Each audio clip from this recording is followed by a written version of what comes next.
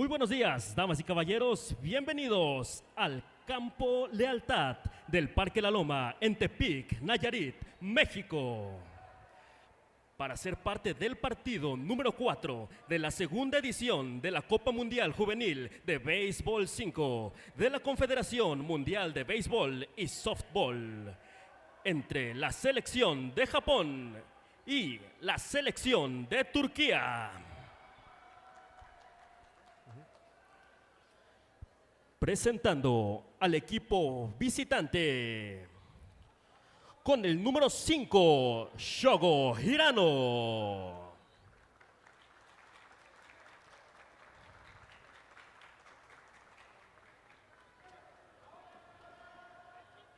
Con el número 6, Yudai Hoshi.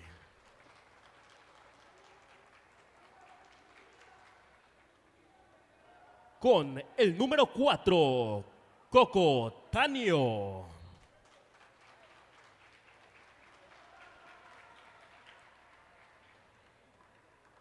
Con el número 18, Shorato Kesuka.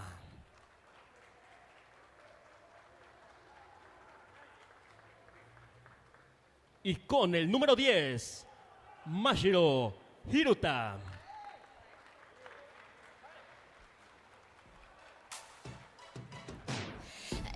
Y presentando al resto de los jugadores, con el número 0, Yuna Shuhiro.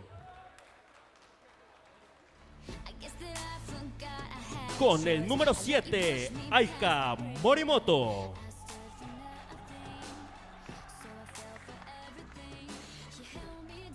Y con el número 16, Keitaro Iwamura.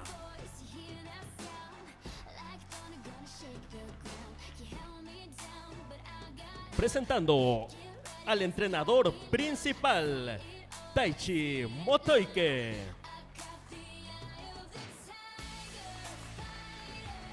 Y el líder de la delegación, Ayako Rokaku.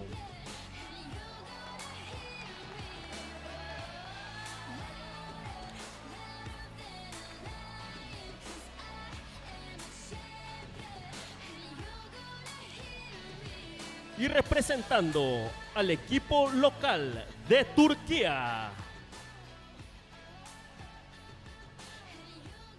con el número 47, Mohamed Miuta Alkan. Con el número 99, Osman Burushkan. Con el número 9, Yamur Bozdash. Con el número 1, Yekta Ashi. Con el número 11, Seyran Ozdemir. Y presentando al resto del equipo, con el número 2, Sheda Anil. Con el número 7, Eylul Ablak. Con el número 8, Bilat Emir Pikal. Presentando al coach principal, Hassan Helba. Y al líder de la delegación, Mustafa Kayant.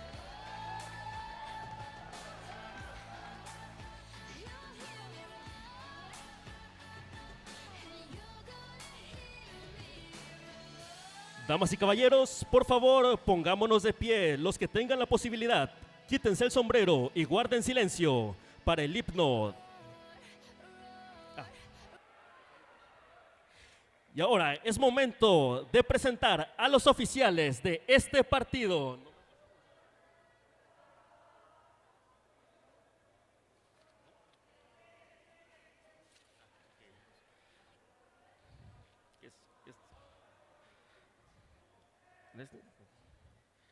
En el home plate, Baena Rubén.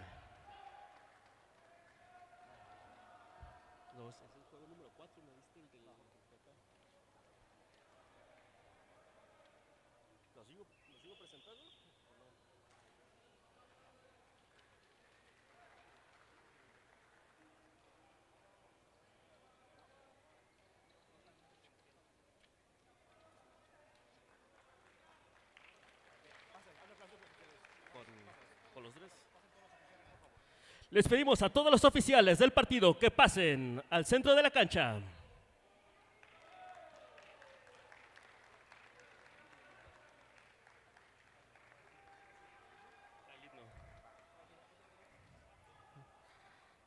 Damas y caballeros, por favor, pónganse de pie los que tienen la posibilidad. Quítense el sombrero y guarden silencio para el himno de Japón.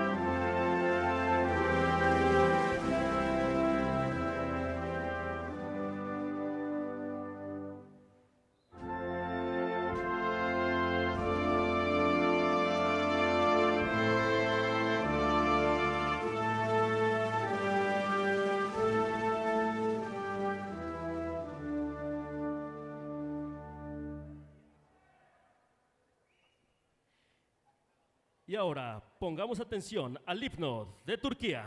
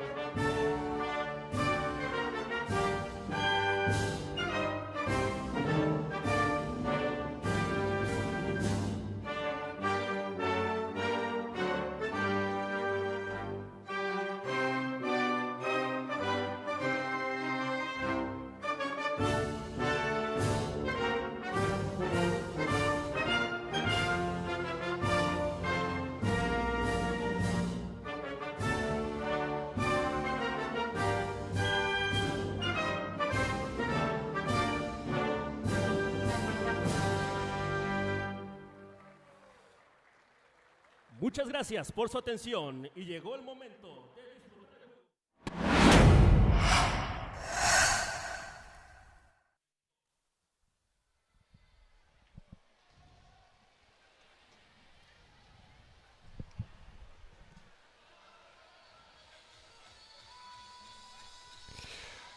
Welcome to the Youth Baseball 5 World Cup, this edition coming to you from Tepic in Nayarit, Mexico. I'm Craig Durham, happy to have you along as I'll bring you the Field 1 coverage on YouTube this week.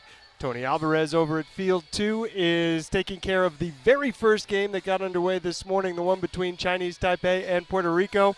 But our purpose here is to take a look at this contest between Japan and Turkey, two teams that are expected to fare very well in this second edition of the Baseball 5 World Cup. Cuba, the reigning champions, yet to get underway, but we are excited for the both youth and all ages champions Cuba to get underway this afternoon and try and defend their title.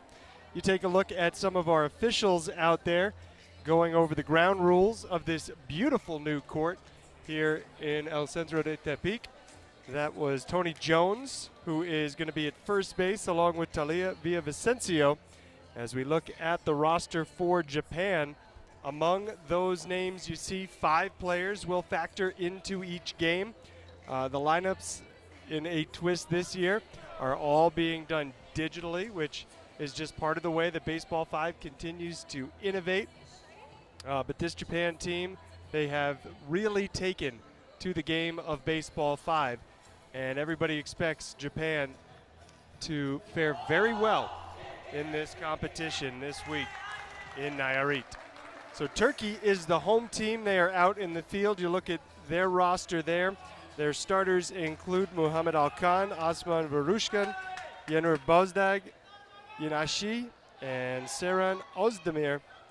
But first things first, it's Shogo Hirano leading off for Japan in the batter's box, ready to begin the first game of these two teams at this Baseball 5 Youth World Cup, and that was a brilliant first ball put in play on the third base side. It took a hop just short of the fence. And now we'll look to Yudai Hoshi, Koko Tanio, Sorato Kizuka, and Masahiro Hiruta will be the next batters for Japan. There's the first out. Nice play made up the middle there. And the runner advances to second. So a hit and an out. A good chance for Japan to score first as Tanio stands in. Looks first base side, puts it on the ground. Easy play made at second. And there's two gone. Turkey trying to hold the line here in the top of the first inning.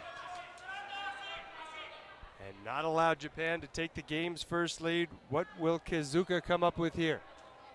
Sorato Kizuka. You see he goes into motion, one bounce, and tries a softball. Third base side, close play at first. Out the call from Tony Jones. Great defense from Turkey as they're able to keep Japan from scoring in the top half of the first inning. And in these 5-inning games, obviously every single half inning matters a whole lot. We'll see if Turkey now can take that momentum. Great play over at first. It was bang bang, but the long stretch getting the out. And we are already back underway. Hard hit ball to short, and then a pretty strong throw not handled at first base. So Alcan is aboard. I think we'll give him a hit there. Although one of the great parts of Baseball 5, unlike traditional baseball and softball, we don't get too worried about the official scoring. We don't get too worried about hits versus errors. Yes, there is an official way to score a Baseball 5 game, but the numbers simply not as important as they are in traditional baseball, softball. As you see, a nice defensive tactic there. On a hard hit line drive on the right side, it was knocked down, and without time to pick it up and make a proper throw to second, the ball just pushed on the ground to second base to get that lead runner. And now you see Bozdag. She's the first baseman for Turkey. Hits it on the ground, bobbled it short. And a little bit of first inning jitters perhaps from Japan's defense. Two runners on with just one out. Turkey now in a good position to take this first set. And yes, we will be playing a best of 3 set format. The first team to win 2 sets, be they 2 in a row or one then the other, is going to win the game, win the match. Nice play off the wall at second. Both teams, I think, getting a little bit of what they want right there as Japan trades the second out for 2 runners in scoring position. Here's Seiran Ozdemir. A big spot for the number 5 hitter. Hits it hard at the pitcher's position, and after the initial bobble, a nice underhand flip made, and another scoreless inning in the books. Both defenses able to come up big and send us into the second 0-0. And if you're brand new to Baseball 5, welcome to Baseball 5. This is the 4th official World Cup. There have been 2 Youth World Cups, and there have been 2 senior level editions. This is the second one to take place here in Mexico. As a throw to first, really strong play, and already we're seeing what fine defense Turkey has brought to the tournament. That was a really slick play to get Hiruta. First time Hiruta came up, and now the first time he's been retired. Here's Shogo Hirano, who started the game, batting for Japan. Now with 1 out, nobody on. Great placement on that ball, sending it right up the middle. And if you go up the middle and you get it past the pitcher's position, that's usually going to go pretty well for you. Haven't seen any doubles yet. Obviously haven't seen any runs scored yet. Settling in. And a ball off the wall right side. They get the out at first. Hirano to second, and this feels like we could have a low-scoring affair on our hands. Nice crowd, too. Both here at Field 1 and over at Field 2, where Chinese Taipei is 1 inning away from completing a 2-0 sweep of Puerto Rico. Cautious base running from Japan, time called by Turkey after that ball got to the wall on the left side. Now it's 1st and 3rd with 2 outs. I thought with 2 outs maybe the runner would try and score from second base. He did not.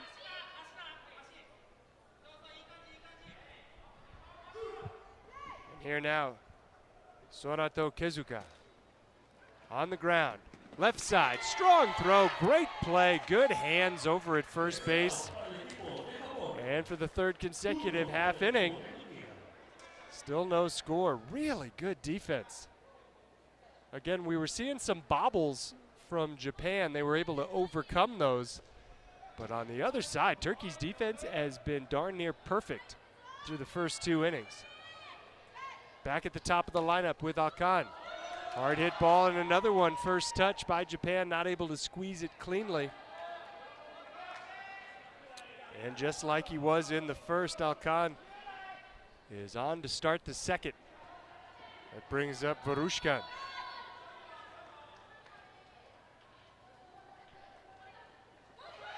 Tries the bunt play, throw to second, nobody home for Japan. The ball goes out. That was a pre-designed play, but a missed signal up the middle for Japan. And Turkey will take the 1-0 lead. You see that white stripe in front of home plate, 3 meters out in front of home plate? You have to make sure that the ball clears that white line. And the run's actually going to be taken off the board here. Or is it? Time called. I think, well, I know that 1 extra base is awarded after the ball goes out of play. So what matters here, was Alkan between second and third when the ball went out? Because if so, he would get to, or rather was he between first and second? If so, he would wind up on third. And that's going to be the call after a brief conversation. Good job by the officials to get together and get that right. And now we have a good setup for Turkey still with nobody out. Runners on second and third. And Bozdag hitting on the left side. Safe. Run scores. Maybe another. No. Chased back to the bag is Varushkan. But a great ball there from Bozdag. She moves to second as the defensive posturing from Japan there was more focused on the lead runner. And continuing to put the short balls in play, Turkey now has a 2-0 lead. Japan, I'm sure, happy to have that first out of the inning.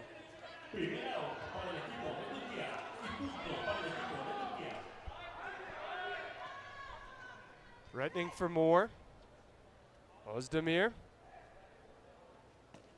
lines up, line drive. That was really the only thing that Japan could use to keep that runner from scoring. And a great play over at third base.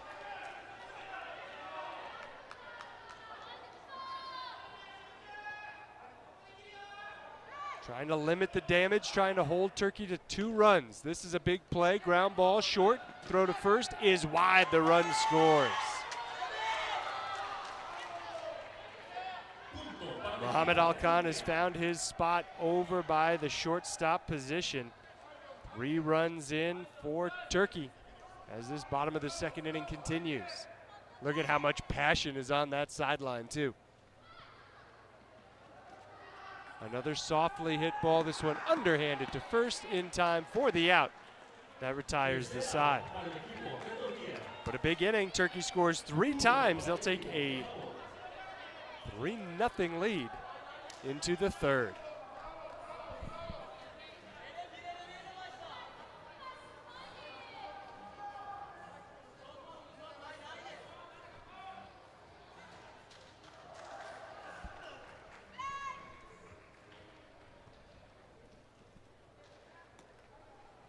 Line drive up the middle. It is knocked down, and that's one of those split-second decisions that you have to make as a defensive player. Do I try and knock it down and make the catch? Obviously the point not just to knock it down, but to make a catch. Or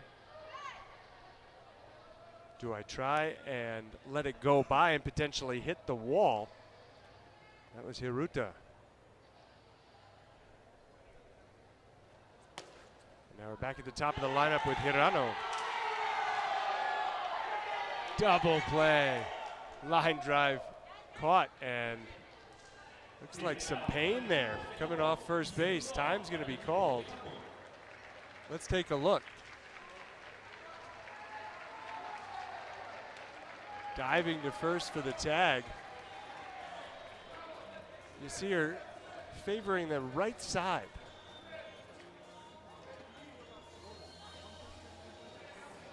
You always hope first and foremost that you get through a tournament, whether it's baseball 5, baseball, softball, with no injury. The court, as you can tell, not the most forgiving surface in the world. It is a hard surface, so when you go down and dive, you usually do pay the price. That right there was a very gutsy play. Now Yudai Hoshi with the bases empty and 2 outs.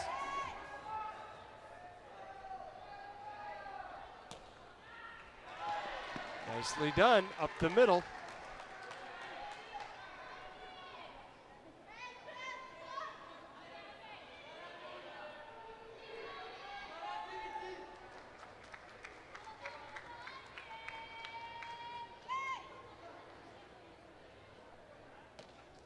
Line drive, oh, it slips through the fingers. Osman Barushkan over there. Could not squeeze it.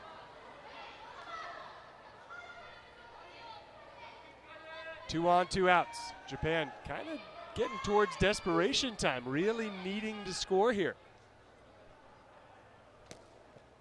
Not going to get it done there. It was caught. The throw to first not necessary, but made anyway.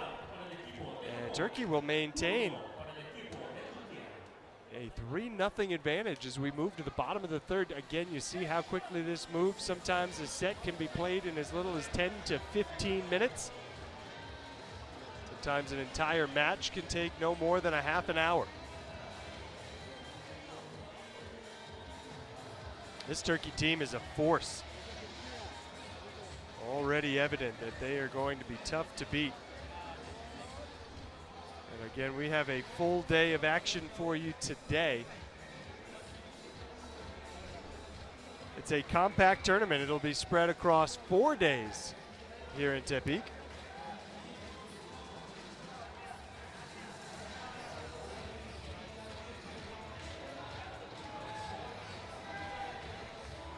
First game has gone final. Puerto Rico falling in straight sets, 2 sets to none,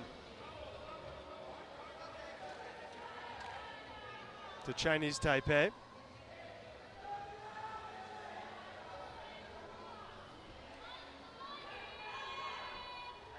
we're ready to begin the bottom of the third inning. And again,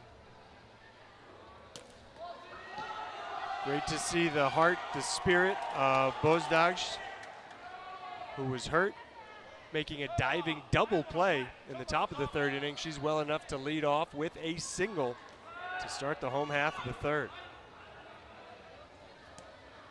One bounce and off the hands over at third base. What you're seeing here from Turkey is really special. They are playing a near perfect version of Baseball 5. And really, if you haven't seen this game before, the way that Turkey's going about it here, outstanding. That ball was fair on the right side. And the bases are loaded with none out. Those were the 3, 4, 5 hitters. And that brings us back to the top of the lineup.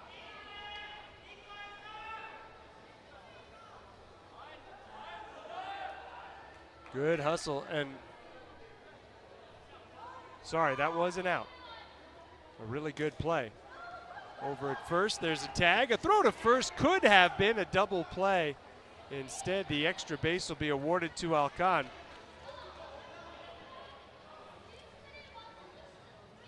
run scoring. See that run coming down from third. There's the tag, the force out, and then the throw across the diamond that slipped by.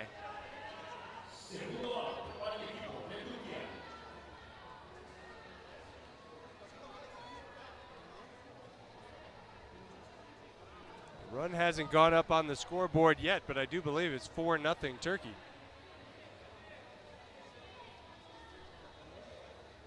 We'll wait for the officials to make the necessary adjustments. The scoreboard might get fixed up after the third inning is complete.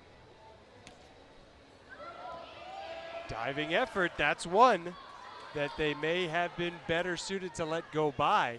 I think that ball would have hit the wall on the fly. It's a really quick decision you have to make as a defensive player. Do I try and grab it, or do I let it go by and maybe hit the wall on the fly? This time the catch made up the middle, and the side is retired. But another good inning as Turkey adds a run. They have a 4-0 lead.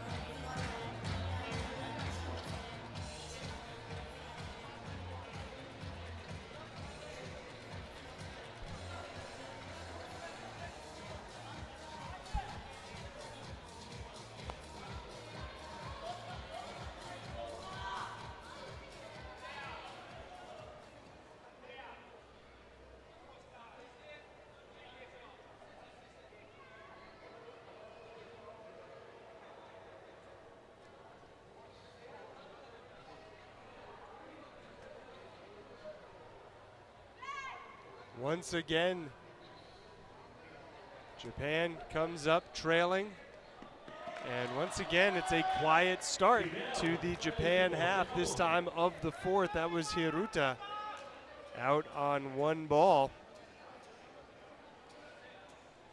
And really not much to that defensively. Turkey's been showing the ability to make the hard plays there. They take care of a relatively easy one. See what Hirano can do from the top of the lineup. How quickly that ball gets from Alkan over to Bozdaj. Very impressive. The time being called here by the officials. I think everybody's on the same page.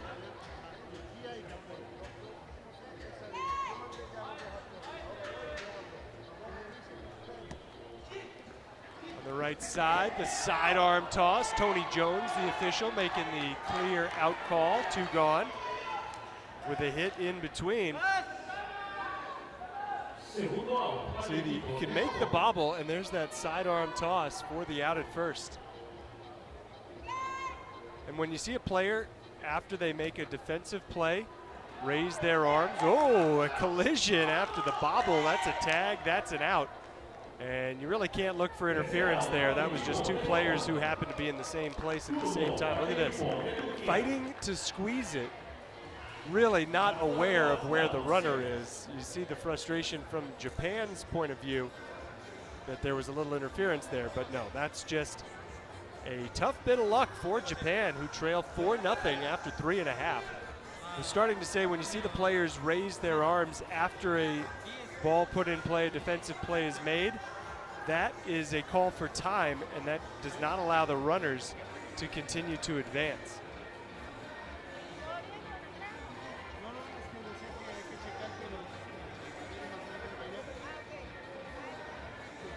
It's not exactly all smiles, is it, over on the Turkey side? They are serious. They are here on a business trip. And they are ready to get back at it in the bottom of the fourth. Right now, they're just looking for some insurance. Trying to add on to the 4-0 lead, and they start off with a hard hit ball at third base. And a leadoff runner aboard. Ozashi.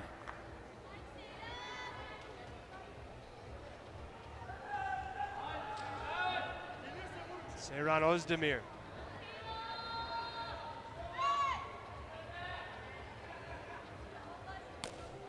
Oh, a great ball through the legs, through the wickets over at third base. Turkey determined to build on to this 4-0 lead.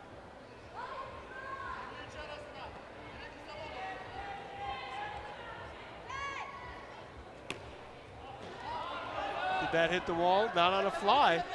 So everybody's safe. Run scores. Throw to third. Out at third base.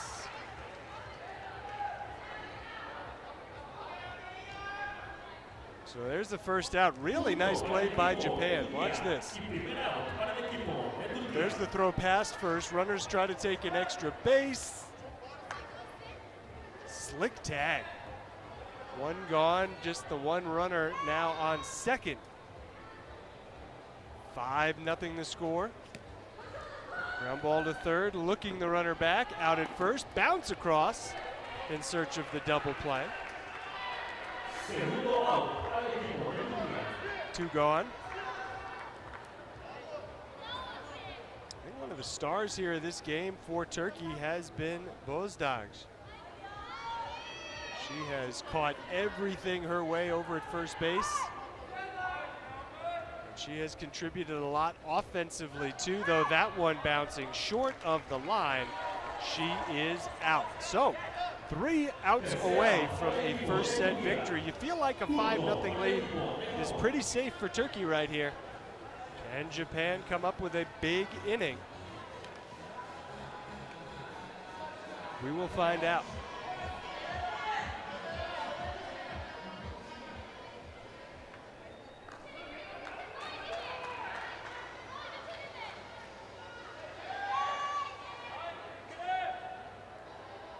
Keitaro Iwamura, a pinch hitter for Japan, out to start the inning. Japan continues to go to the benches now. Yuna Suehiro will make her first appearance as a batter in this Youth Baseball 5 World Cup. Time called. There was a ball being brought back onto the field. That's Talia Villavicencio, the home plate official, controlling the action. Nice catch over at third. That was Verushkan. And this is it. Last chance for Japan to extend the first set. Otherwise, Turkey will take a 1-0 lead.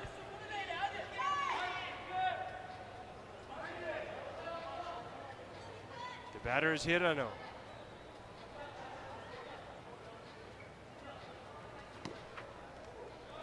And the game's not over yet. The set's not over yet, rather. That is 5 hits for Hirano in 5 trips, 5 out of 5. Kind of a rare miscue defensively for Tunisia. You can see they're feeling the effects of the heat. It is hot out there.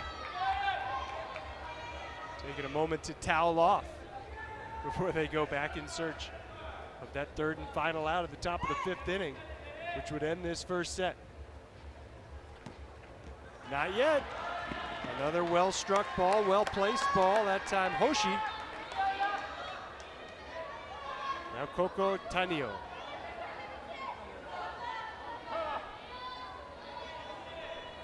Another chance to extend.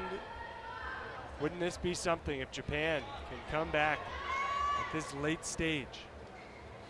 Just one at a time. That has to be the plan, but a diving play will end the first set. Turkey, the shutout of Japan, 5-0. What a start to their run at this Youth Baseball 5 World Cup.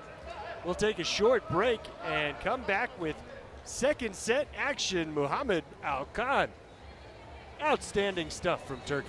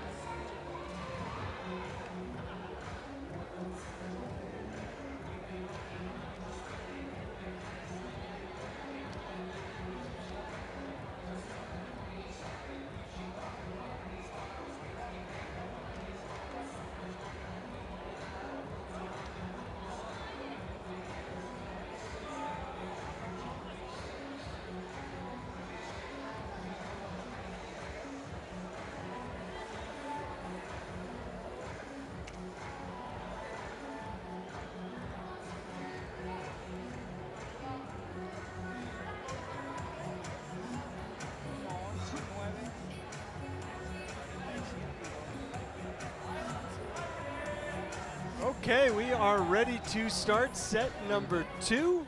Turkey with a very impressive 5-0 victory in set number 1. And there are some slight adjustments to the lineup here in set number 2, but we'll begin with Shogo Hirano, officially credited with 4 hits in 5 trips in set 1, and a tough start. He was out 2 different ways there. As first, the ball on the line hit the wall. You can't do that, that's an out, and it was foul. And there are no foul balls in Baseball 5. Every play is an action play, so he was out on the foul ball as well. And then the nice sidearm toss from second. 2 gone already in Japan's start to set 2.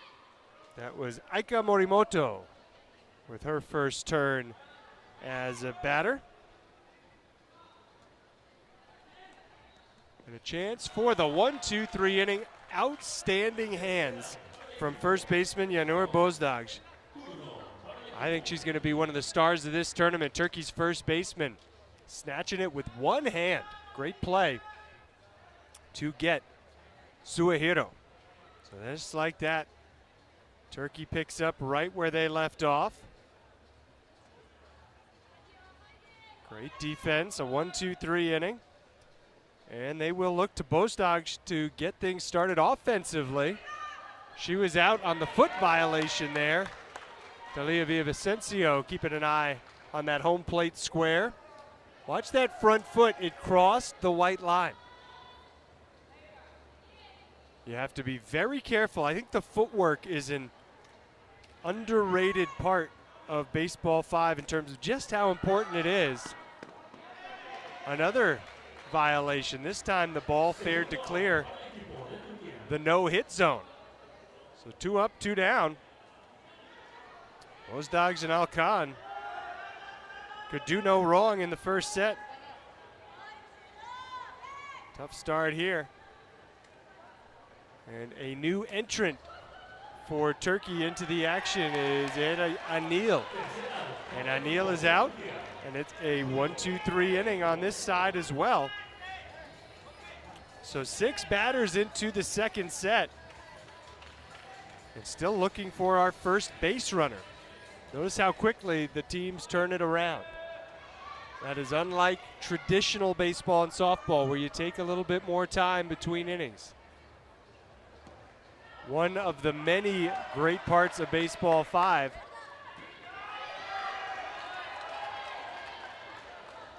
is the speed with which it's played.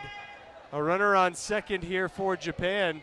Turkey calling for time. That was a fair ball. You could see it on the replay. And into second base was Hoshi, who drops down from the number 2 slot. See one of the coaches out for Turkey. Trying to get that call reversed, trying to get a foul ball called. I did not see a foul ball there on the replay. It looked pretty clear that that was a fair ball. And so a great start for Japan. The leadoff runner on second. That's a learning moment for Turkey. Just because they thought it was foul, they kind of stopped playing. You got to play it until it's all sorted. Now a ball on the right side. That'll score a run. And Japan, for the first time today, is on the board. Japan, for the first time today, has a lead. Let's see if this second set can go Japan's way. And maybe, just maybe, they can force a third set. Something that we're really not sure would have been possible based on how that first set went. There's a near collision over at third base. Could be part of the conversation. But a runner on first, nobody out. And Hirano atop the lineup again. That was Hiruta. A change in approach from Hirano, who starts on the extreme third base side of the batter's box. He hits it right at first, hits it hard, diving effort, and the out at first. Great play by Bozdaj. Watch this. By any means necessary. Didn't have time to run, so she uses that length to dive across the court. And notice also that the players have two separate bases. The runner stays on the foul side of the line. They need to get to that yellow square, where the defensive player uses the white square on the fair side of the line. That's to avoid collisions, to avoid potential injury.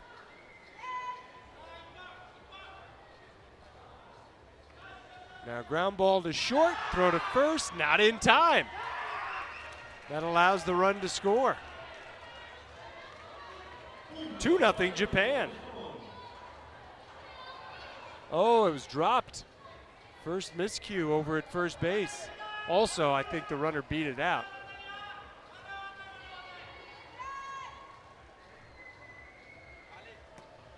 And now it's knocked down up the middle, the underhand toss, and the side retired. But a nice inning for Japan. They strike first and take a 2-0 lead to the bottom of the second.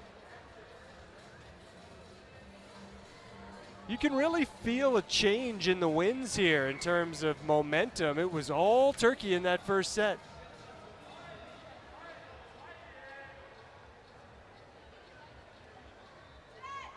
They look a little tight to start the second set. Oh, a tough play there, though, as it goes out. And an extra base will be awarded. Nope, just the one. He had not yet gotten to first base. So just the one base for Ashi. And now Özdemir, as they bat in their same spots, 4 and 5 in the lineup. Özdemir at the very least wants to move that runner into scoring position, but her ball goes foul on first touch.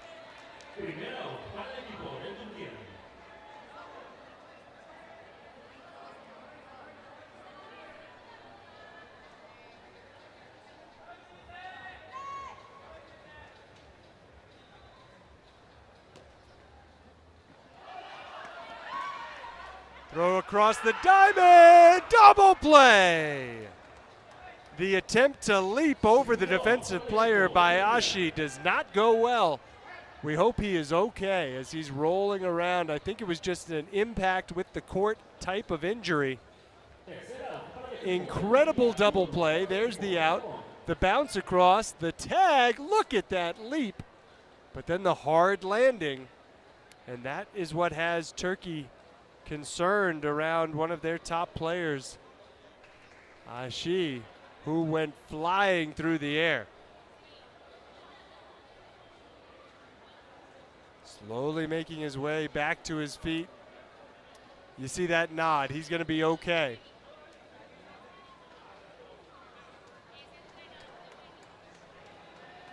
And with that, an exciting end to the second inning. We will go to the third. I mean, that is some serious height on the jump. Incredible jump. And I'm not sure what Turkey might be arguing about.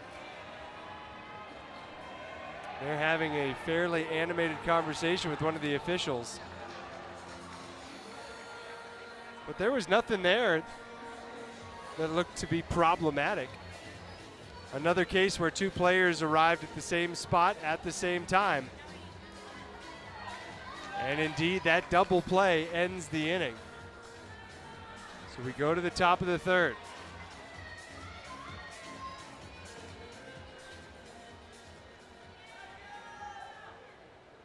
The Youth Baseball 5 World Cup here in Tepic, Nayarit, Mexico. A 4-day event featuring a total of 14 nations. A nice easy play, kind of what Turkey needed to get the third inning started. Just a routine ball grounded on the left side. Back to the top of the lineup, Hirano.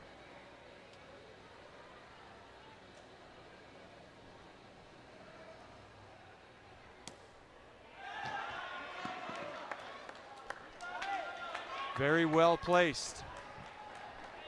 Totally different look to this second set than the first, which is really exciting. You know, on paper, we thought this was going to be a good matchup. So far, it has not disappointed. Getting into the crucial middle innings, but there is a double play as the ball was lined softly to second, and that wrecks the momentum for Japan. And again, a couple of plays there, exactly what Turkey would have hoped for.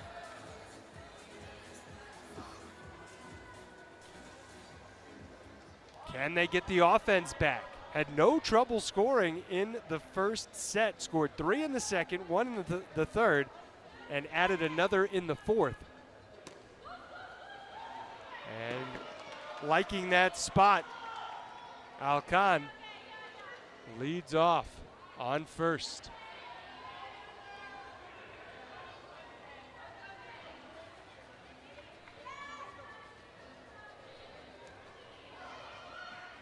Throw to second, out there. Turkey trying a bunt type play. The soft ball that just clears the no-hit zone, but Japan, great defense to get the lead runner, doing all the little things right so far in set number 2.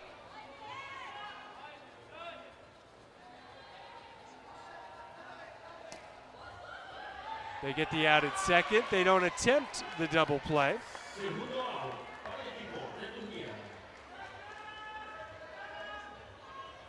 Back-to-back force plays at second. That's Özdemir.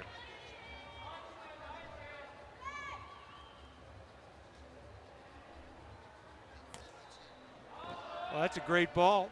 No chance to make the play at second.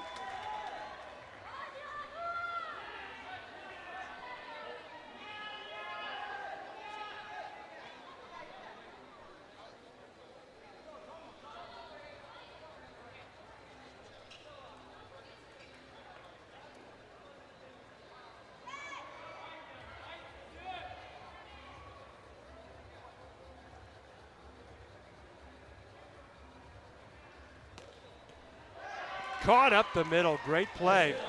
Obviously no pitcher, but that pitcher type position is a very important one, kind of the defensive anchor. And a really nice snag right there on the hard liner. Things looking very good for Japan so far in set 2. Now just 2 innings away from forcing a decisive third set rather. And a leadoff runner aboard on what looked like it was going to be a fairly routine play. Watch this, the call from Tony Jones is that Bozdog came off the base. Not by much, but she did. The indignation from the Turkey first baseman. Can Japan capitalize on the small miscue? Throw to second. Everybody's safe.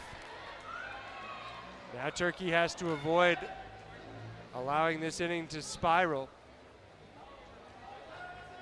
Don't want to fall any further behind. They're still right there, within range for a comeback.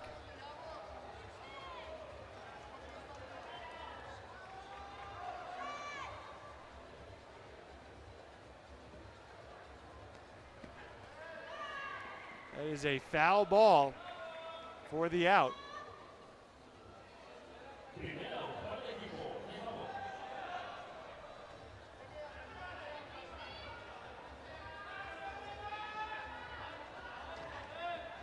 Shogo Hirano had the great first set when his team was blanked. The 5-0 shutout win for Turkey in set 1. Hirano has not done as much in set 2, but his team leads. And he lines that one hard up the middle. He'll be safe. And the bases are loaded for Japan.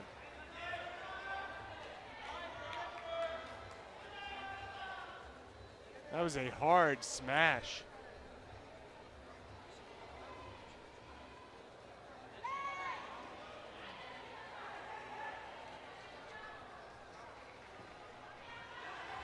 Knocked down, they get the out at, no they don't, it gets away. 2-run score, everybody's safe. Japan now leads the second set 4-0. That was very close to being a double play, and very uncharacteristic over at first. Turkey, sensing this slipping away, will have a team meeting, a timeout here on court 1.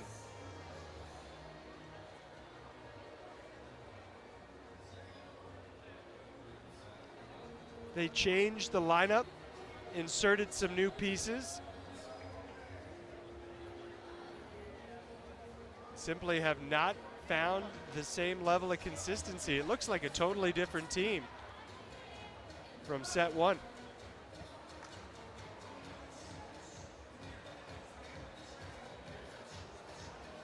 I do like the uniforms for Turkey.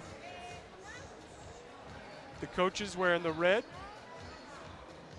The players wearing the white with red trim. Japan sporting a varied gray at top and the black shorts. Another good look. And now a ball taken by the second baseman O'Neill. Smart play, just run it over, get that first out. 3 runs are in though for Japan to start the top of the 4th. To lead up to 5-0, a complete reversal from the first set score. Hard line drive, the catch not made, the throw not in time, make it 6-0 Japan. It's a 4-run 4th.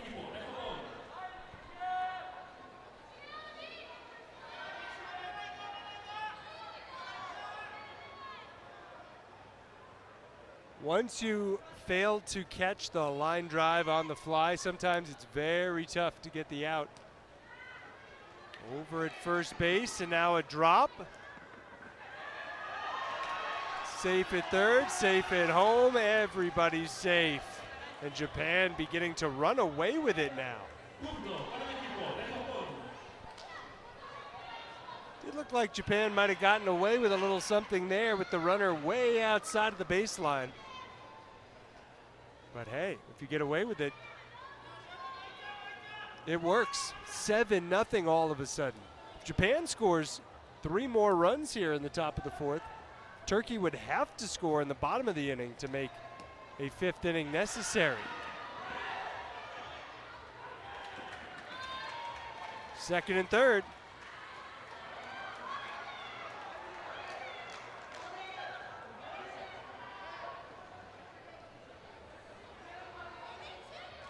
If you're just joining us now and you're seeing the 7-0 score, you missed a completely different first set where Turkey shut out Japan 5-0. It's like 2 different teams arrived for this second set. Japan's now going to take in, no, not quite. Good recovery by Bozdogs over at first to get the out, but a huge inning.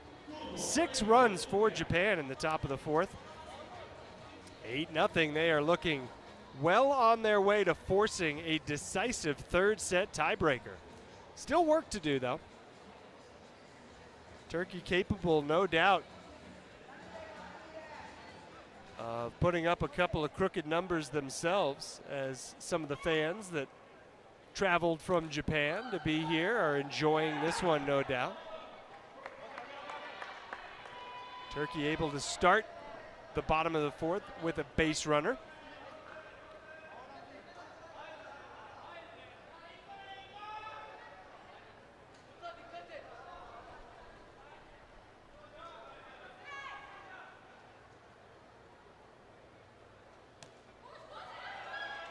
Go to second, get the out there, look out. Hard contact, but good sportsmanship, smiles.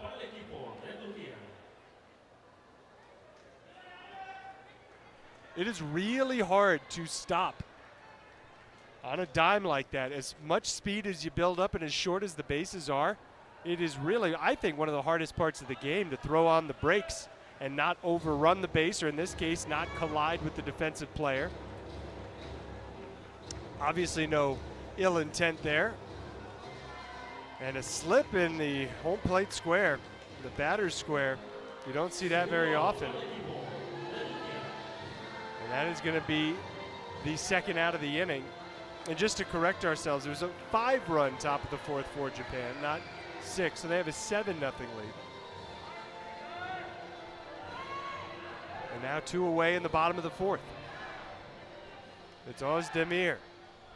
1 hop to short and the underhand flip for the force out at second that sends us to the 5th. We mentioned that Japan, if they scored 10 in the fourth, could shorten this game. That's no longer true. The way that the run-ahead rules work, if a team is leading by 15 in the 3rd inning, after both teams have batted, both the away team and the home team, then that would be a complete set, 15 being a big enough margin to end it early. If a team leads by 10 after 4, that's also enough to get the early win in a set, but that's not going to be the case here. We're going to go the distance here in set 2, and I think we're going to go the distance in the game.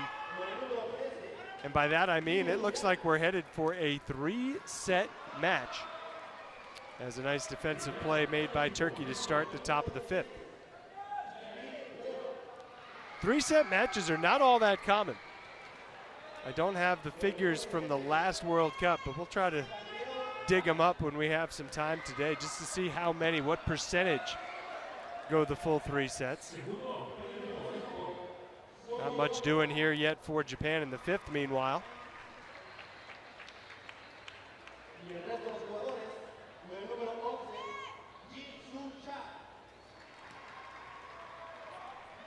And there it is, exactly what Turkey was looking for, a 3-ball top of the 5th. 1, 2, 3 as they'll come up needing 7 to tie and force extras, or needing 8 to provide the fans here. And there's a good number of fans here with what would be an insane comeback. So let's see.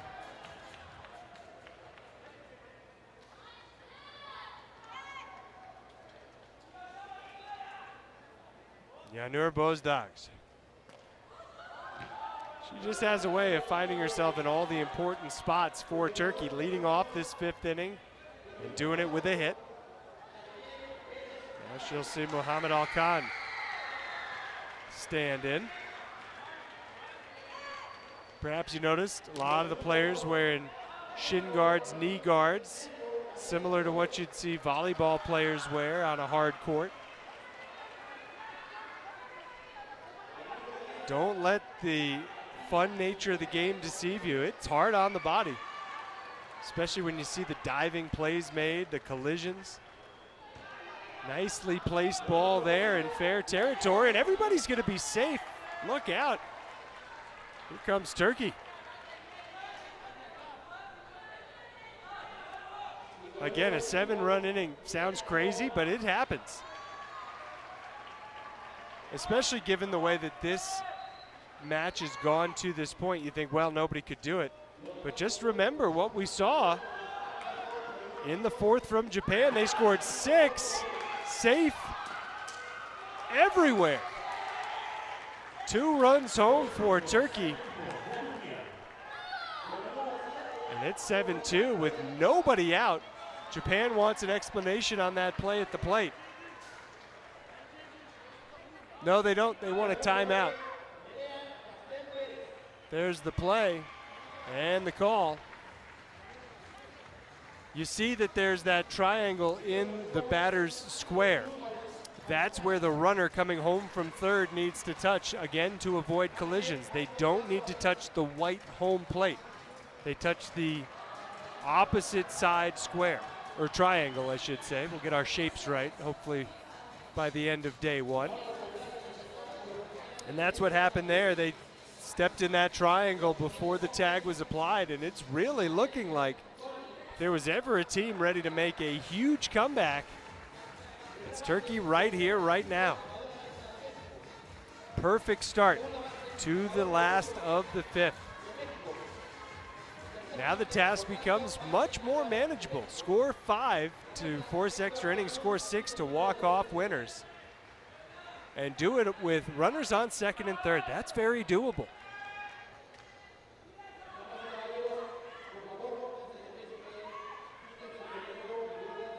Big spot here for Özdemir. And more defensive trouble for Japan. 3 runs in, nobody out. Incredible comeback in the works here from Turkey. You know they want to avoid that third set if at all possible.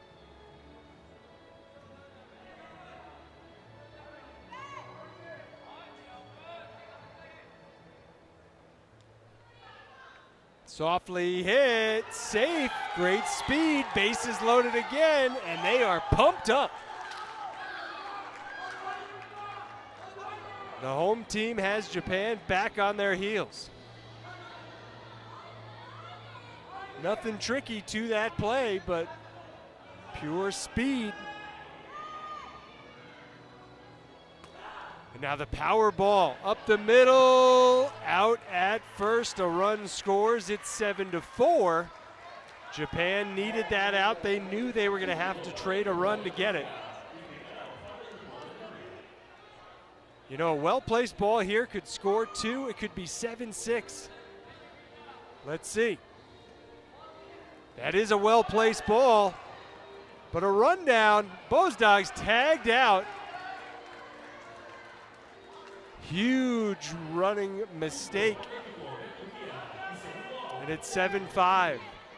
There is not a third base coach in the sense of what you'd get in baseball or softball. A lot of times the players have to read the action. And my goodness, the difference between first and second and 1 out and a runner on first and 2 outs here is massive.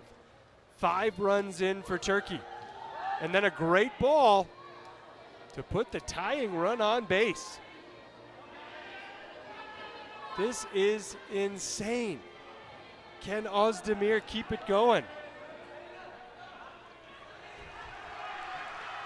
Özdemir. Already a really important hit in this inning. And one again where she will reach. The runner coming home, she will score, and the tying run is at third. The winning run is at second. Are you kidding?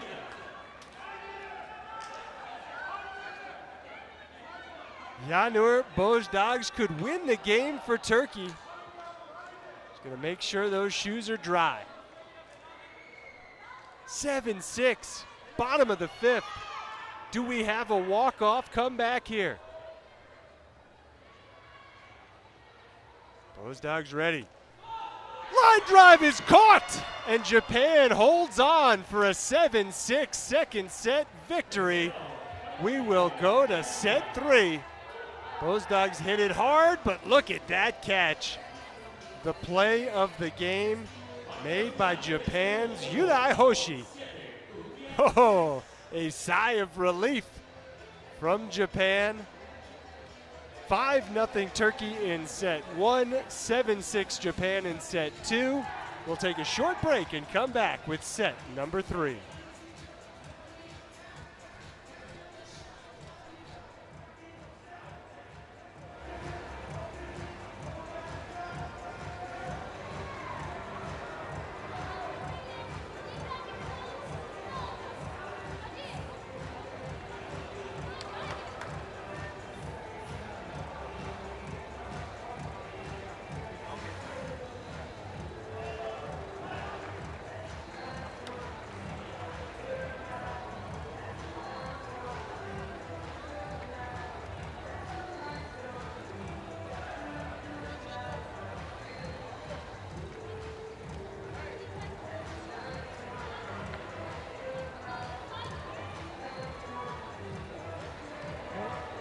¿Verdad? ¿No está filmando?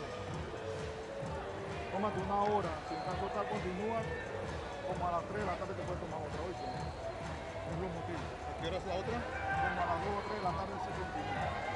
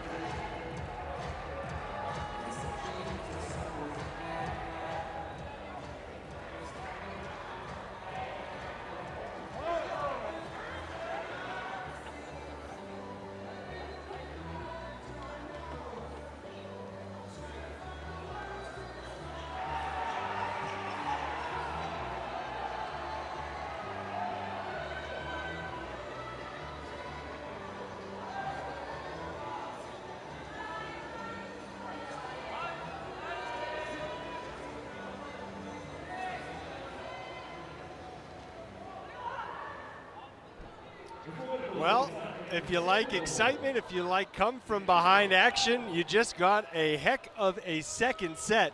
Japan with a 7-0 lead going into the bottom of the fifth. Turkey scoring 6 times, but they could not climb all the way back to win that second set and with it the match. So here we are, set 3, a tiebreaker. None of the rules change at all. We'll play a 5-inning baseball 5 set here. And it ought to be pretty good. Japan already has the leadoff runner aboard.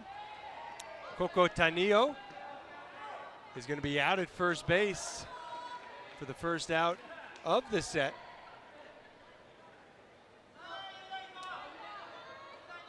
Runner on second. I think Tanio is okay with that ball being taken care of at first base, just so long as the runner was able to advance. And that he did. Now ground ball, some funky spin on that one. Oh, Japan being a little cautious on the base paths, and they forced the throw home. Or did they? Had time been called?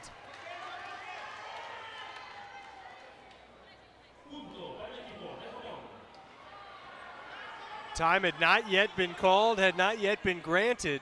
You see the defensive player with the ball started calling for it, but the play was ongoing. There was a Japan runner halfway between first and second. Credit Japan for the way that they forced the issue there. And they take a 1-0 lead with 1 out in the top of the first.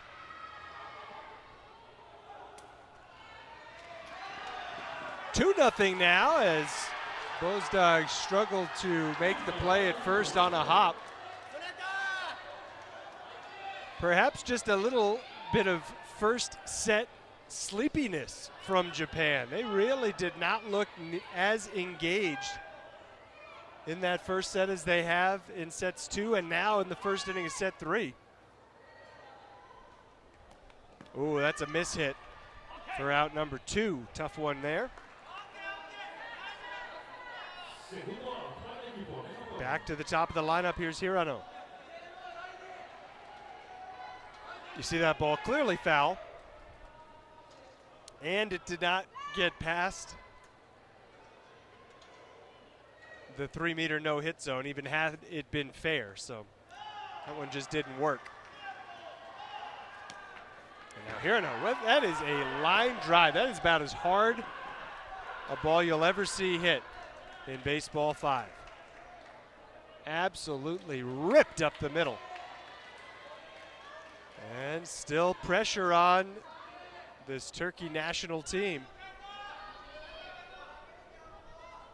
as they can't afford to fall any further behind.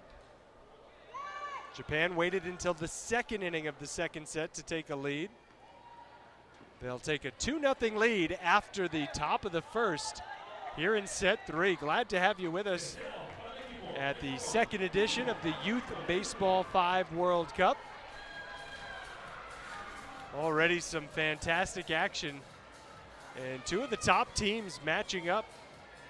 The first morning of the first day, we're going to play 4 long days of baseball 5, more than 50 matches.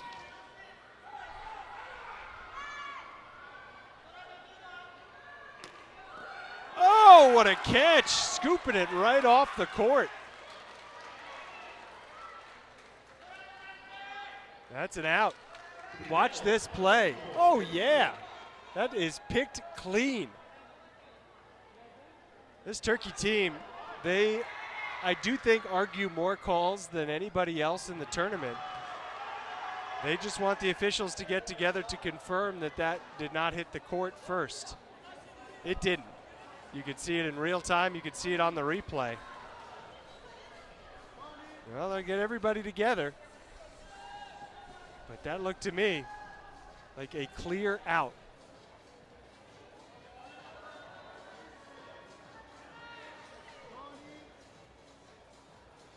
Yep, you can see it. No bounce. The out call is confirmed. And once Turkey sees the replay, they'll understand that is out.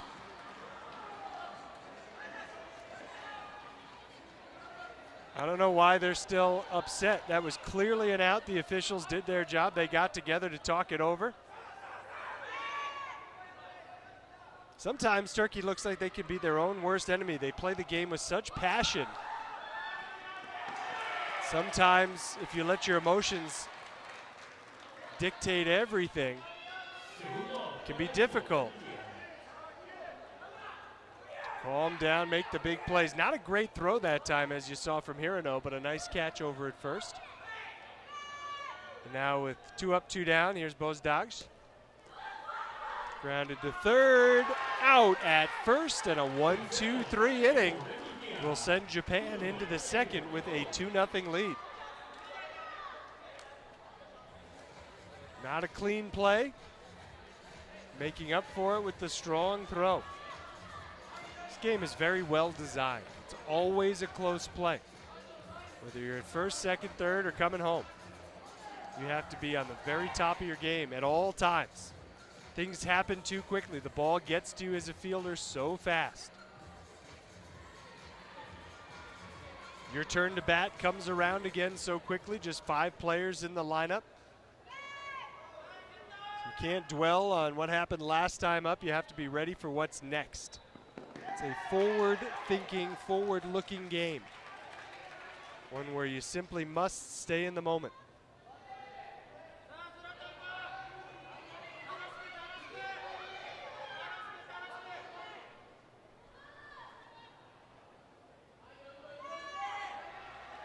Leadoff runner on for Japan. Safe the call. The call is that Özdemir did not have full possession of the ball until the runner had arrived at second. First and second, nobody out. But it looks like Turkey plans to argue this call as well.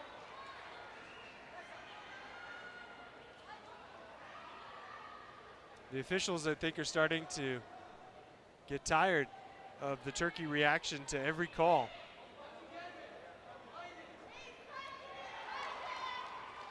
You see still no possession, and then the runner arrived. That is great work by our replay team, outstanding work by the replay team, and a perfect call by the officials yet again. There's the out on the bunt play. Second and third.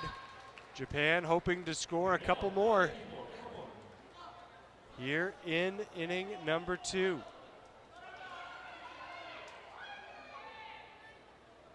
I just love that replay. We have 6 cameras here on field 1, and just top-notch work by a crew that's learning Baseball 5 every day. They were right on the spot there. Tip of the cap to everybody in the truck. Oh, that's a tough time for Hirano to plunk one off the wall. That's a break for Turkey. We'll see if they can't get one more out here. Big spot for Tanio. Fair ball past third. Everybody's safe. Japan leads 3-0. I like the read by Verushkin. He thought that ball might go foul. It almost did go foul. But 2 in scoring position again. Can Japan come up with another 2-out hit? Safe. It was bobbled. Run scores. Throw to second. Another run is in. And the runner's going to be safe at second base. How about it from Japan? 2 more runs score with 2 outs in the top of the second. 5-0.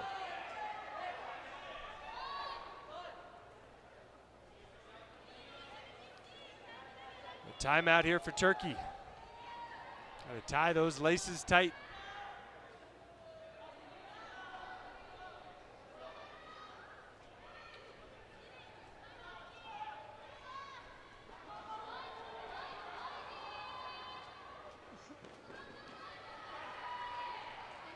Not a timeout, but it almost works like one. Allows everybody to catch their breath.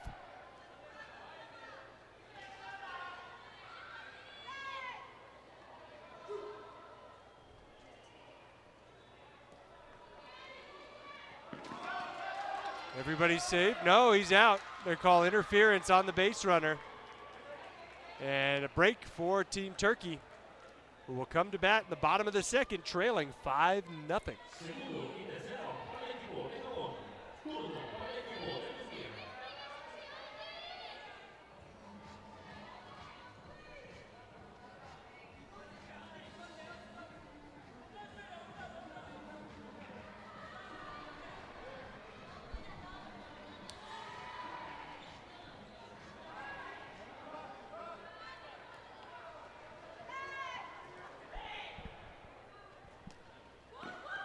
We start the second with a soft ball, third base side, results in a hit. Turkey waited until the 5th inning to get the offense going in set number 2. They can't afford to wait around this time. They've got to get some back now, trailing by 5.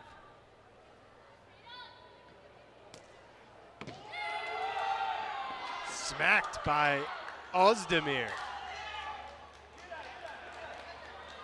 Great start, 2 on, nobody out. Bozdags.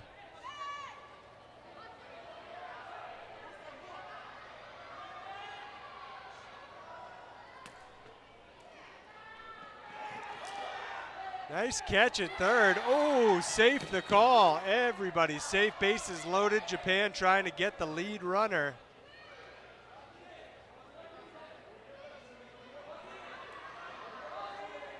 And take a look at this hard collision at third. Oh, he did go in really hard. I don't know, on that replay, kind of looked like Japan might have gotten the out. You see the size there of Ashi. And Japan might have done better to just get the out at second base there. There was a sure thing. They go to second, like they do here, they get the out. Time called and granted. So first and third, run in for Turkey. They needed at least one, they get it.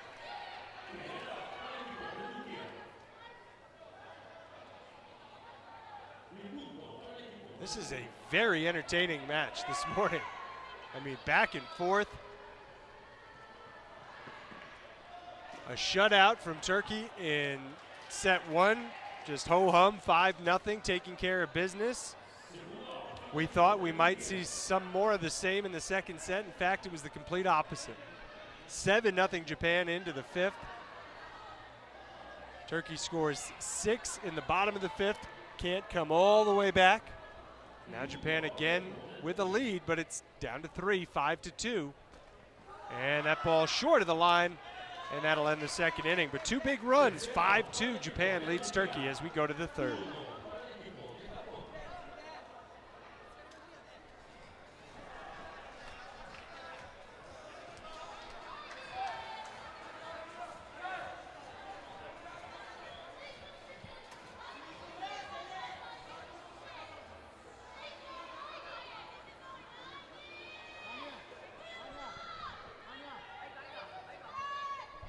We don't wait around here in Baseball 5. Back underway. Hiruta leads off, and that's a great catch up the middle. I think the defense was the biggest difference between set 1 and set 2 for Turkey. Flawless defense in their 5-0 shutout win in set 1. Some trouble in the 7-6 set 2 loss. Out the call.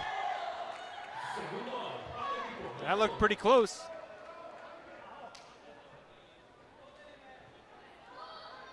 Oh yeah, nice stretch. Great play. Bozdags went out and got it. That one just past Alkan, who already made the one awesome play here in the third. That time had his right arm up and ready, but the ball just went by.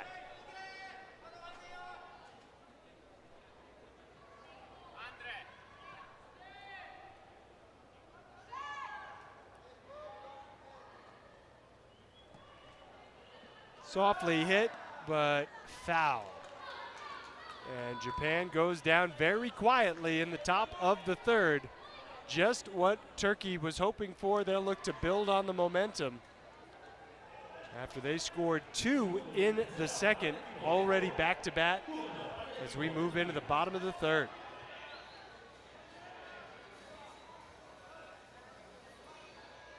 It's going to be tough for these teams to get ready for their second matches of the day.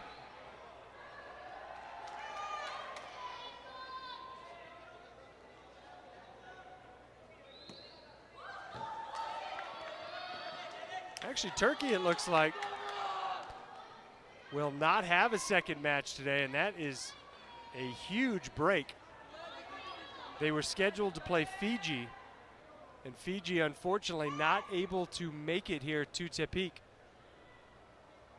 So this is the only match of the day for Turkey. Out at second on the force out.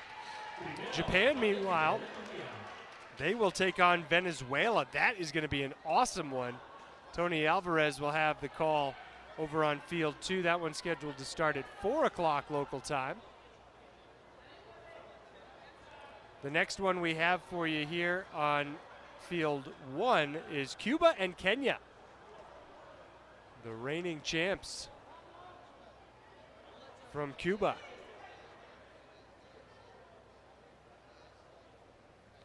They are the champions at both the youth and senior levels in Baseball 5.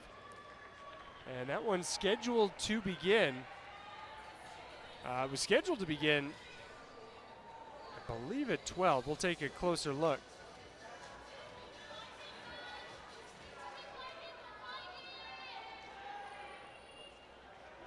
The out call upheld there, meanwhile, on the lead runner at second. That one's short of the line, so the runner will have to go back to first. 2 outs. Those are the unforced errors the Turkey simply must eliminate if they're to come back here, trailing by 3, but still plenty of time as we're in the bottom of the third of this 5-inning Baseball 5 third set. Over to second, unable to pick it up off the deck. That would have been an incredible play. But a heartbeat for Turkey in the third.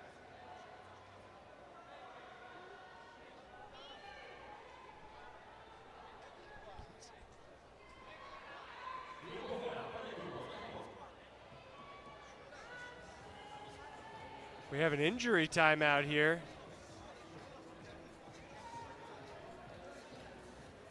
It looks like we may need to get a substitution for Japan. Sorato Kizuka. Kizuka favoring that left shoulder, being looked at by the training staff of Team Japan and the medical staff here for this Baseball 5 World Cup. It'll be interesting to see whether or not he stays in the game. The decision will have to be made fairly quickly. This does give us time to check the time on Cuba, Kenya. Yeah, it was supposed to start at 12 o'clock local time. That's 10 minutes from now, so I don't think we'll start right on time. We'll see if we can get an updated start time.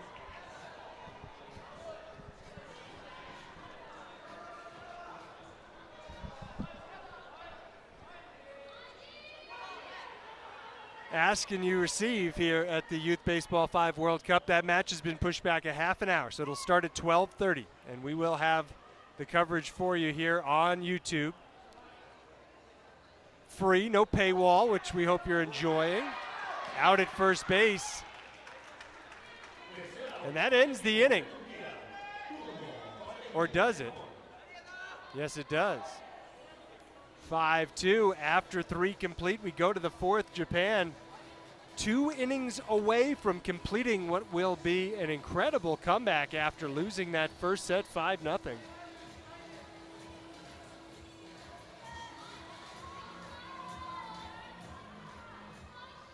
You feel like they'll need some insurance runs. Off the wall. Out number one. If it hits the wall on the fly, if it goes over the wall on the fly, it is automatically an out.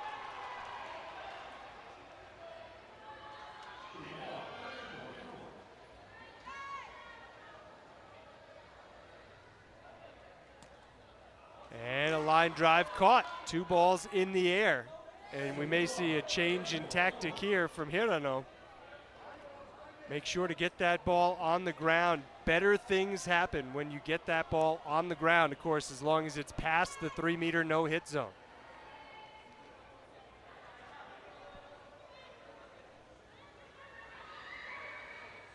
Hirano surveying the defense, hard on the ground. Nice play right side of the infield, and a 3-ball inning. Can Turkey use that momentum to get a couple back here in the 4th? Shaping up to be an all-time great here on the first morning of the 2nd edition of the Youth Baseball 5 World Cup. We can just about call it an instant classic already.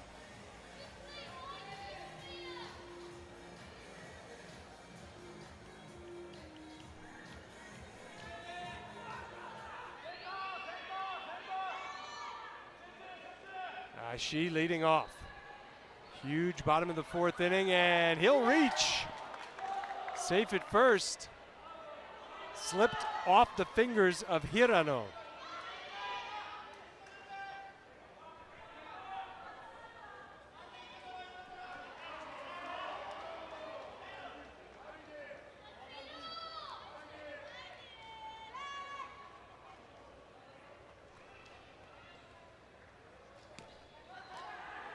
They'll go to second, get the out there.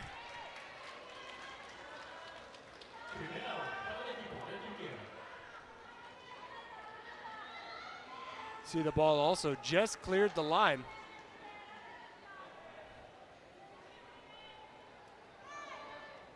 Can't afford to give anything away here if you're Turkey, and there they don't. Smashed up the middle. Again, Cuba and Kenya scheduled to start at 12 local time. Will now start at 12:30 local time. That's 35 minutes from now.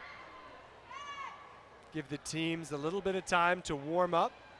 And of course, we still don't know how much time we have left in this one as they get the out at first base and quickly hurry the ball to home plate. And this is a moment right here. 2nd and 3rd. 2 outs.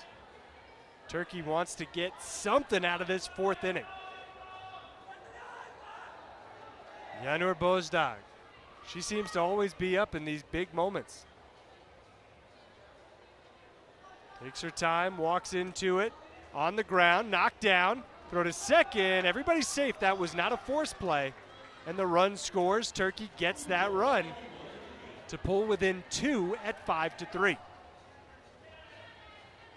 Smart play defensively, not trying to do too much with it, not trying to go to first.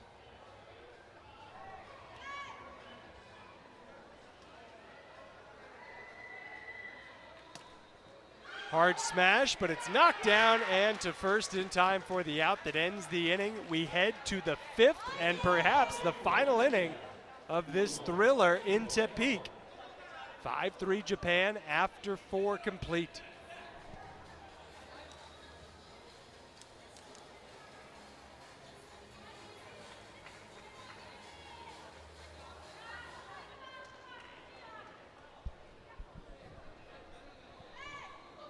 Everything about this game so far, it just screams Japan, doesn't it? If you're familiar with the way they compete at WBSC baseball events, the way they compete at WBSC softball events, and in past WBSC Baseball 5 World Cup events, whether they are at the youth or the senior level, Japan just always seems to have a way of winning games, but there is a big mistake.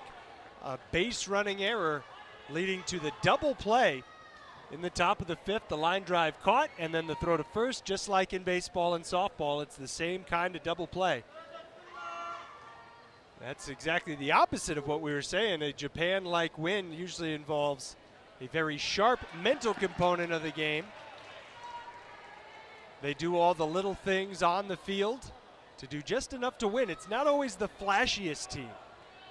It's not always the loudest team. In fact, it's usually one of the quieter teams, but they seem to get the job done. They could use a run or two here, but they may not get it. They will not, and here we go. Bottom of the fifth, time for Turkey to either score 2 and extend to extra innings, score 3 and walk off winners of both the set and the game in its entirety, or can Japan hold Turkey to 1 run or less and hang on for the win? I mean, this is a really great game, and if you're watching Baseball 5 for the first time, you couldn't have picked a better one to tune into, as we've seen it played at an extremely high level. We've seen a shutout in a set. We've seen a comeback in a set. We've seen good defense. And there's the first out of the bottom of the fifth. Turkey has to be feeling the way they won the first set, like if they drop this match, it would be a big setback. On the ground, played off the wall. Nothing you can do with that one. Wily play by Alkan. And now you're just looking to get one more base runner if you're Turkey. Get that tying run on base and then get the ball in play, let it rattle around off the walls, see what happens. Here's Varushka. Safe, then the throw to second. Everybody's safe. I think Japan, again, with a mental mistake there, they could have gone to first and gotten the out. That lead runner doesn't really matter. See, right there, the decision had obviously been made ahead of time to go to second, but there was time to turn around, throw to first, and get the out. Would have been 2 away instead. Only 1 out. And now a bobble. And the base is loaded for Turkey. The tying run on second, the game-winning run on first. High drama again in the bottom of the fifth. Remember, Turkey scored 6 times in the bottom of the fifth in set 2. They only need 3 in the bottom of the fifth here in set 3. Japan, no surprise, taking a timeout.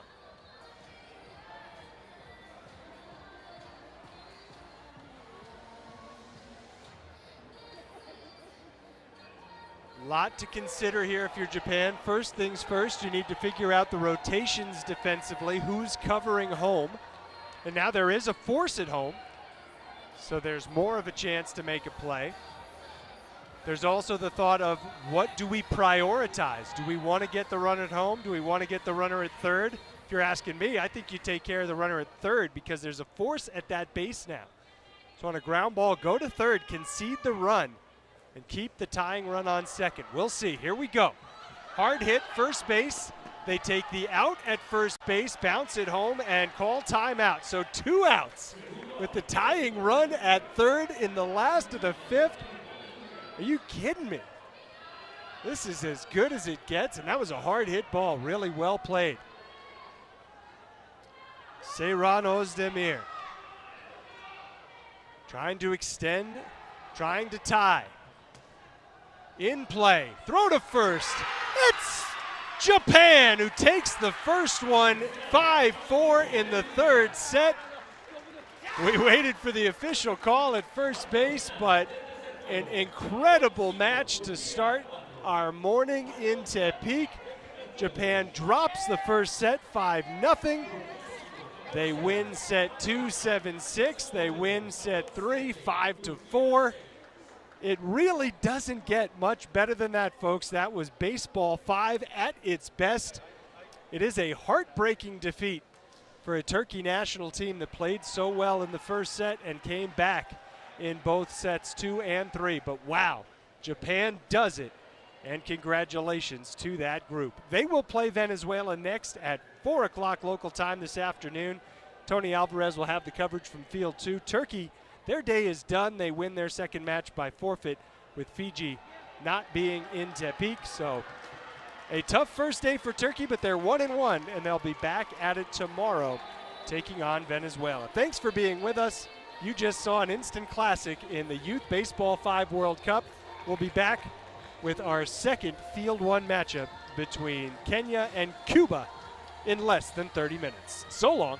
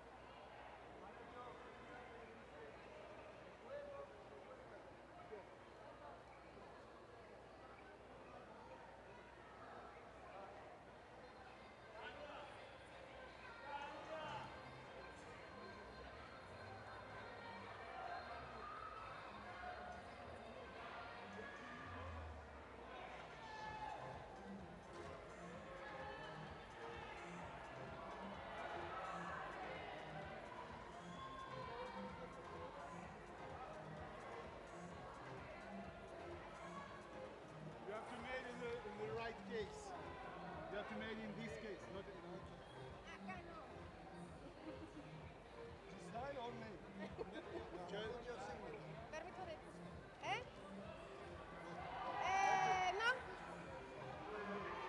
You have to sign it.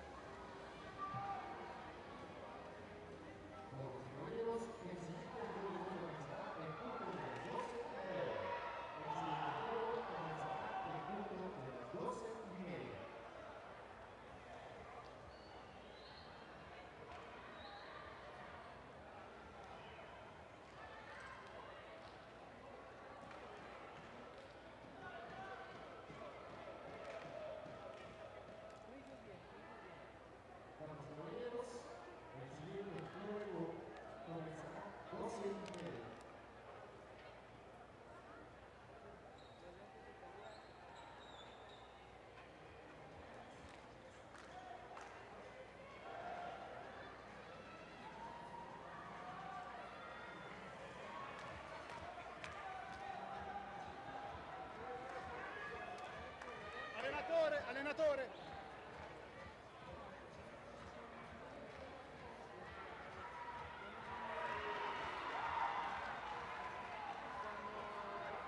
Manager!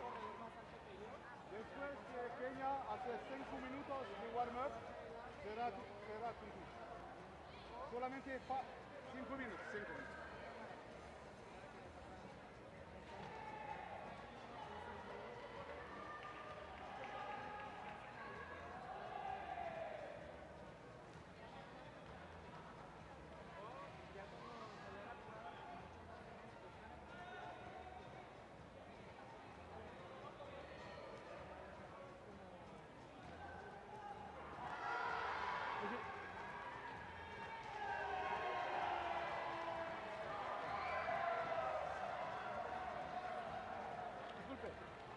Ya ves cuando está el corredor en tercera, que va para acá, la persona se pone aquí, no puede ponerse un poquito más para acá, no va para que me deje grabar la carrera. A ver, de la línea para afuera, para adentro. No, por ejemplo, ya que se pone una persona. Déjame que... Por ejemplo, aquí se me pone una persona aquí, la que le da las pelotas al que va. Cuando viene el corredor, de cuenta que a mí me tapa, pues. Ah, ok, el de aquí de home. Sí, entonces, por ejemplo, la persona que se ponga aquí, que se ponga un poquito más para acá nada más. Ah, ok. Sí, O sea, no aquí. ándale, pues. Aquí nomás con que libre aquí este pedazo. Ajá. Porque la jugada la tenemos que ver cerca ya. O sea, no nos podemos dejar más para acá. Saki, Saki. Sí, un poquito nomás para que. Y es que no nos podemos alejar de allá. No podemos alejar, tenemos que estar allá cerca.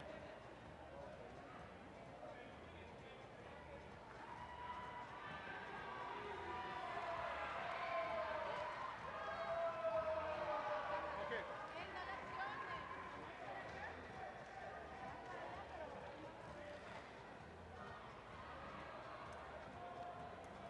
Voy a arbitrar. Ah, ok. Sí. Claro.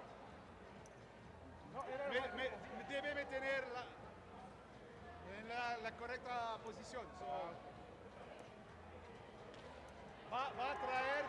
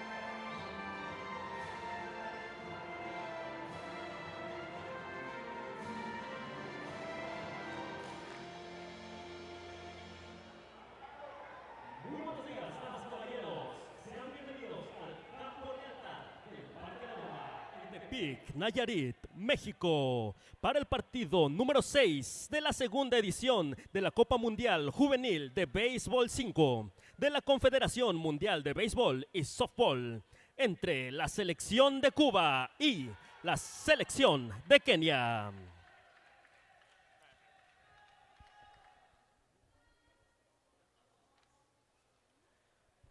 Presentando al equipo visitante de la selección de Cuba, con el número 24, Kevin Hidalgo Gato Oramas. Con el número 13, Rafael Alejandro Socarrás Correa. Con el número 23, Carlos Alejandro Rivera Tamayo. Con el número 7, Rachel de la Caridad Medina Isaac. Y con el número 15, Amanda Díaz Jimeno. Y presentando al resto del equipo, Ariana de la Caridad Oliver, Adis Judith Espinel Felizola y Yandro Moracén Bisset. Presentando al coach principal Sergio Arturo Pérez Echevarría y al líder de la delegación Carlos Ernesto Preval Pérez.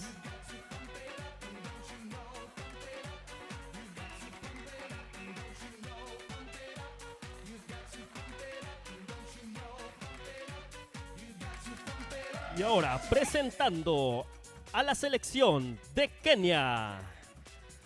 Con el número 18, Peter Okinji Umbabo. Con el número 6, Samuel Odieki Osongo. Con el número 5, Yvonne Cheryl Caiga. Con el número 14, Cliff Omondi Opillo. Y con el número 11, Valentín El Seba Mucoya.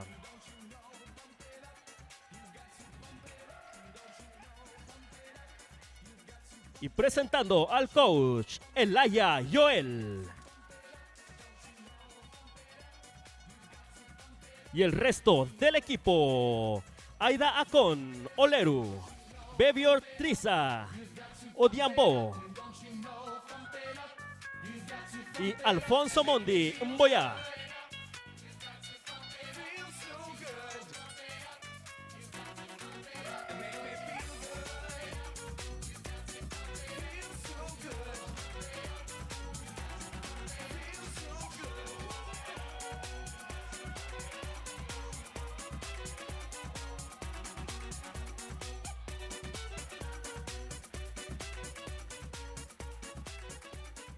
Y presentando a los jueces de este partido, en home plate de Francia, Ludovic Melier. En primera base de México, Jesús Francisco Chávez Granados. En segunda base de Kenia, Brian Manyeki. En tercera base de México, Nakima Sinaí Mesa Villavencio. Y en table de México, Perla Alejandra Sarabia López.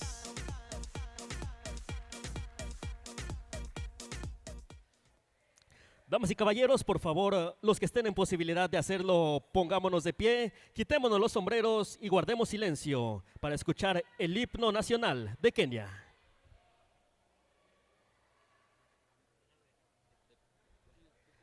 El himno nacional de Cuba.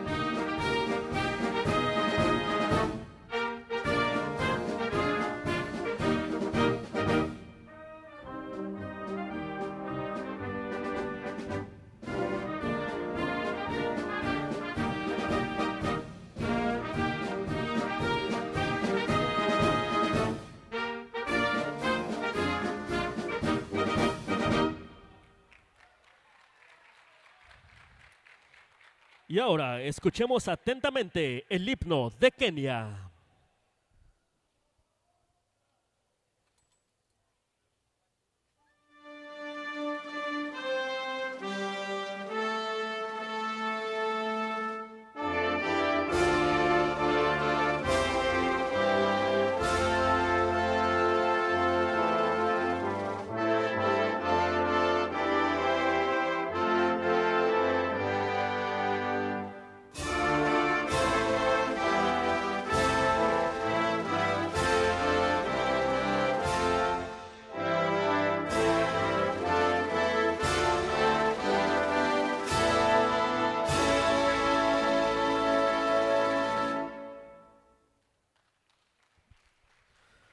Muchas gracias por su atención y es momento de comenzar el sexto juego entre la selección de Cuba y la selección de Kenia.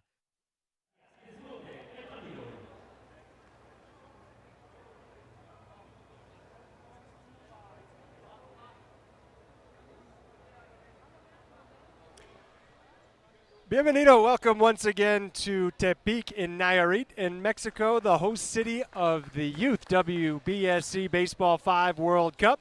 We just already have seen an incredible match today, the one that opened the action on field one between Japan and Turkey. Went all three sets. It saw comebacks, it saw close finishes in both sets 2 and 3, and ultimately it saw Japan win 2-1. Now we turn our attention to the next matter of the day here on field one. This a matchup between the defending champions in the Baseball 5 World, Cuba, and their competitors from Kenya. There's a look at this year's Cuba squad. They'll have Hidalgo leading off. This is not the lineup, this is the full roster, but they'll have Hidalgo leading off. Socarras batting second, Rivera batting third, Medina batting fourth, and Diaz batting fifth. That's the entire team, though, and I'm sure we'll see all of those players at some point between the two sets. And then over on the Kenya side of it, their leadoff hitter today will be Peter Mwambo. After that, it will be Onsongo. Kaga bats third, Opio bats fourth, and Mukoya will bat fifth for Kenya today. But again, expect to see all 8 of those players factoring in at some point in today's action. You know, what are the expectations for these two teams? They are probably a little bit different. I think in the case of Cuba, they are used to winning national championships. They are used to finishing on top of the Baseball 5 World, whether that means at a World Cup, whether that means at a Senior World Cup or a Youth World Cup, but we'll see if Kenya can come up with some surprises. I think Kenya, if they're able to win a set from Cuba today, would really be doing something. But already you see how strong this Cuba team is as they raise their hands to call time. Already 2 runners aboard for Cuba. It was Hidalgo leading off, Socarras batting second, and now they'll turn it to Carlos Rivera. Rivera puts it in play, knocked down at third, throw to first, out there, a run will score. 1-0 Cuba as they take the lead. And that was a good play all around. Cuba the visitor, by the way. We play the rules the same in Baseball 5 as regular baseball and softball in many respects in terms of the visitor batting first, the home team batting second. We play 3 outs in every inning, and there's the second, but another run does score as Cuba takes a 2-0 lead. Where things get a little bit different from baseball and softball, obviously 5 is the key number. We play 5 innings in each set. There are 5 players in each lineup. So the game moves much more quickly. The batting order rolls over much more quickly. Here's a ball bobbled at short, and that will allow the inning to continue. Amanda Diaz able to reach. So we go back to the top of the lineup just like that. 5 batters in, now number 6 here in the top of the first inning. That is leadoff man Kevin Hidalgo. Hidalgo, a hard hit ball. What a catch it short. Oh my goodness, the one hand snag. And that'll end a top half of the first inning that saw Kenya look really good defensively, but saw Cuba take a 2-0 lead. Happy to have you along with us. I'm Craig Durham. We've got Tony Alvarez providing the coverage on field 2. And we want to give you a note about how the coverage is going to work. We're happy to have you tuned in however you got here. Maybe you followed a link on Instagram, on TikTok, perhaps on the WBSC YouTube channel as they make the play at first does Cuba for the first out at the bottom of the first inning. So we are going to have a lot of streams, and I just want to let you know that there are multiple ways you can tune in. There is one stream that's going to run all day on each field. So for example, if you're interested in the games that are taking place on field 1, you can pull up one stream, you follow that link, and you get all the field 1 coverage continuously throughout the day. Same story over on field 2. If the games that you want are on field 2, you can just let that stream run all day. Maybe take a walk in between games, have a snack. Who am I to tell you what to do with your free time? But that's one option. Otherwise, if you just want to watch a specific matchup, there will be a dedicated link to each and every game that gets played. So, multiple ways to watch us here on YouTube through the WBSC YouTube channel, and we're happy that you found us. And we hope to have you with us for all of the action through these 4 days. As we get a slip in the batter's box, tough break for Kenya because the slip forced the foot across the white line, and that's a no-no. So 2 outs, 2 on in the bottom of the first inning for Kenya. Trailing 2-0 already in the first.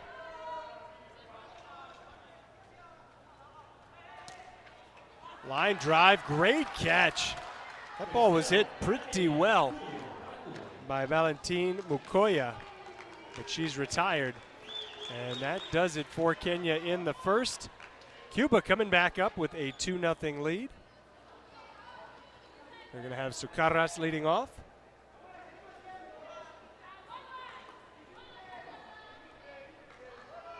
This is Rafael Socarras.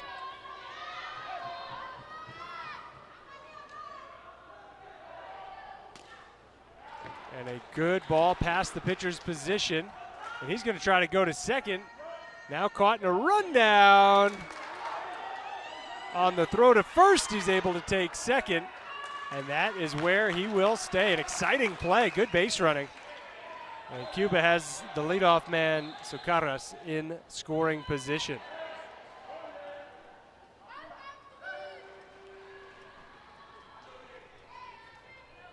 Now it's Carlos Rivera. It is no surprise that Cuba finds itself atop the Baseball5 world champions at the senior level, champions at the youth level. The game really originated in Cuba and Latin America broadly, but Cuba specifically. Baseball5 truly is a variation on the Cuban game, Cuatro Esquinas. It was that game that prompted WBSC President Ricardo Fracari, who's in attendance today, by the way. You can see him in that wide shot, seated up on the red carpet in left center field. But his travels to Cuba and his love of baseball and softball, he saw Cuatro Esquinas being played, and he said, you know what, we can turn this into a World Cup level event. And off they went. The WBSC went about creating a rule book and creating tournament regulations, officials. They had to really build this game from scratch. It's happened in the course of about 10 years. It's really remarkable, not even 10 years, how far this game has come. And it continues to grow. I think the evidence was right in front of us in the first matchup of the day. That Turkey and Japan matchup, which was a very high-level Baseball5 game. And it just shows you how quickly this game has become a force in the baseball and softball world. So if you're just tuning in for the first time, welcome. You're seeing it played at a very high level, and right now you're seeing the originators of the game, Cuba, doing what they do, playing very well.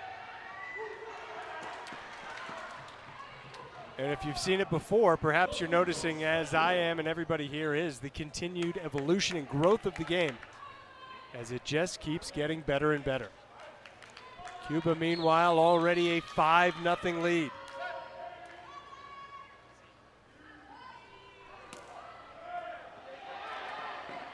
That first touch for Kenya, it's tough, the way that the Cuban batters put so much spin on the ball, the way that they hit with such power. But they keep doing it year after year. They find a way to stay on top of the Baseball 5 world.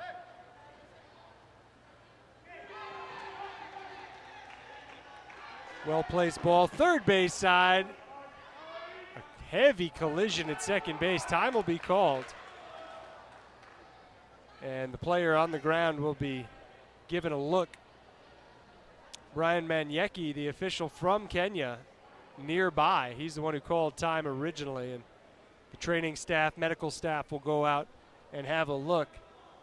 This is a part of the game that's unavoidable, the incidental contact that occurs when a runner in a full sprint arrives at a base and collides with an offensive player.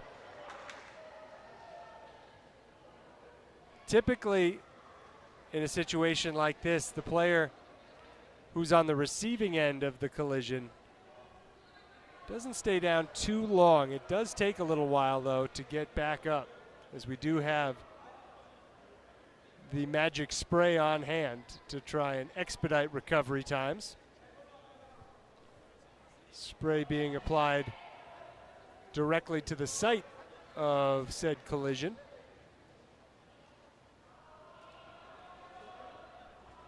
And with some help back to the feet, it looks like Cliff Apio is going to be okay. And he's going to stay in the game, and as is customary after those types of collisions, a handshake between the two players that collided with one another. And on we go.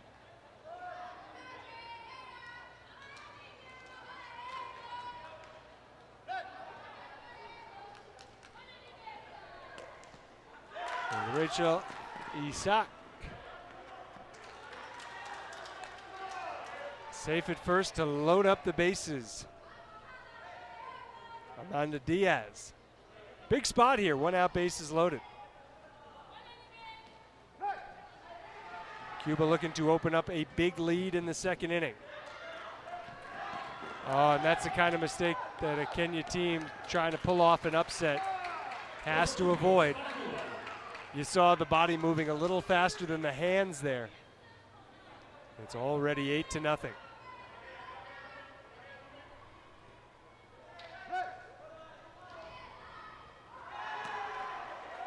Hidalgo rips it up the middle to make it 9-0 Cuba.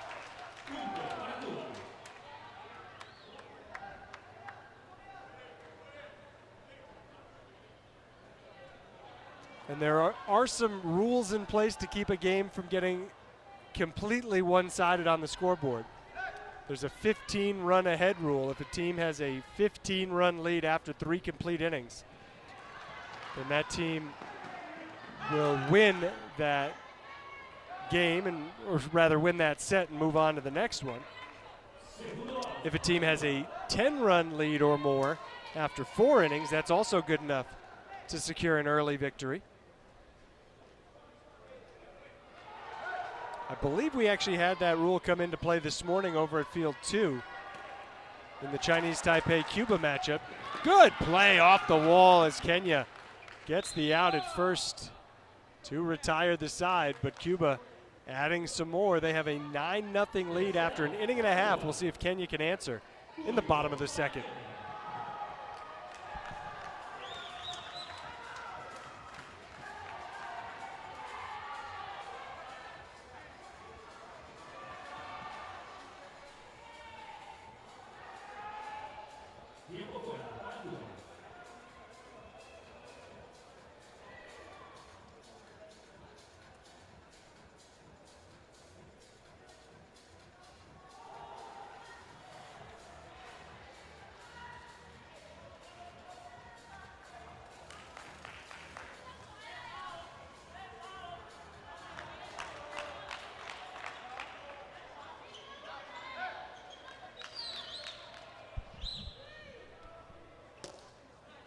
off we go into the bottom of the second. Nice leadoff smack from Peter Mwambo.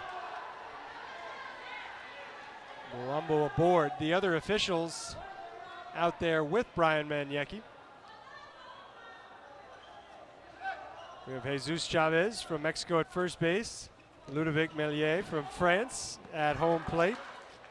Nakima Mesa from Mexico at third. And at the table, it's Perla Sarabia.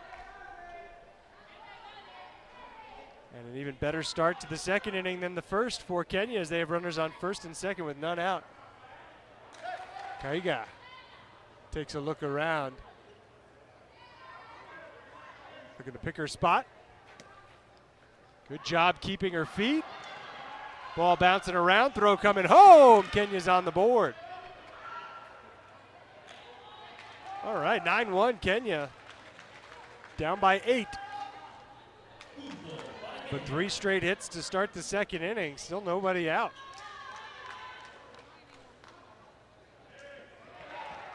Cliff Opio.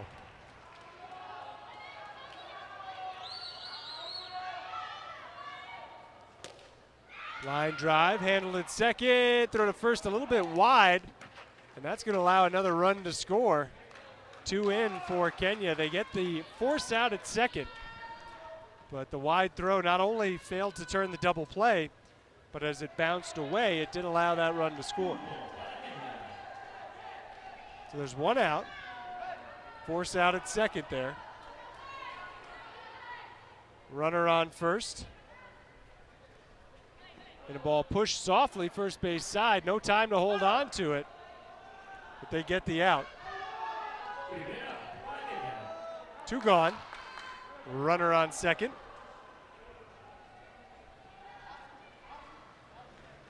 If nothing else, the 2 runs from Kenya make it that much harder for Cuba to win it in shortened time, as we have a nasty slip coming out of the home plate square. And that's going to be a violation and an unfortunate situation here for the 3rd out of the inning. Yeah, everybody's goal at these tournaments is to avoid any kind of injury, and the Cuba team is showing their support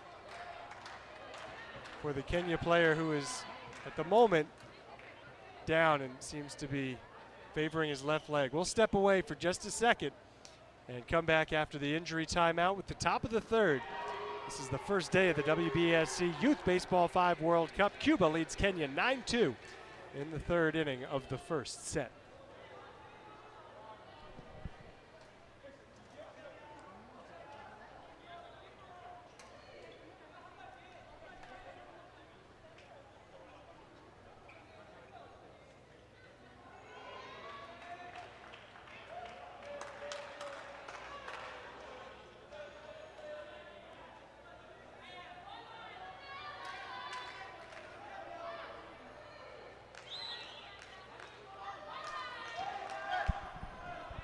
Well, we didn't think it would take too long. It really didn't. We're back underway. A throw to first is not going to be quite in time.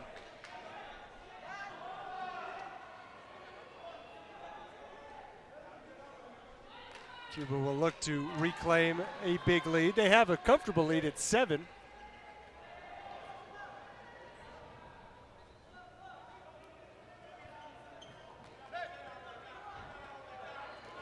See, the communication between officials and players is very important.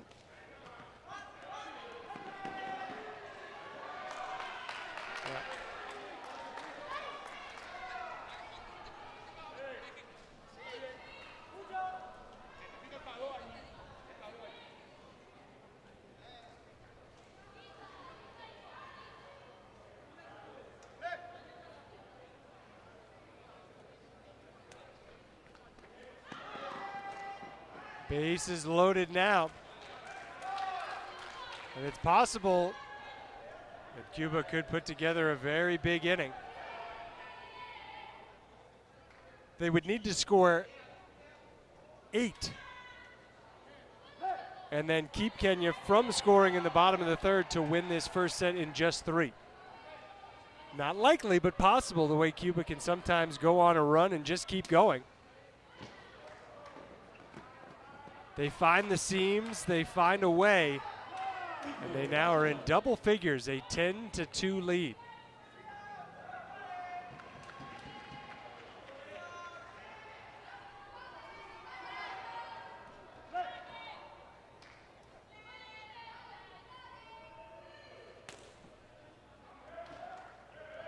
That's going to rattle around and allow 2 runs to score. 12 to Cuba. The lead is 10, and we told you they could easily get that 15-run lead. No matter how many runs they score here in the top of the third, we'll add this again. Kenya will bat in the bottom half of this third inning.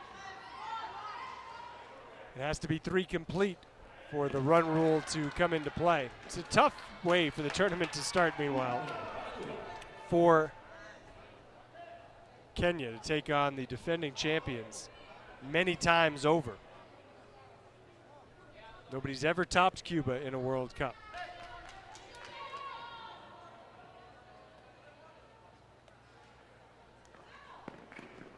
There's an out. Runners move to second and third.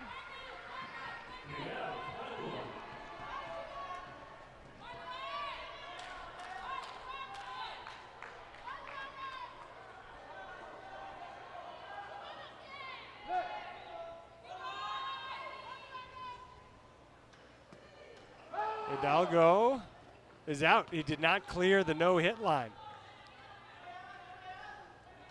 The unforced error.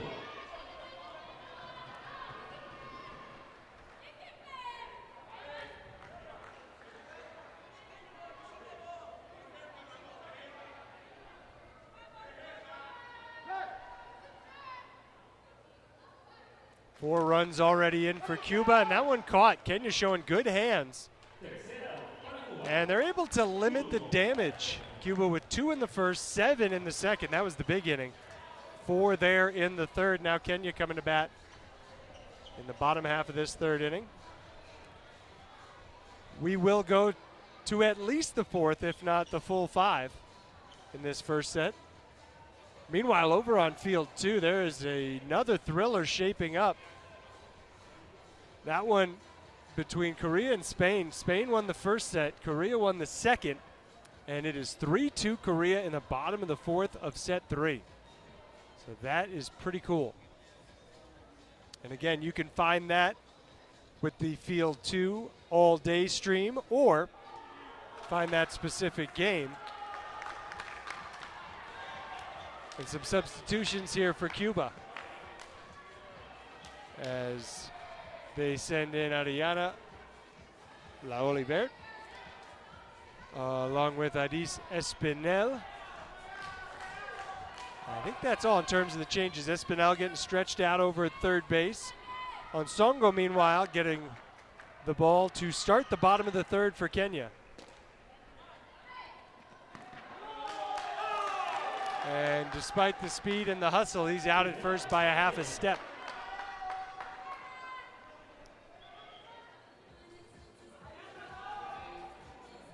That brings up Yvonne.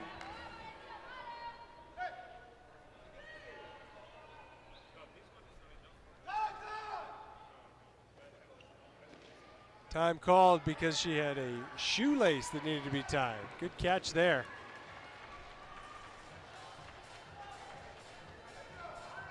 Again, player safety is on everybody's minds.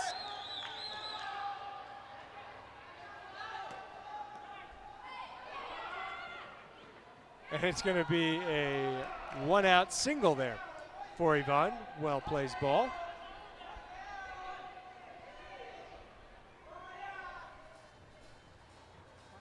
Now Cliff.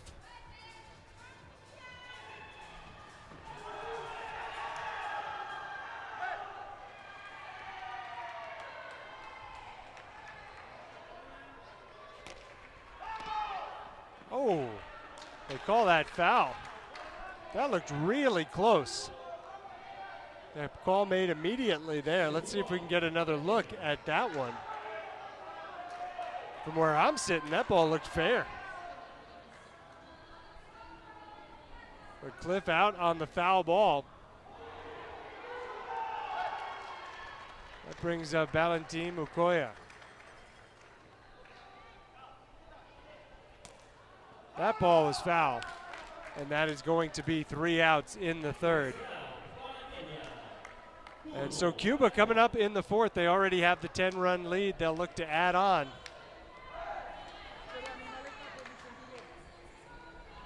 This could be a 4-inning first set.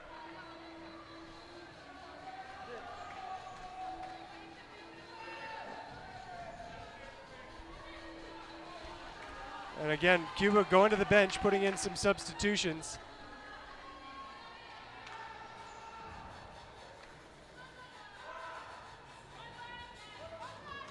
Feeling confident with the 11-run lead, 13-2.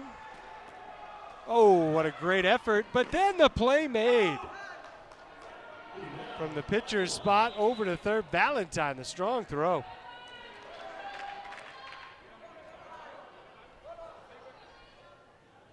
And here is Aris Espinel.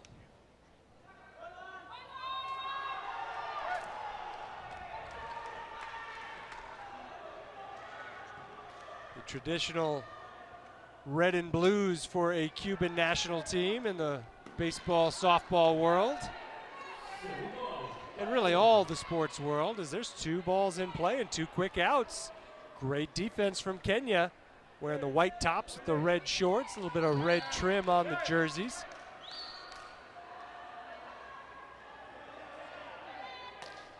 And a fly ball that's caught. And that retires the side. How about it? Cuba down in order in the top of the fourth. And if Kenya can score 2 runs here in the bottom of the fourth inning, they will force a 5th. Otherwise, set 1 is going to go to Cuba.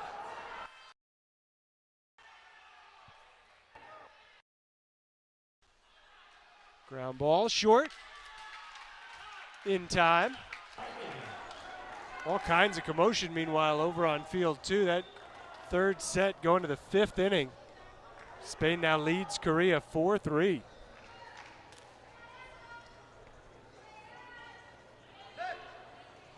Samuel Onsongo did not get it past the no-hit zone line. So there are 2 outs, and this could be it.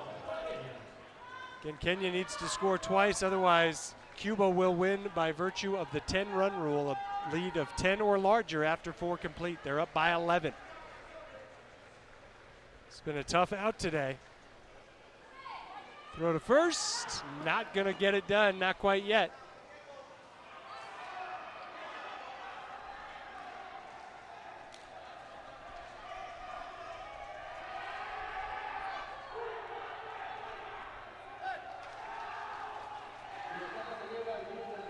Will this be the ball that ends the first set? Yes, it will. There was a slip there at the front of the square, and that does it. Cuba has won the first set 13-2 in 4 innings.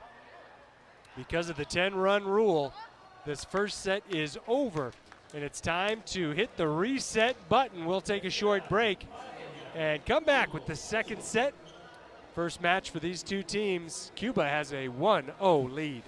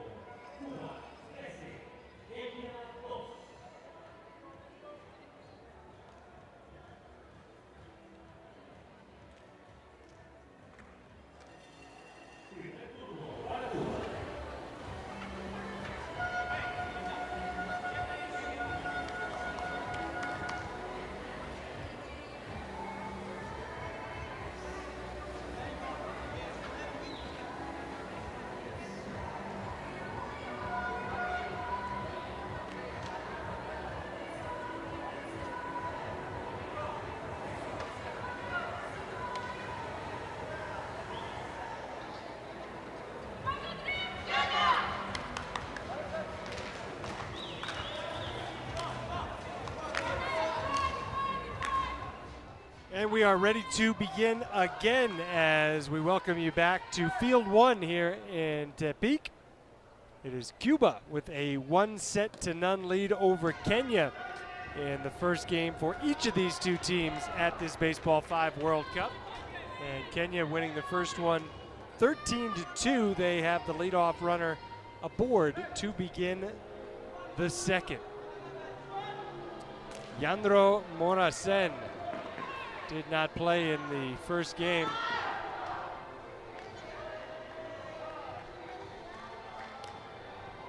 And he's on first in his first turn as a batter here in the second set.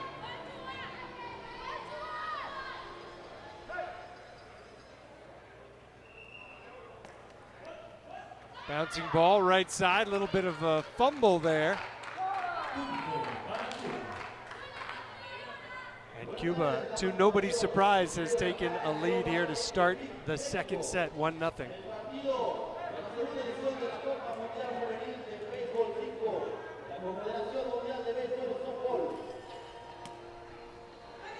Nice play over at first. They get Espinal and call time. That's why you see the players, after making a defensive play, immediately raise their hands. Because once the umpires recognize that signal and recognize the timeout call, then everybody else has to stop running.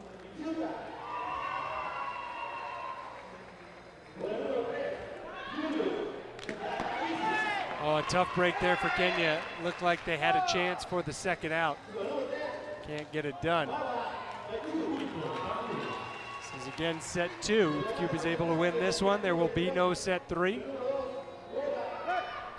Cuba will have their first win of the tournament under their belt. Out at second, really nice play. This is a fundamentally sound Kenya team. And they're frustrated that the time calls are not being recognized.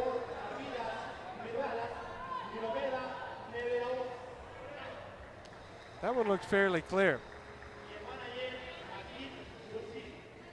I wonder if we can get a replay to see where the frustration's coming from for Kenya. Nice interaction there as they talked it over.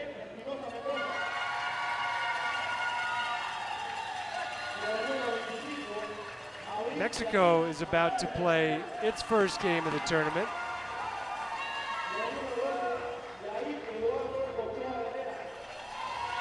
And you hear the crowd over on field 2 making noise to support the Mexico national team. The official opening ceremony of this tournament will be tonight.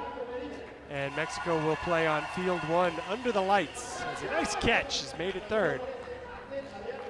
Cuba out of luck after scoring 3 in the top of the first inning.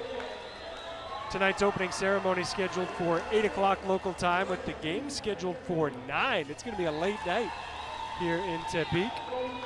And Mexico taking on one of the most exciting stories of the tournament. Team representing Syria. A team of refugees that will be playing under the lights as well after the opening ceremony.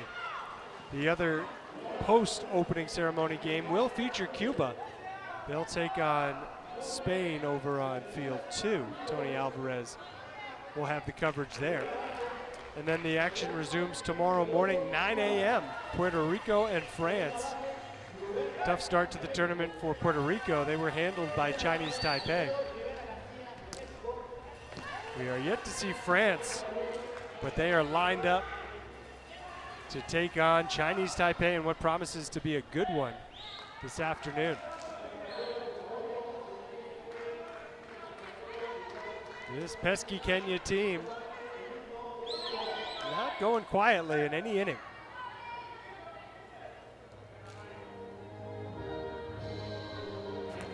Oh, hard fall coming out of the box. And yet it is still going to be a hit.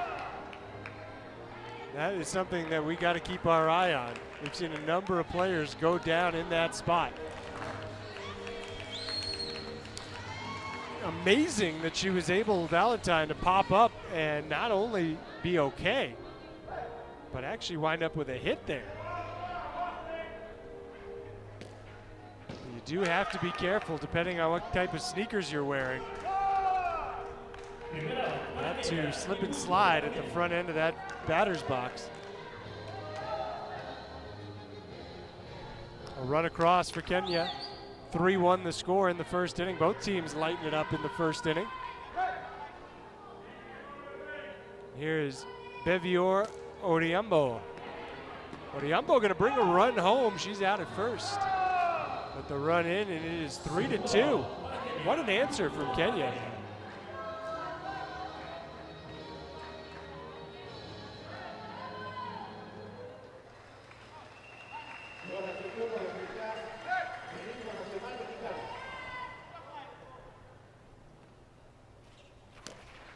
There's another slip. And the out that ends the inning. Good job by Kenya, though, answering Cuba's 3 with 2 of their own. We'll move to the second inning. Cuba 3, Kenya 2.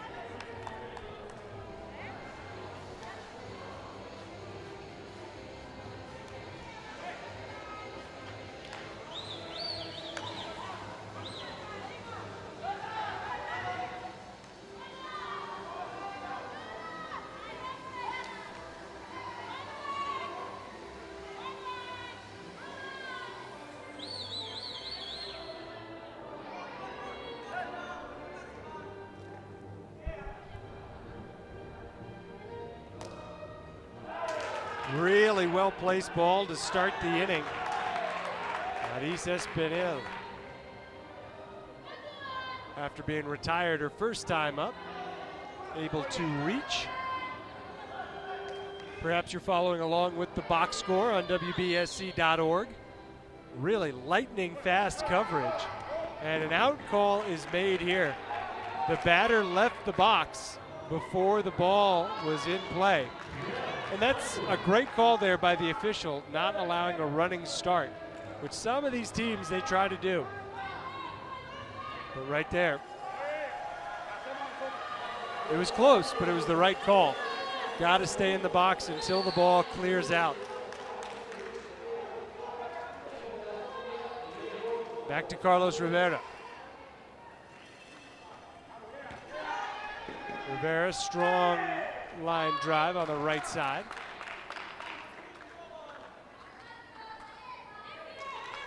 If you're Kenyan, you're, just getting to this tournament, getting started against Cuba, you have to feel great about the way it's gone so far.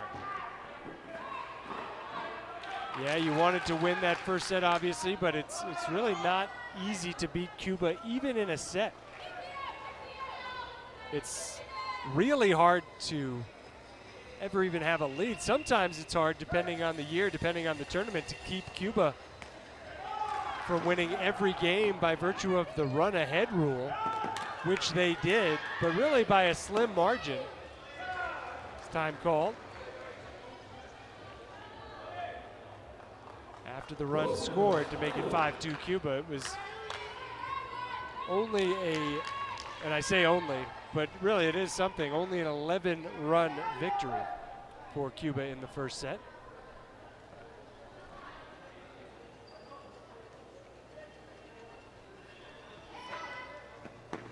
Really good get defensively, but trouble controlling the throw at first, and that allows 2 more to score. Cuba with a 7-2 lead. And a beautiful afternoon, we should add. We're under the tent, but the sides are exposed. We've got the fresh air. You can see the trees from Parque La Loma. The site here in El Centro de Tepic. And that's a ball where Kenya just had multiple opportunities to get it out at first base and couldn't quite get it done. Cannot afford to give this Cuba team any free outs. And that's what just happened there as the lead goes up to 5. Hard line drive up the middle, out at second base. A lot of good things happened on that play. First of all, that was a great ball, because sometimes when you hit it on a line that far, it becomes an out. It hits the wall or it goes over, but it dropped in just the right spot. Kenya never quit on it, and a good stretch from second base to get the force out. So really, A lot to be happy about from both sides there, as Cuba's going to go up by 6 on the line drive base hit. And now Isaac.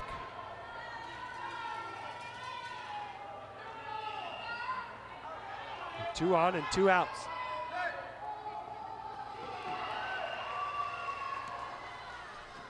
She'll pop a line drive that hops over the wall on 1 bounce. That's allowed. You can't hit it over the wall on a fly. The runners will have to return to the bases they were, to where they were. And that ball went out, so it's bases loaded instead of another run scoring. Brian Maniecki does well to retrieve it and send it back towards home plate.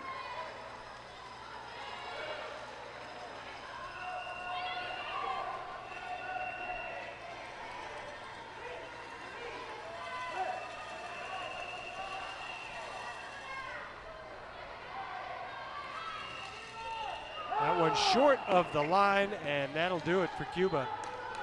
In the top of the second, they add 5. They lead by 6 with Kenya coming up.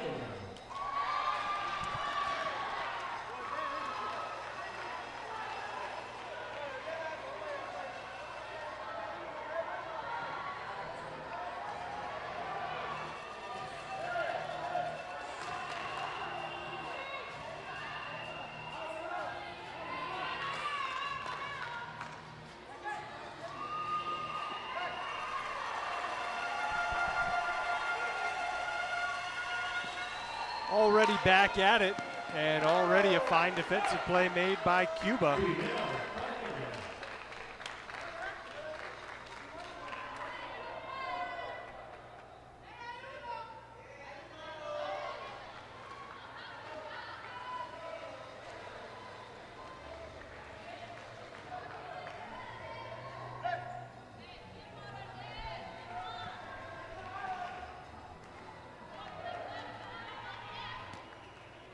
Good job with the footwork in the batter's square, but another nice play at short. Might be time to try a different part of the infield.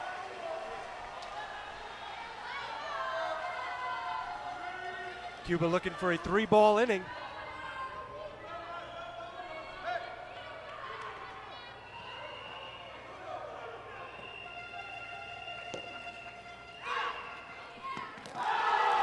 What a play from deep behind third base. It is indeed just 3 up, 3 down on 3 swings of the arm. And we'll go to the third, Cuba with an 8-2 lead.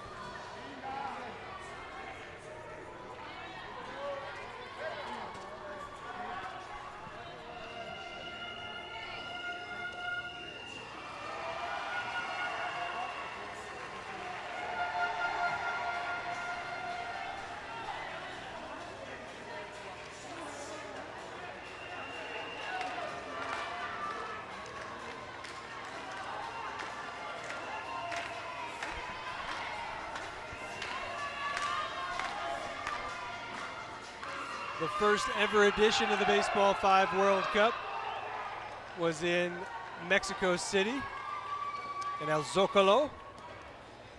The second edition of the senior level Baseball 5 World Cup took place last year in Hong Kong, China. Back in Mexico for the second youth edition of the Baseball 5 World Cup here in Tepic, the capital of Nayarit. The venues may change, the cities, the countries, the states. But one thing has remained the same. Cuba finds itself atop the standings at the end of every Baseball 5 World Cup to this point. There will come a day where that changes. Make no mistake, that will change. And this umpiring crew, this officiating crew, has been a little tardy in recognizing the timeouts. I mean, that one right there, that absolutely looked like it should have been called. The out at first, the arms go up, there was a runner on second, and the officials did not recognize the timeout call. That one right there, they might have missed. I mean, I just don't see why you don't recognize that call there. And a line line drive here is going to allow Cuba to score. The difference between the timeout call and the no timeout call is that the runner would have still been at second. And it is a judgment call. And one of the best things about Baseball 5 is that there's not a lot of arguing that happens between the coaches and officials. There actually was quite a bit from the Turkey team in the Turkey matchup a short while ago against Japan, which Japan won in 3 sets in a real thriller. But boy, after every close call, it felt like a timeout, and the Turkey coaching staff had something to say. You're not going to see that from most teams.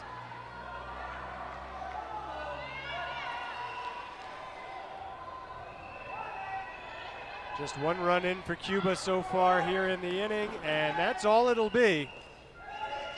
Out the call, and 9-2. Cuba with a 7-run lead after 2.5. Kenya is coming up. They scored 2 in the first, did not score in the second. They'll look to get back on the board here in the third.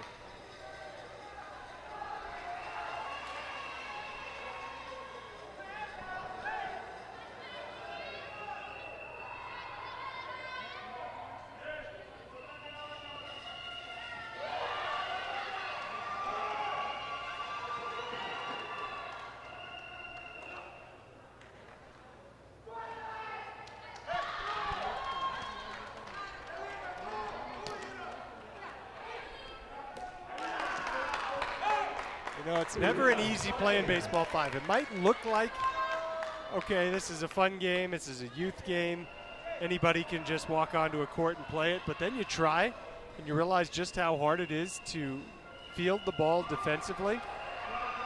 You immediately recognize that these are elite athletes with elite hand-eye coordination. Another aspect is the power generated from the batters. You think, okay, there's nobody stopping me. I don't have to deal with the pitcher. You know, there's no fastballs, there's no curveballs. Shouldn't be too hard. And then you try to generate the power. And it is incredibly difficult to generate much power as a hitter. It's all about the lower body. It's about the footwork. It's about the torque. So bringing the hips across your body as we have, and out there as Peter Mwambo bounces it foul, and so 3 innings have come and gone. That was back-to-back 3-ball innings. Kenya unable to get anything past this Cuban defense. And we'll move into the top of the 4th. Again, with the 10-run rule kind of hanging around us, Cuba could score 3 here and then keep Kenya off the board in the bottom half of the inning and win the match in straight sets. Very much a possibility.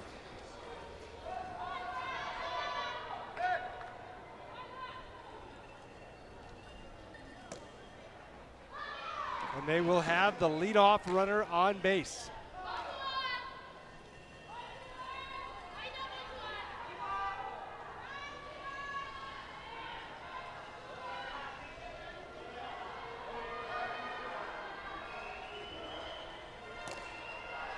That one took a tough skip past Valentine at third. And that's another thing that these players do. They put spin on the ball. So even if you're well positioned, sometimes that first bounce can send the ball someplace where you're not. Nice play there. The tag. Oh, a drop at first. Otherwise, would have been a double play. That's a really tough break for Kenya. A run scores. Cuba now leads 10-2. Instead of 9-2 with 2 outs, it's 10-2 with 1 out and a runner on first. The magic number right now for Cuba is 2 more. Get that 10-point lead. Not going to happen there. Not going to happen this inning.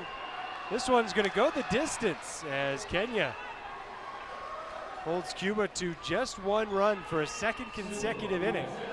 And it is 10-2 with Kenya coming up at the bottom of the 4th when we return.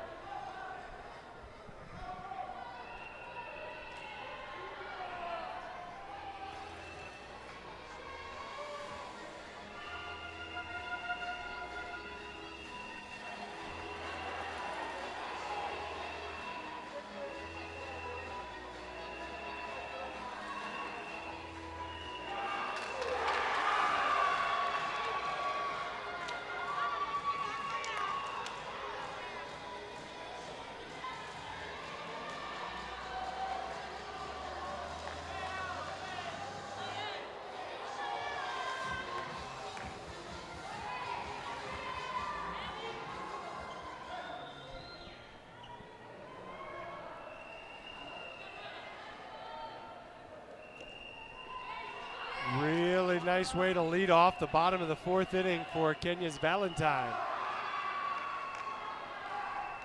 A leadoff base runner.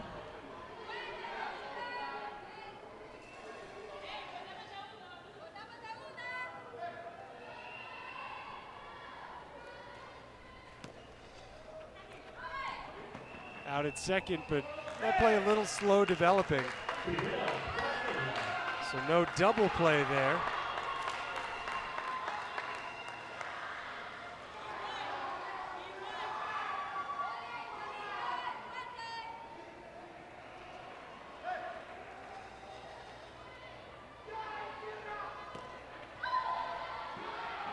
People slipping and sliding on both ends of that play. First coming out of the box and then before getting up to make the throw. But in the end, it just winds up being a ground out to third. Bevior retired. Here's Ida.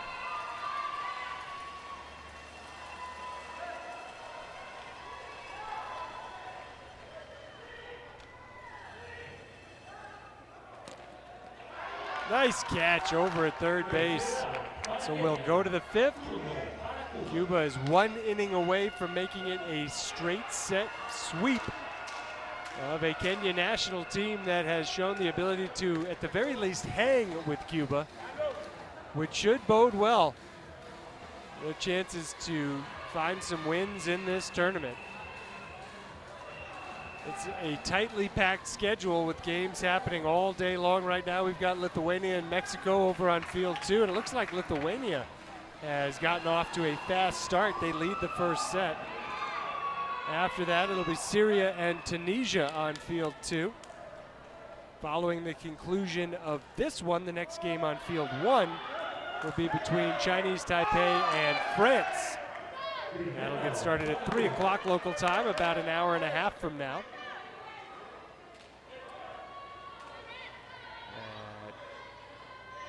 At 6 o'clock local time, Tunisia and Lithuania here on field 1.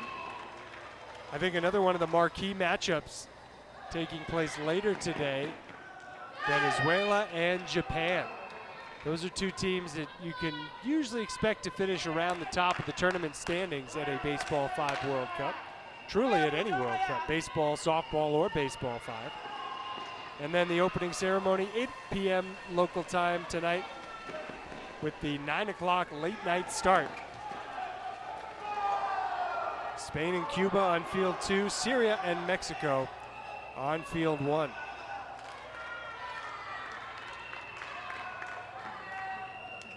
It will be a late night here at Parque La Loma in Tepic.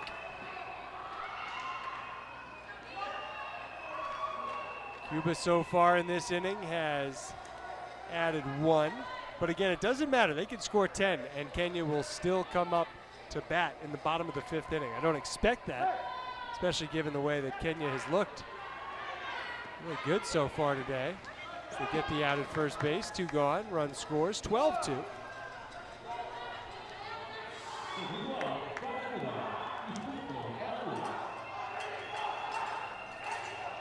Did notice that it looks like the entire Cuba team, maybe 1 or 2 exceptions, wearing the exact same footwear. Could be why they're having a little easier time in that home plate square. They might have brought the right shoes to Tepic.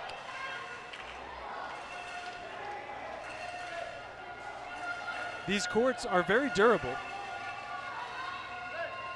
They're designed to take a lot of wear and tear, game after game, day after day.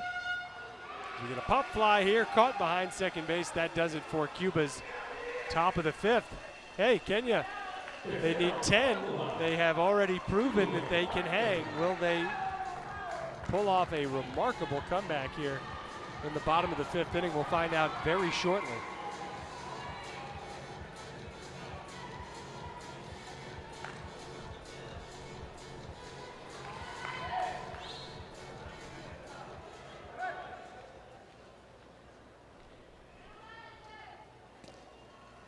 A 1-hopper to short. That's the thing, just don't expect Cuba to make any mistakes. You have to go out and beat them. They will not beat themselves.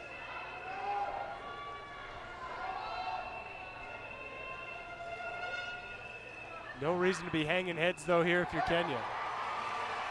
Their next matchup will come against Korea on field 1 here at about 4:30 local time. About 3 hours from now.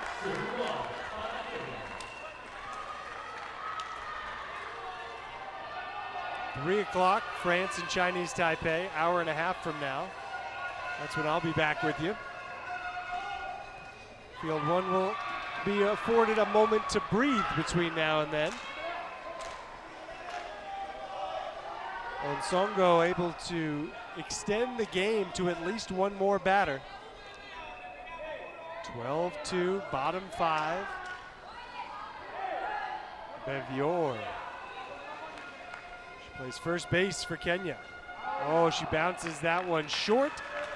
And that will do it. Cuba, a 4-inning victory in set 1. They win 12-2 in set 5, and they take care of business to the defending world champions, starting the tournament 1-0. Kenya, meanwhile, 0-1, but they'll get their next chance not long from now. In 3 hours, they take on Korea. In the meantime, we invite you to turn your attention over to field 2, where Lithuania leads Mexico in the first set of their matchup. But again, I'll be back with you here at field 1 in an hour and a half. We see France and Chinese Taipei, 2 of the top teams in the tournament, squaring off with one another. Thanks for being with us for this one. Congratulations to Cuba and Kenya. Hope you're enjoying the WBSC Youth Baseball 5 World Cup. We will talk to you soon.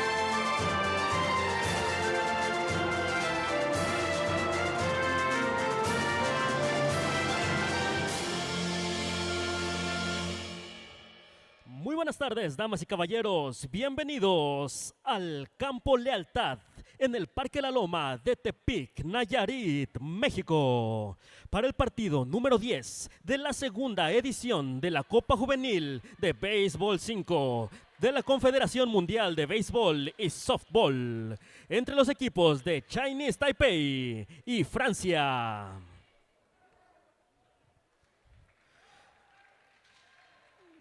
Así que, por favor, démosle una bienvenida representando al equipo visitante de Chinese Taipei con el número 4, Yuan Sheng.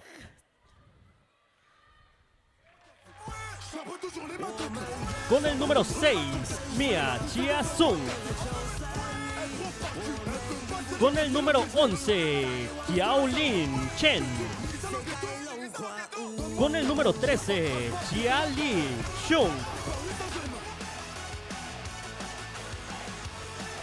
Y con el número 9, Wang Xian Su.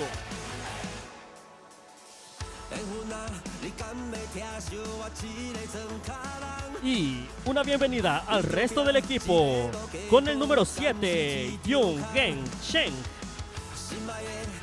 Con el número 19, Wang Xi Sheng. Con el número 22, Xiangqing Wang.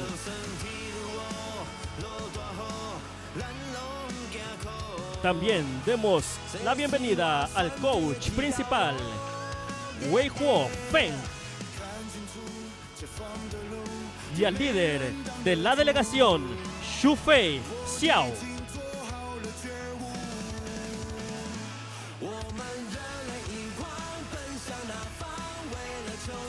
Y presentando al equipo local de Francia, con el número 4, Mathieu Capelli Landrieu. Con el número 5, Valentin de Carrois. Con el número 7, Jay Aubrat Ohan. Con el número 4, Lilian Marc Alois Audaz. Y con el número 8, Lila Emma Colette. Y démosle la bienvenida al resto del equipo. Indy Esteban, Julián Hughes con el número 1. Con el número 2, Lisa Carmen Vieira. Y con el número 6, Elsa Clara Soy de Pinay. Al igual, démosle la bienvenida al coach principal, Lassen Behamida. Y al representante de la federación, Olivier Eskenazi.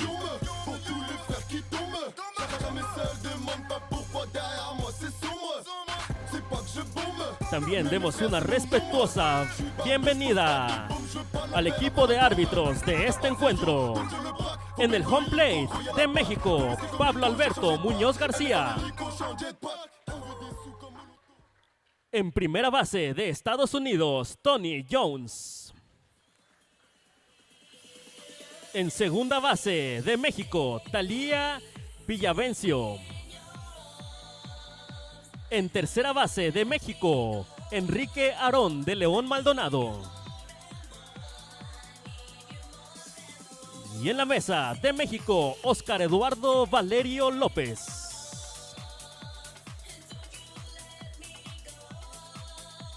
Y ahora, en este momento, les pedimos de la manera más amable que las personas que pueden ponerse de pie lo hagan, se retiren las gorras y escuchemos juntos el himno nacional de Chinese Taipei.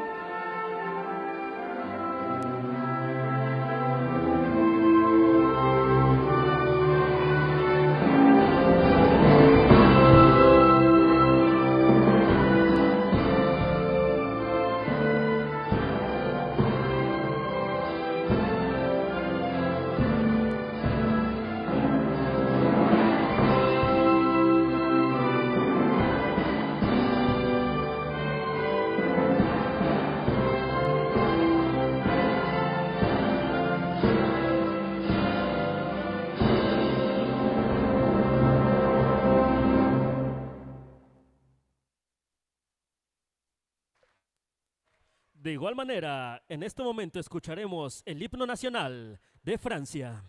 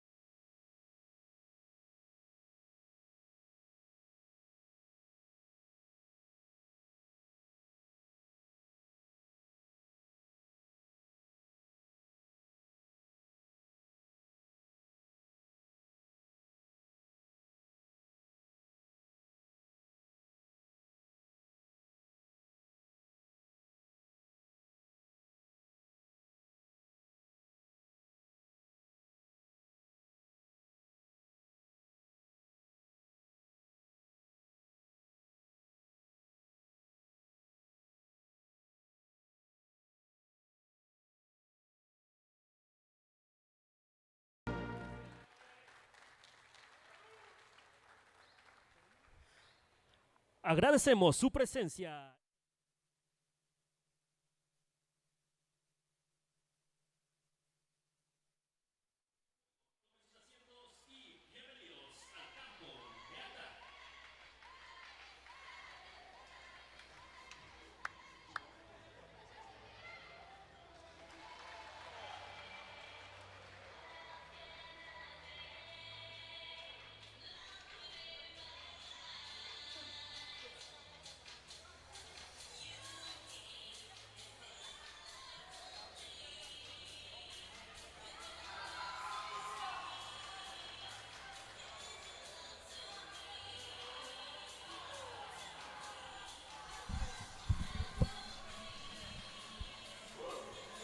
Good afternoon. Welcome back to Field 1 on day 1 of the WBSC Youth Baseball 5 World Cup. An intriguing matchup here. Two of the teams that we might expect to see playing in one of the last two games of the tournament, Chinese Taipei and France.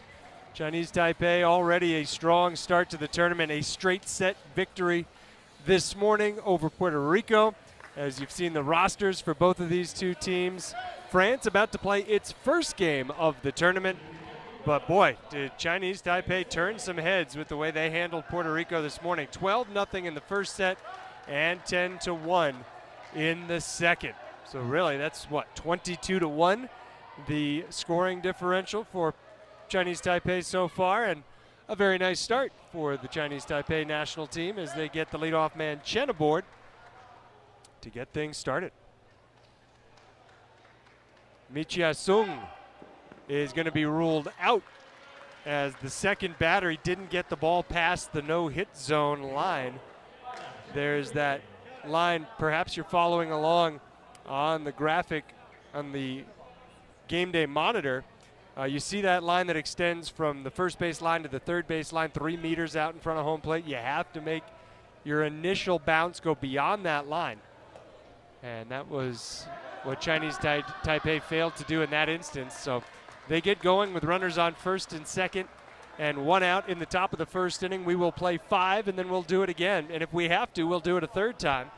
And I think we might have to go the distance here this afternoon. And we want to welcome everybody tuning in around the world, whether you found us on YouTube, whether you're tuned in to our Facebook channel, the WBSC Facebook channel. Perhaps you just went to WBSC.org and realized that you can tune into day 1 of the Youth Baseball 5 World Cup. However you got here, we are thrilled to have you along.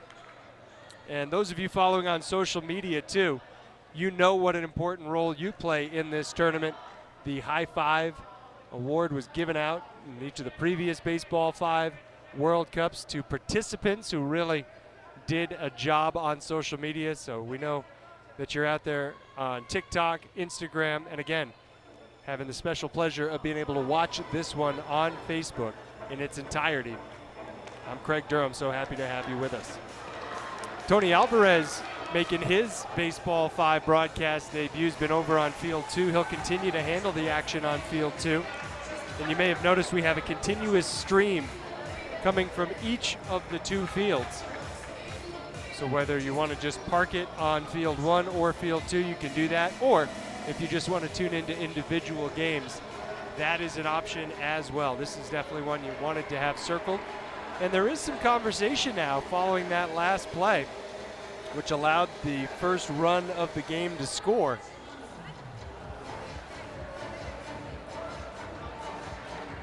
It looked like somebody on the France side wanted an explanation as to the call. And explanation given, explanation received. It's 1-0 Chinese Taipei with 2 outs in the top of the first inning. And Xu Wanchuan will be the batter. Got to be careful with the bobble. The home plate official to officially start the at-bat bounces the ball to the batter, who then goes into motion and lines one to short. That's picked up on a short hop with the play made at first in time for the out that retires the side. So 1 run on a couple of hits for Chinese Taipei in its half of the first inning. As you get a look at France's captain, Jade Aubard, who you may recognize from last year's senior edition of the Baseball 5 World Cup in Hong Kong. No, she is not overage playing in the Youth Baseball 5 World Cup. She was one of the youngest participants in last year's Baseball 5 World Cup in Hong Kong, China. And she is, as such, the captain of this France team. Somebody with such great international experience already. She's waiting on deck after that leadoff hit came from Mathieu Capelli-Landreau. Now ground ball right side. Valentin Dekawa is on first. So a good start to the inning for France. Runners on first and second, with Jade Aubard surveying the scene, the defensive alignment for Chinese Taipei, and knocking one on the right side. There'll be a tag on the runner between first and second out there. Good base running by Aubard. She's able to reach second base. 2 in scoring position for France. They were the silver medalists at the last edition of the Youth Baseball 5 World Cup. Cuba, the reigning champions. Cuba has won every Baseball 5 World Cup to date. They have won both senior level Baseball 5 World Cups and the Youth Baseball 5 World Cup, which took place a couple of years ago. France is coming off a second place finish at the last senior Baseball 5 World Cup. And they are certainly one of the leading nations in this very young discipline that's not yet 10 years old. There you see the wily base running from Aubard.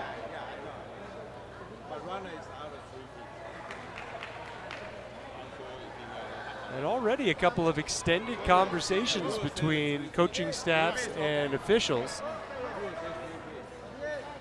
To be expected, I suppose, at this early stage. Whatever issue there was, it's been resolved.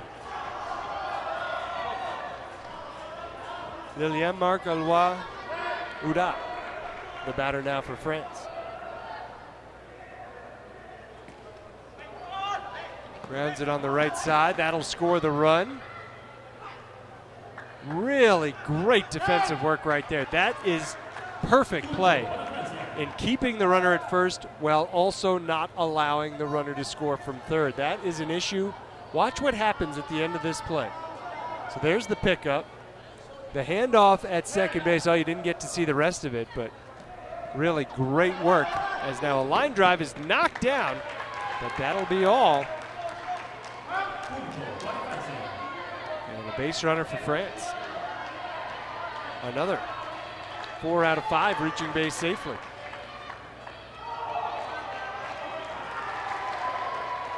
Almost able to squeeze it with the bare hand. Instead, we go back to the top of the lineup. Great ball, a short hop off the wall. And then out at third base, France getting greedy. And it backfires in the bottom of the first. They score 2 to take a lead, but perhaps let a chance for a big inning slip away with the overly aggressive base running. There again is that perfect play. Staring at the runner, then throwing home. Back to third it went. The tag. And out the call. Love that defense from Chinese Taipei, who will come to bat now trailing by a run. We'll expect this game to go back and forth.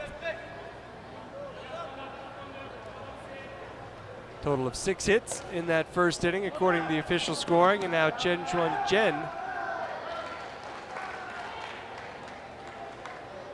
finds his way on to first. Sung Mi-cha, who was providing that great work defensively between first and second base. He'll be the batter now with the runner on first and just the one out.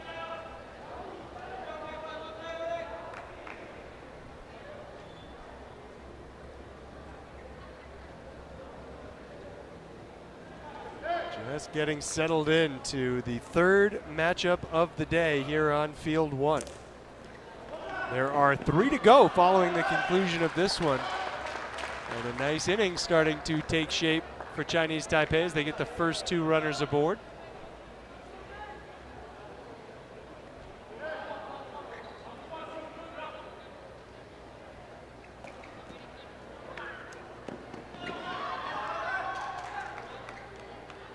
The runners advance.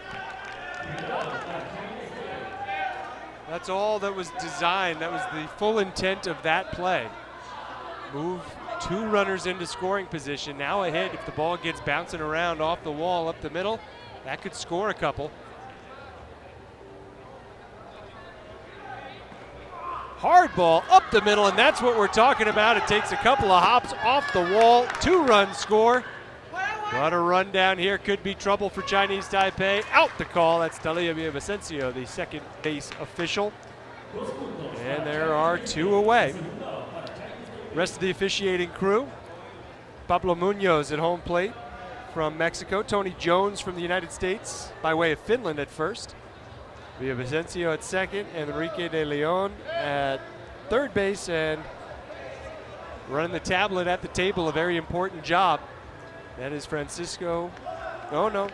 Apologies. It's Oscar Valerio. And safe at first, the call here. 3-2.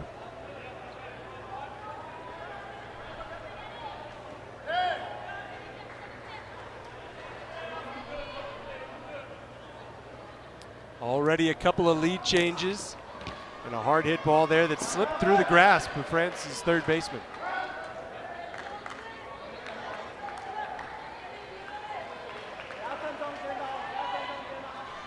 Once again, 2 runners for Chinese Taipei. Back to the top of the lineup. And unable to do anything further. Nice play defensively by France. And that's going to do it for the Chinese Taipei half of the second. Great game already.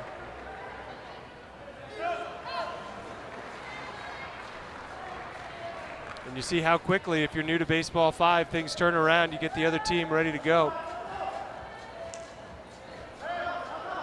Valentin de Carrois leading off with a 1-hopper on the third base side that's sent over to first, and a problem there at the tail end of that. He went hard into the fence. I truly believe one of the hardest parts of this game is stopping when you've built up so much momentum. My goodness, was that a spill? But he's okay. And that's what we're going for, an injury-free tournament. But another softly hit ball here, and France having some trouble in the bottom of the second.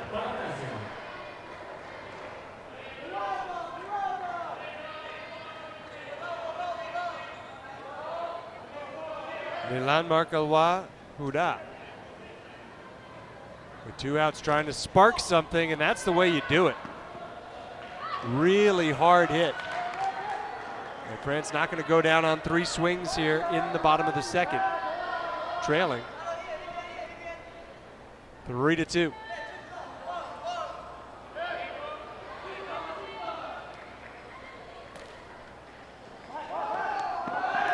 Nice play. Chinese Taipei will carry their 1-run lead into the third. Don't go anywhere. This is going to be a good one from beginning to end.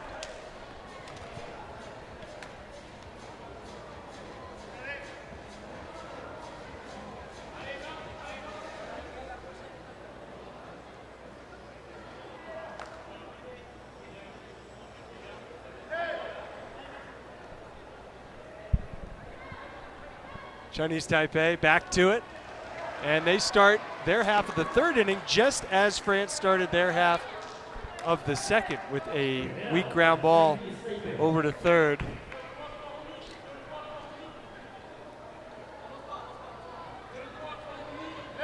And what separates, I think, these two teams from some others is their ability to not make mistakes. They just have a way of making the easy plays every time, and then they make the hard plays and they make them look easy.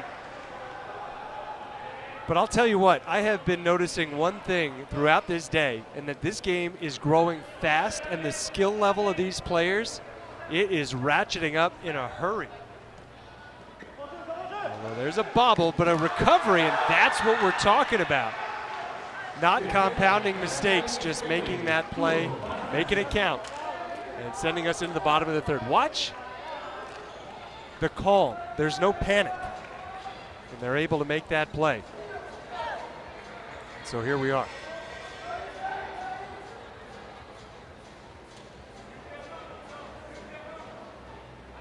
If you're wondering where these teams stand in terms of the Baseball 5 World Rankings, France begins the bottom of the third with a line drive up the middle for a hit. That was Mathieu Capelli-Landreau. France currently ranked third in the world in Baseball 5, and fourth, Chinese Taipei right behind them. They would love to leapfrog over France by the end of this tournament, but that's not going to be easy to do. Was there a tag? There was not. Good base running, good job avoiding the attempted tag.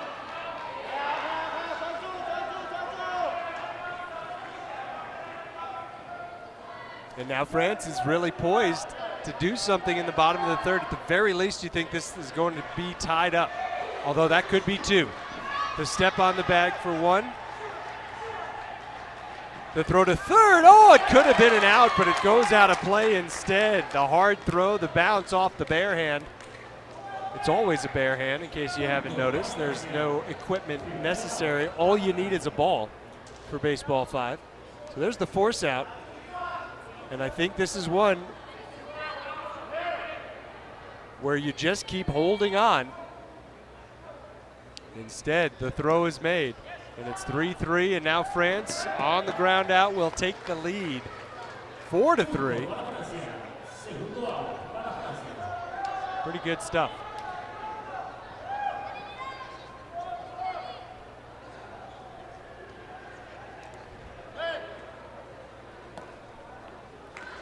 Another play from the shortstop position, and another clear call from Tony Jones that out is the call.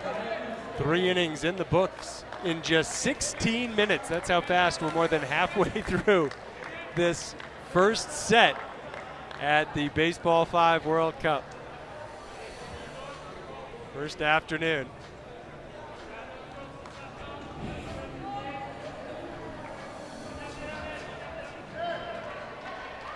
Everything that I expected out of this game we've gotten so far. It's been played fast, it's been played sharp. We've seen good defense, we've seen well-positioned hits.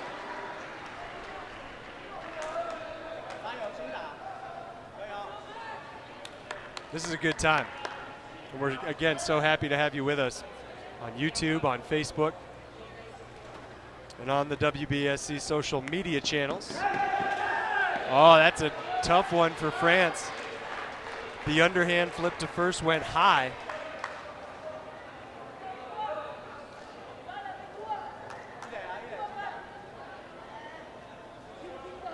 Those are the kind of plays that just have to get made.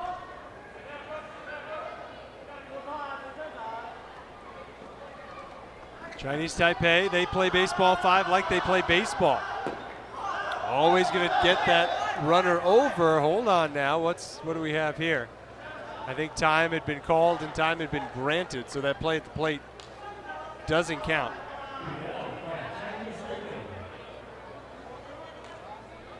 Watch this. So there's the play at first, simple.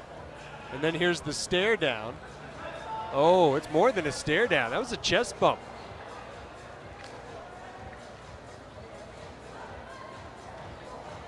Both teams contending that the other interfered with their path, and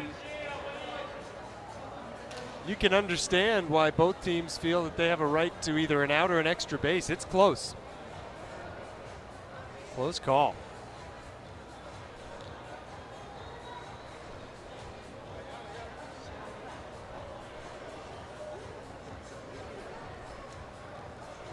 They're going to talk this one over for a minute.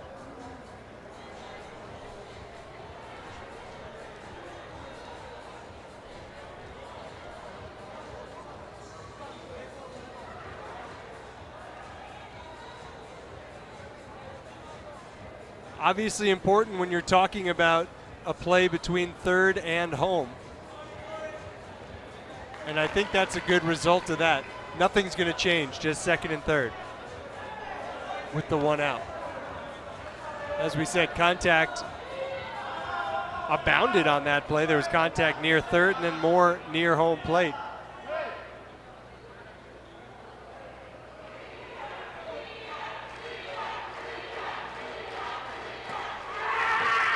Did that hit the wall on a fly? No, it took a hop before it hit the wall.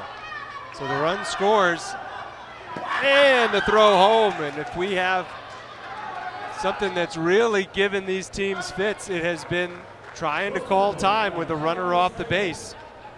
It's a judgment call of the officials when to grant the timeout. Just because you raise your arms in the air doesn't mean you automatically get the timeout call. And it's a strategic advantage to try and keep the play going as long as possible. Now the bunt, the throw to first, heck of a play there. As Chinese Taipei has reclaimed the lead at 5-4 here in the top of the fourth inning.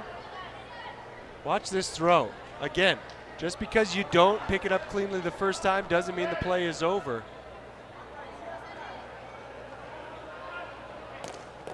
Hard hit. Another run gonna score. Chinese Taipei with a 2-run edge. We haven't seen many of those. Teams just keep trading runs one after another. But now it's 6-4. Can Chinese Taipei keep it going, keep the pressure on here in the top of the fourth?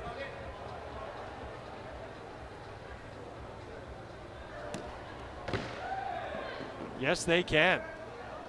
The line keeps moving. Shen Zhaolin will be the batter here for Chinese Taipei. We've seen her go to the bunt play a couple of times. I don't expect it with 2 outs. She'll want to find a lane to get it through the defensive alignment. Oh, she goes with the air ball, and that's done to perfection. Takes one hop over the wall. I'm not sure that run's going to be allowed to score. It will. That was awesome. Oh, no, it will not. Watch this. That is a well-practiced play. Sensational stuff. But it doesn't score the run because you don't get an extra base when the ball hops over the wall. It's not like a ground rule double in baseball. It's just a single. Everybody advances one base, but a big moment here. Line drive. Everybody's safe.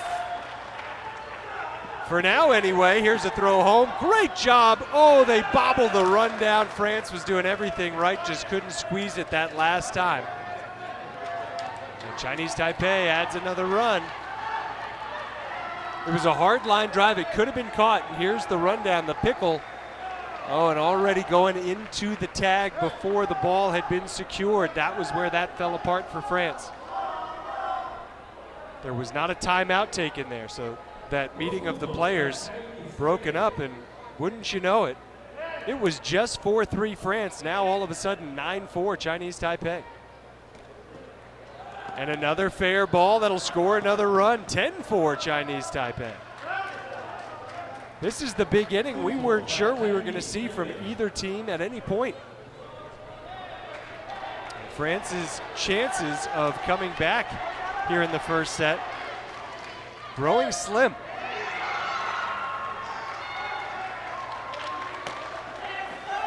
They absolutely need to stop it now. Another one that hops out of play, and another one that will load them up for the visitors. And yes, Chinese Taipei, the visiting team in this matchup. France, the home team. It's pretty arbitrary. There's nothing that they've done to be labeled home and away.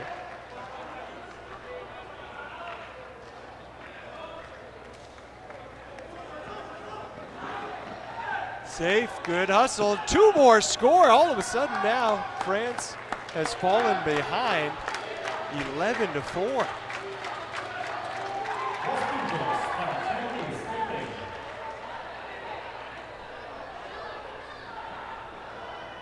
Here's the initial hustle. Safe.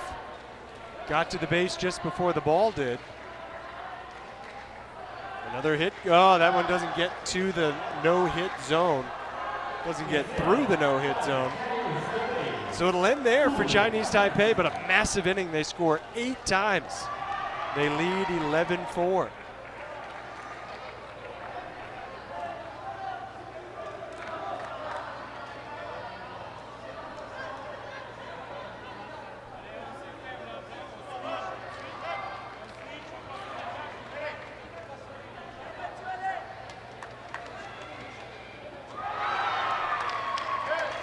Second set just getting underway.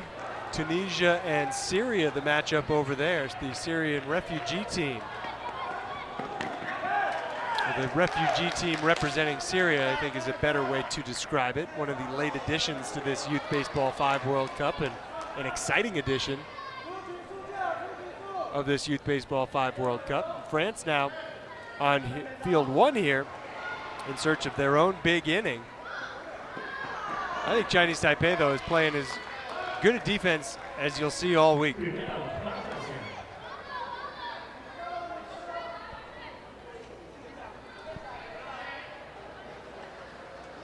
The thing, though, if you're France, you don't need to get too dispirited even if you don't come back in this first set. 2 more opportunities. There's a line out and a double play. And we'll go to the 5th. Chinese Taipei with an 11-4 lead. When you're talking about bouncing back from dropping a first set, look no further than the first game of the day on field 1. Japan was shut out in the first set. They were shut out to the tune of 5-0 against a really solid squad from Turkey. But then 2 one-run victories. They dropped the first one 5-0. They won the next 2 by a run each. 7-6 and 5-4 to win the game. So France will be looking to take a page out of that playbook. If they don't come back in this one, and as Chinese Taipei's offense continues to roll, and as Chinese Taipei's defense continues to excel, it's going to be harder and harder for France to come back.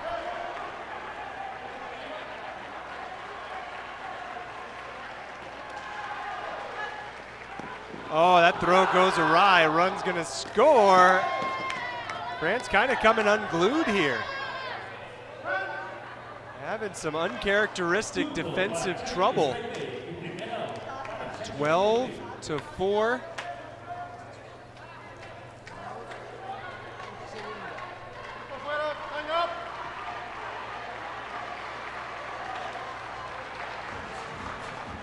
Timeout taken by France. We'll take it too. Be back in 30 seconds.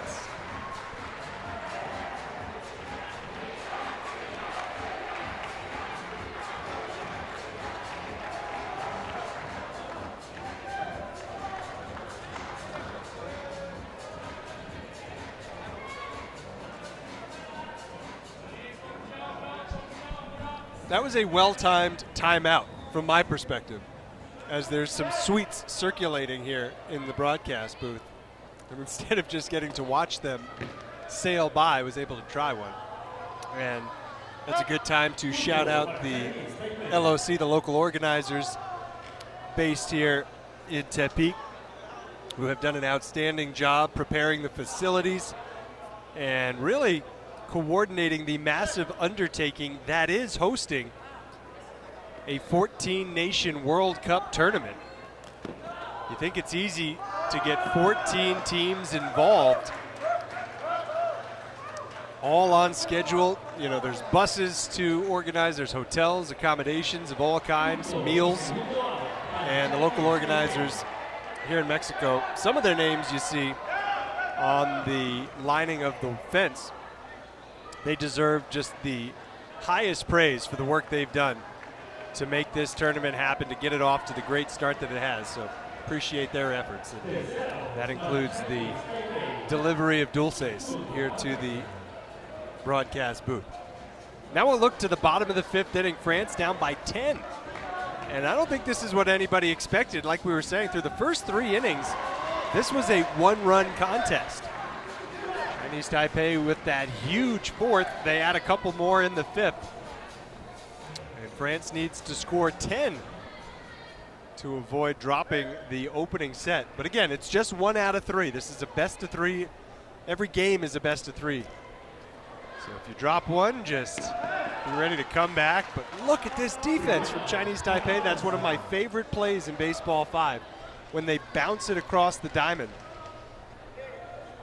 It's easier to catch it on a bounce than it is on a fly. So when you're able to throw it on a bounce, you take that chance. And this time, the sidearm toss, a nice soft sidearm toss. That's a good ball for a first baseman to handle too. Tell you what, the 22-1 combined score that Chinese Taipei won by this morning is starting to look, well, it's starting to make more and more sense when you see what they're doing here. They do not get that one to first in time. That would have sealed the deal here in set 1.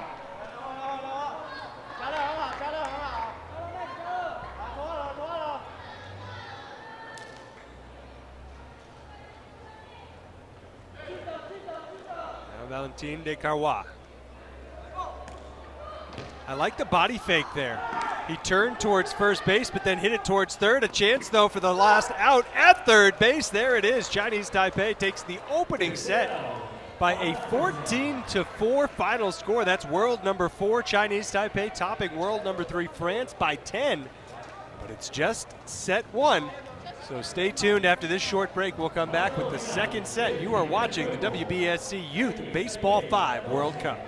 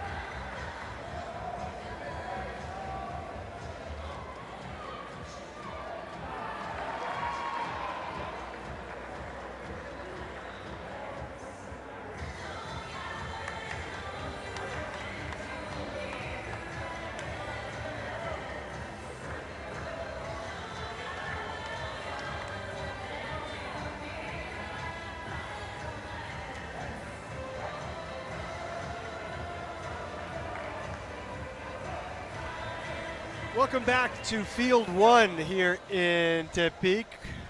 Parque Loma is the site of the WBSC Youth Baseball 5 World Cup. Sorry for the slight delay before the beginning of set number 2. There was, I don't want to call it a medical issue, but obviously somebody getting bandaged up for France. So everybody accommodating, allowing the time to get the tape around the knee. I think it's just covering something up. And now we have begun. Chinese Taipei taking the first set in this best-of-3 sequence, 14-4, the final score in the first. And France is going to have to figure it out in a hurry. They were right there with Chinese Taipei through the first 3 innings, but then things got away from them a little bit down the stretch. And Chinese Taipei took advantage as they just ran away with it, scoring 8 times in the 4th and then adding another run in the 5th for the lopsided final. That was a very close play at first base. The call was safe. So 2 on, nobody out, stepping on the bag, out there, but then a throw across the diamond that probably didn't have to be made. And that allows Chinese Taipei to take a 1-0 lead. That's a case of somebody just trying to do a little bit too much, it looked like to me.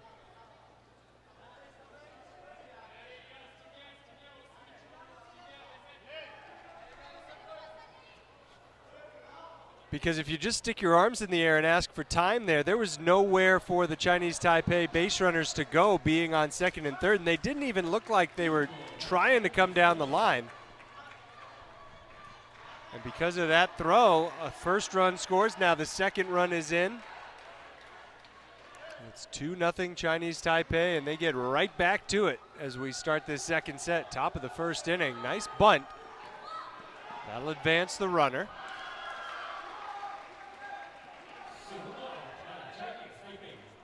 And bring it back to Chen Wan Chen.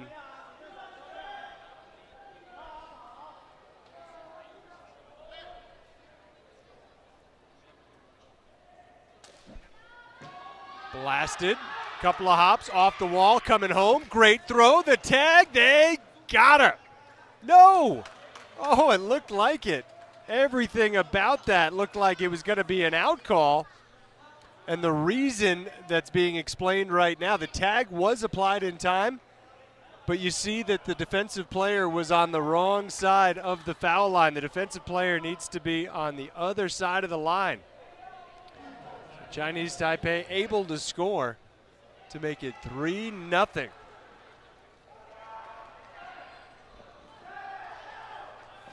Out at first to end the inning.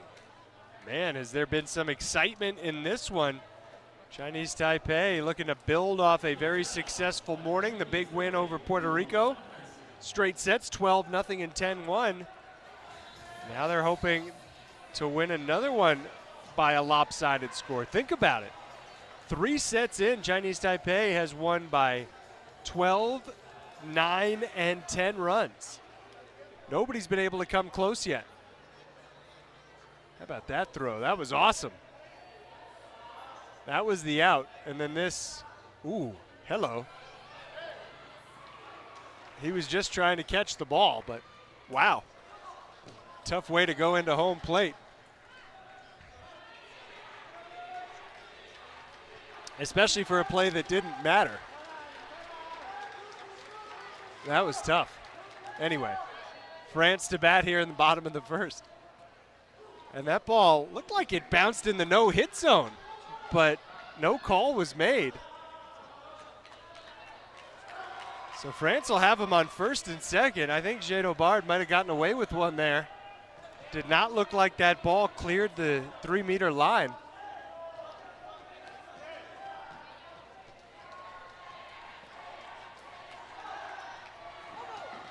And now a run scores. And time is asked for, but not granted. Chinese Taipei frustrated not to get the time call there. And this is the answer that we needed to see from France if they're going to make it a game. Win this second set, force the third. Ground ball, good job. Ooh, avoiding the collision, and then it bounces away, and look at France all the way back already. In the first inning, they have matched Chinese Taipei. At least that's what I thought. The official score in here has it at 3-2. So we'll go with that.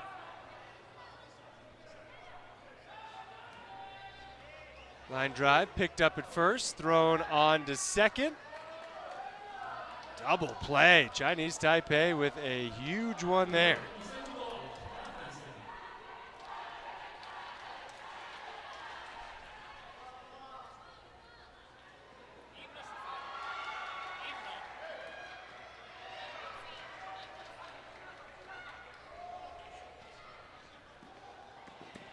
Bobbled at first. I don't think there was any chance to make a play there.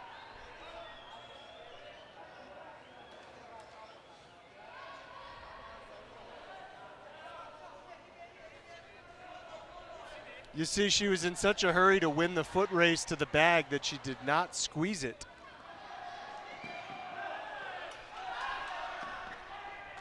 Throw over to third. Easy play. But France's hustle is making things difficult for Chinese Taipei to get out of this inning.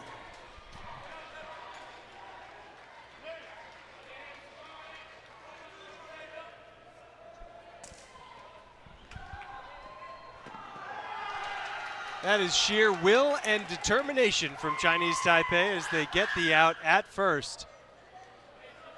And we will go to the second, right back where we started, all tied up here in Tepic. Oh, that is so nifty, that play. Pushing it with the fingertips to get it over to first base in time. Awesome stuff.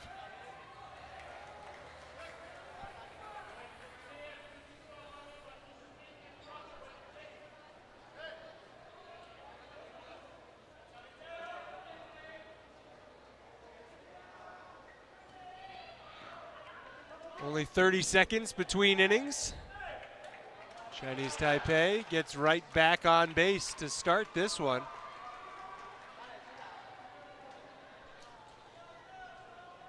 I have really loved to see all the fans in attendance on both fields today. They have been packed houses. Actually, bigger bleachers over on field 2.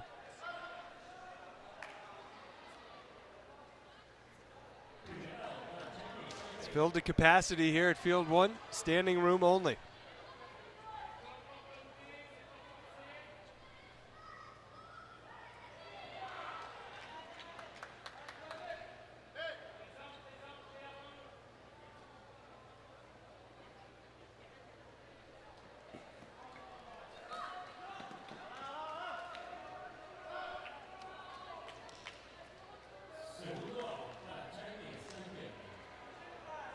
There's the second out of the inning, and we've talked a lot about the recoveries from Valentin Descarrois, but that time he had a clean pickup.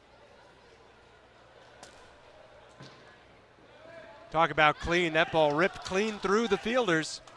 One hop off the second base wall, and that scores a run. 4-3, just like that. Chinese Taipei back in front. They have been leading for much of this game. France did have 2 separate one-run leads in the first. Not first inning, but in the first set. The teams went back and forth through innings 1, 2, and 3 before Chinese Taipei pulled away with it in the fourth. A little 2-out rally here from Chinese Taipei. Runners on second and third.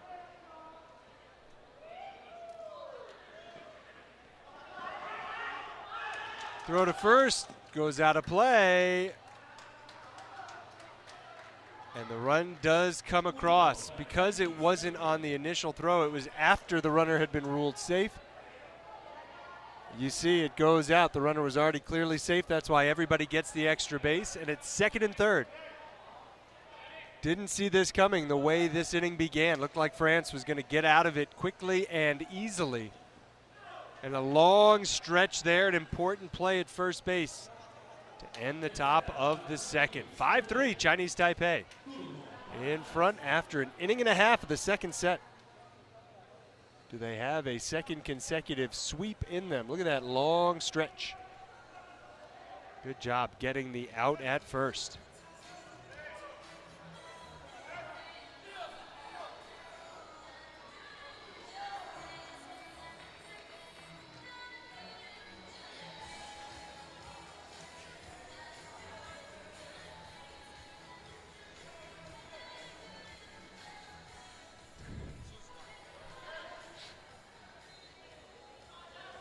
A bunt play to start the inning.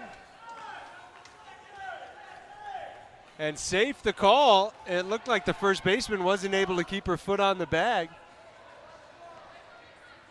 Let's take a look. This will be the replay that shows us everything we need to see. Oh no, it's, I guess, an obstruction call. I don't know about that one, but Tony Jones clearly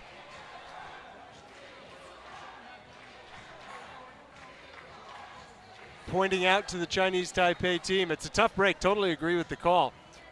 The fielder crossed over the line into foul ground to field it. You do have to be mindful of your footwork there. You see how that foot crossed over the line. If that foot is, the left foot is on the other side of the baseline, then out is the call. But because of that crossover, France gets a break. And now Lisa Vieira, unable to advance the runner. Good defense by Chinese Taipei to get the runner at second.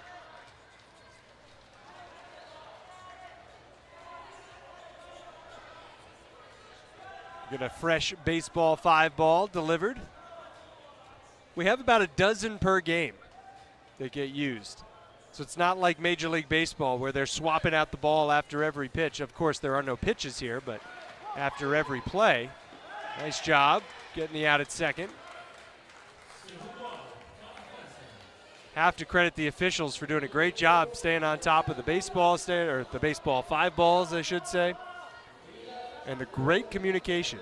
You know, not everybody in this tournament obviously speaks the same language, but they all understand the rules of the game and doing a great job working together to clearly communicate. That was a fantastically placed ball by Jado Bard.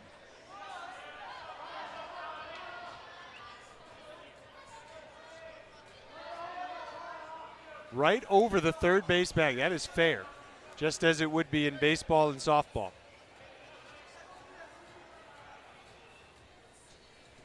Up the middle, knocked down. Throw to first, there's a trip up there. One run is in. Here comes another, and France has pulled even. 5-5 the score, but another body hits the deck after that collision. This will give us a very good look. Uh-oh. Ow.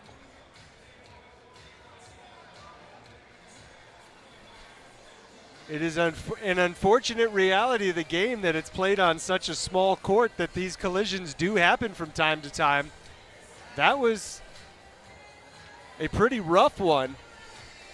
As you see, both players, well, that's the replay. In real time, both players are back on their feet, and I think we're going to start the action again. France capitalizing.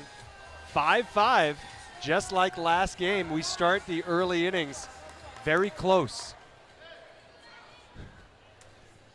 Now it's hit to the right side. Can't get any closer than that at first base, but the runner's on second.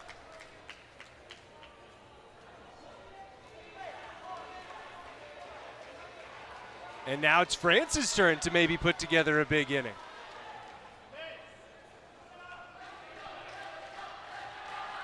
Line drive, tough break there. And that will end it. So with the chance to go ahead, France can't come up with the big 2-out hit.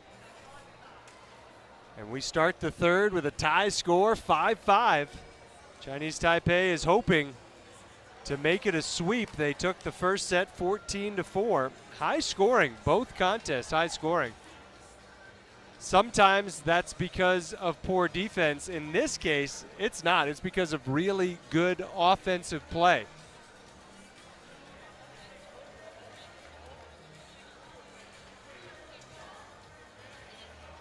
If you're watching at home on YouTube or on Facebook, we're glad to have you on Facebook. Select games will be aired on Facebook, while everything else will be aired on YouTube free of charge. Maybe you're also participating in the tournament via social media. Let us know at WBSC. Who do you think is going to win this second set? Chinese Taipei or France? Will there be a third set? Or will Chinese Taipei just take care of business? Start their tournament 2-0. This will be the last game of the day for both nations.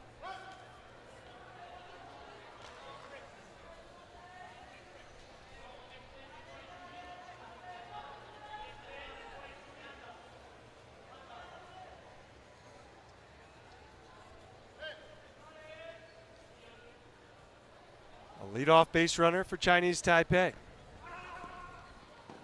Oh, and a tough break at first. An extra base will be awarded.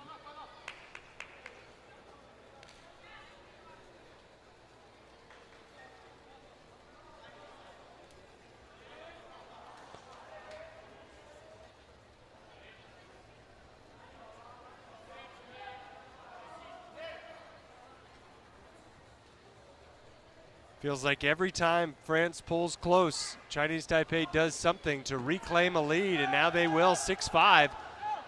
Another problem at first. Time asked for, but no time granted. 2 runs in. 7-5. This could be one of the highest scoring games we have at this tournament. Xu Wanxuan. Chinese Taipei batter here. Good base running from Chinese Taipei, as you saw in the replay. There's the first out of the inning. Sometimes that first one's the hardest.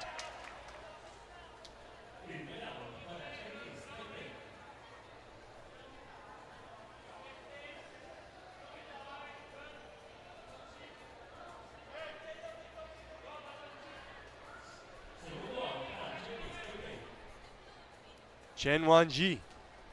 Line drive caught at third.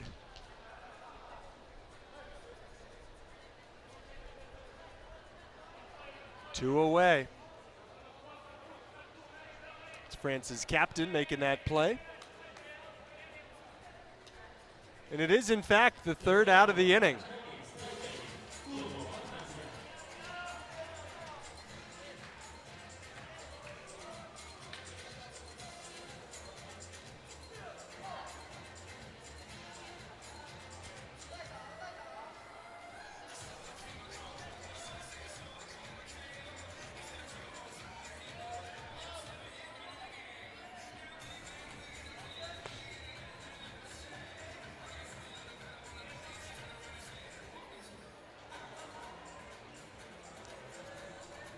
In case you forgot, we are only scheduled to play 5.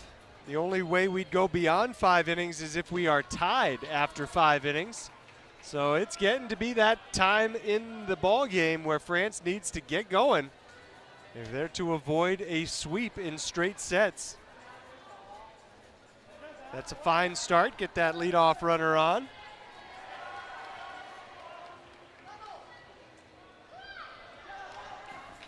Good pick defensively by the third base bag, but that has been the spot that Jade Bard has singled out.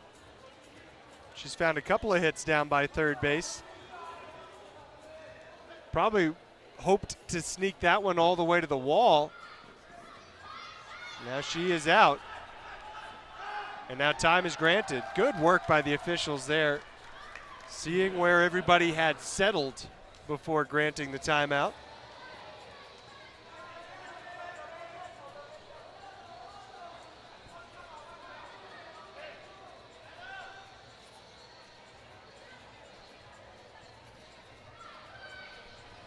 Throw to second out there, and the run scores.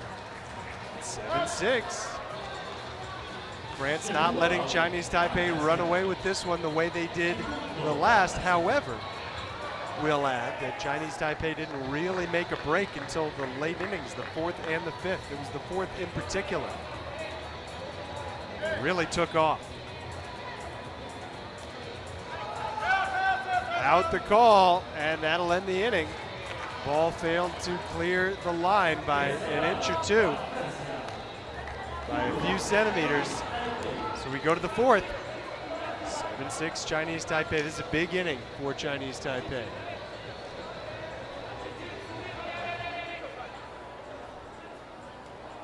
And they break away again.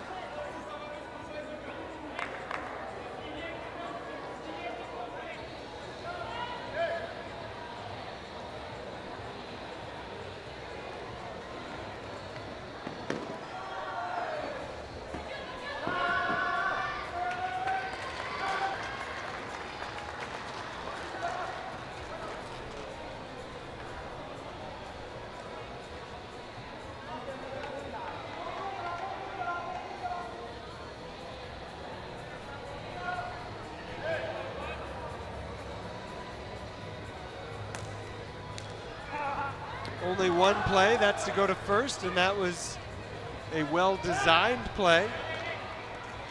Chinese Taipei just trying to move the runner, but in the end it winds up working out very well. Watch this, near first. The ball was mishandled, so everybody's safe. Chinese Taipei has them on 2nd and 3rd. France forced to take a timeout. Getting dicey for the world number 3 squad from France. Last year's, or I guess 2 years ago, the silver medalists, the runners-up at the Baseball5 Youth World Cup.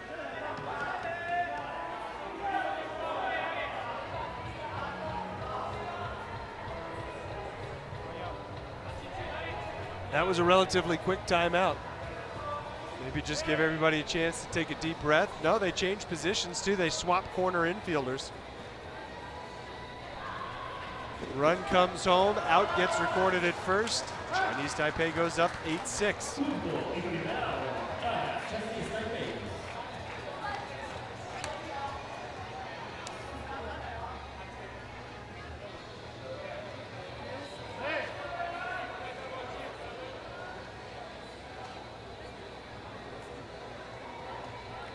Great one-hand stab, but another run scores.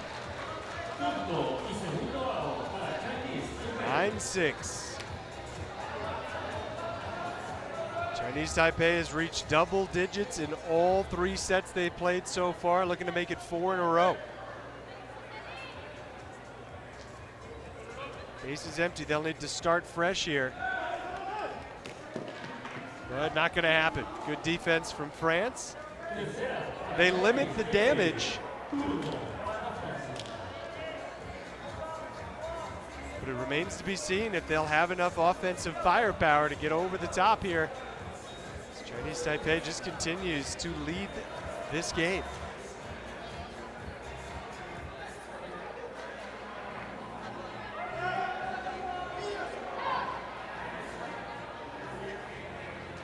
We've just reached the 1 hour mark as we get into the very late stages of the second set. A full game can range anywhere from about 30 to 40 minutes on the short end to around an hour and a half on the long end. That's what we saw. Actually, we've had one of each this morning and this afternoon. The instant classic between Japan and Turkey went the full hour 30 minutes this morning, and then much closer to a half an hour for Cuba to beat Kenya in straight sets as we get a catch off third, but no double play. Good base running there. Every out is valuable. It's really precious for France.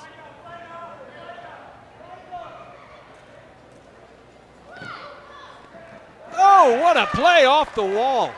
The sidearm, accurate toss. 2 away.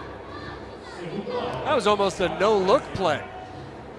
And it's worth another look. That was sensational. Don't have time to get you that replay right here, but You know that's a good one when you see it. Tip of the cap to Sungmi Cha for the play of this game so far in an important moment. Helps keep France off the board in the last of the fourth, so we go to the fifth. Chinese Taipei 3 outs away from a straight set victory to start the tournament 2-0. They'll look to build on to this 3-run lead.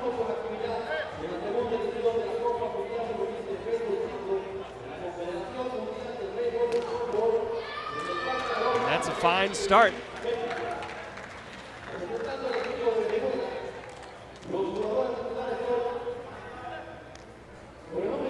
Runner on first, nobody out. France was awarded a victory today by forfeit over Ghana. The Ghana national team has not yet fully arrived here in Tepic, so they were unable to compete today, meaning that France and Puerto Rico were awarded victories over Ghana by way of the forfeit.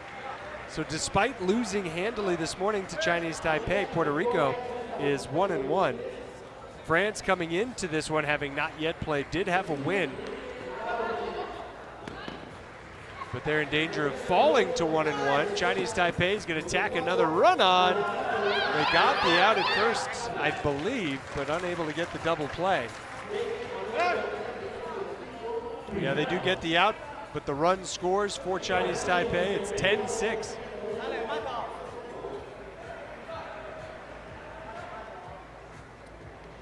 Tomorrow, Ghana expected to be here to compete. They will play Chinese Taipei at 12 noon local time.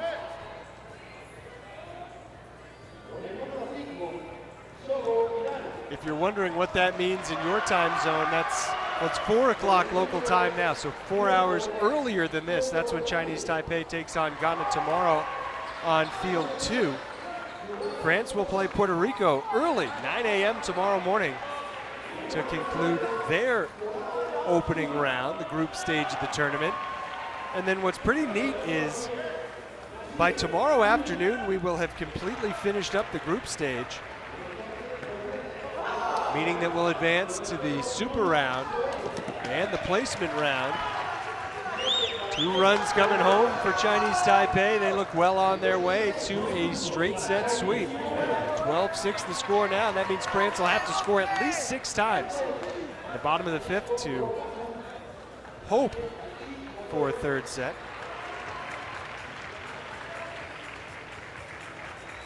The first game of the placement round, the super round, will start around 3 o'clock tomorrow, local time.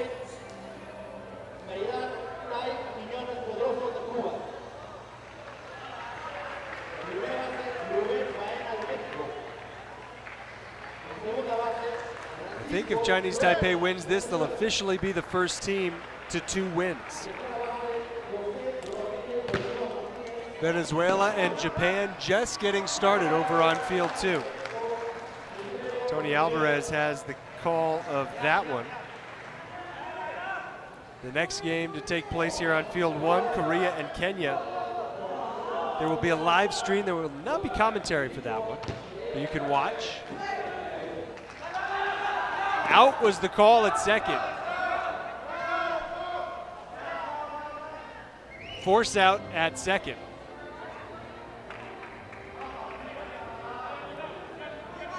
And that ends the inning. So there was a lot of excitement after that force out.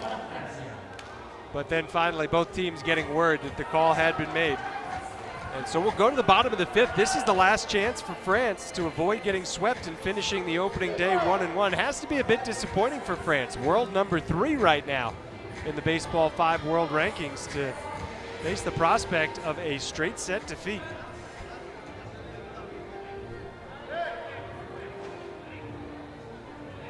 It's not over yet, though. We have seen some big innings in this tournament. That's a rough start if you want a big inning. That first ball almost needs to produce a base runner if you want to make it into a big inning.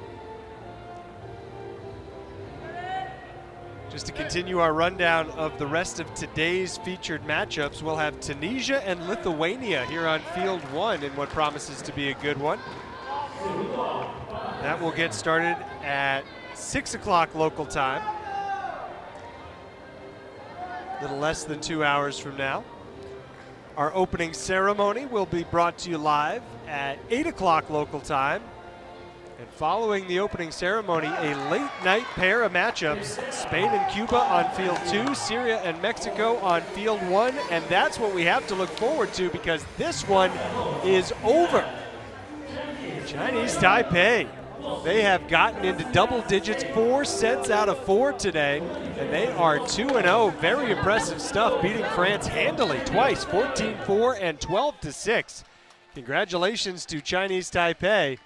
Rough start for France in their first competition of the tournament, but they will again be back at it tomorrow morning, 9 a.m. local time, to play Puerto Rico, as Chinese Taipei will take on Ghana at 12 noon. We hope you enjoyed our coverage of this one on day 1 of the WBSC Youth Baseball 5 World Cup. I suggest you hop on over to field 2 to watch what promises to be the good one between Venezuela and Japan. But until our next matchup here on field 1 between Tunisia and Lithuania, Craig Durham saying so long, and congratulations to Chinese Taipei. Really impressive stuff.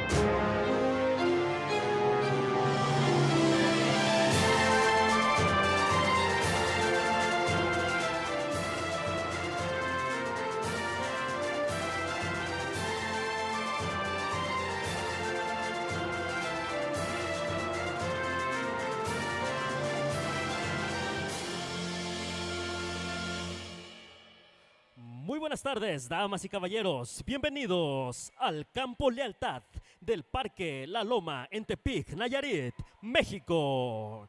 Para el partido número 12 de la segunda edición de la Copa Mundial Juvenil de Baseball5 de la Confederación Mundial de Béisbol y Softball entre la selección de Corea y la selección de Kenia. Y representando a la escuadra visitante, el cuadro visitante conformado por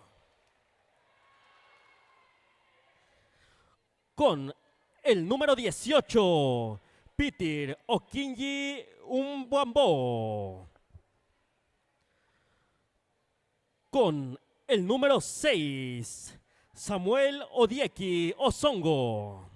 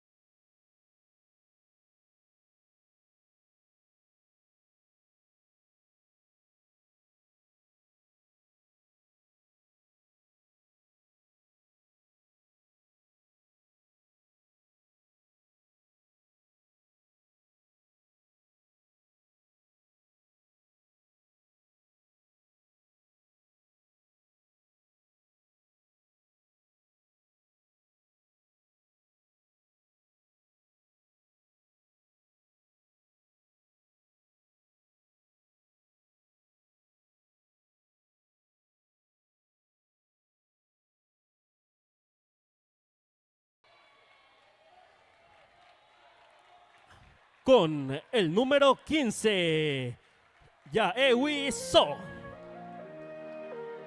Con el número 16, Chaiming Wong. Con el número 7, Changreol Bae. Con el número 23, Song Hyuk Jung. Y con el número 5, Sogyeong Park. Y al resto del equipo, con el número 11, Jinsu Cha. Y con el número 13, Yu Yang. El coach principal, Jong-Woo Kim. Y el líder de la delegación, So-Young Kim.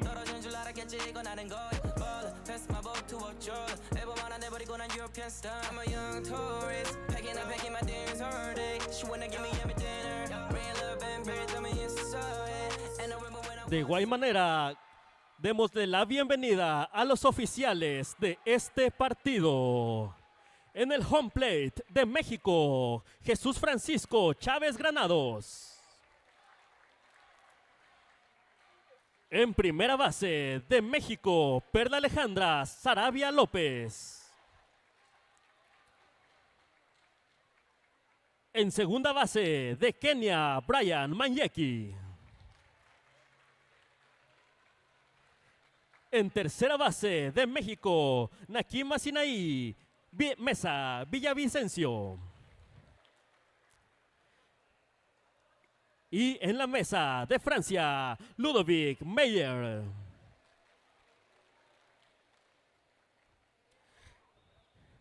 Ahora, damas y caballeros, les pedimos de la manera más respetuosa que quienes puedan ponerse de pie lo hagan, que se retiren sus sombreros y escuchemos de la manera más respetuosa posible el himno de la escuadra visitante, Kenia.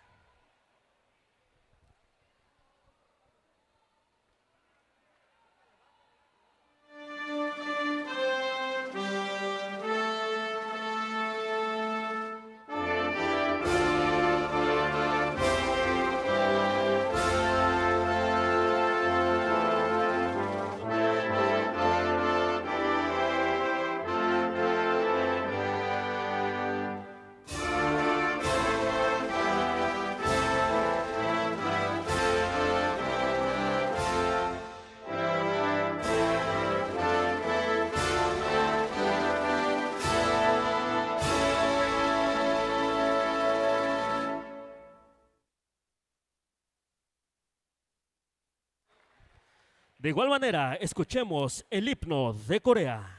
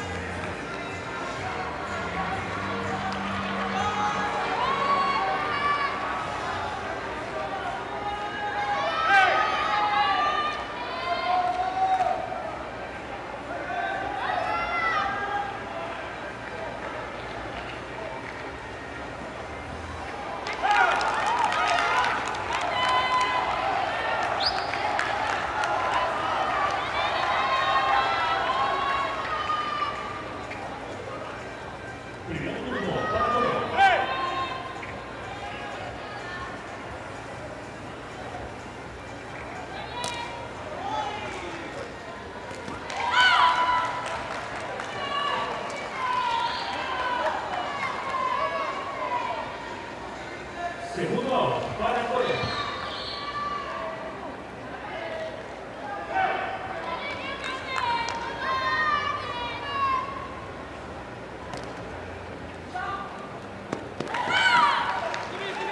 Tercer out para Corea. Turno para Kenia.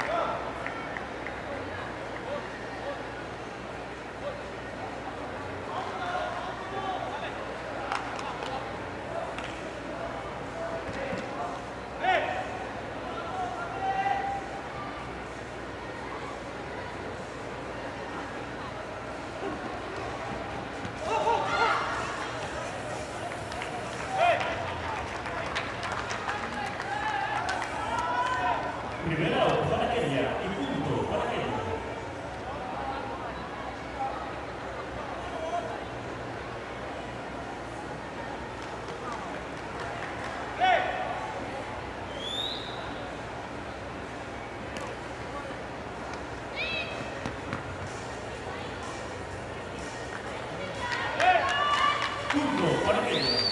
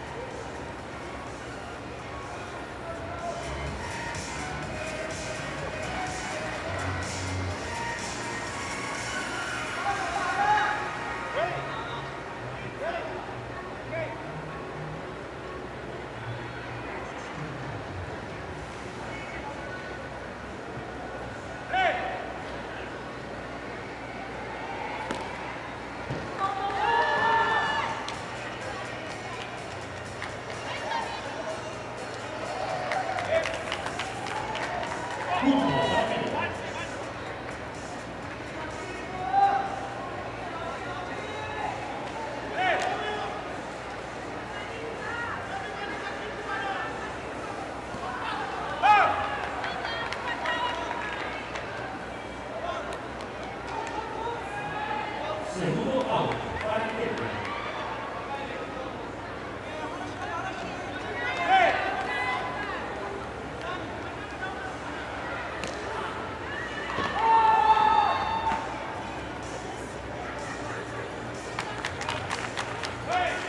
Punto para Kenia.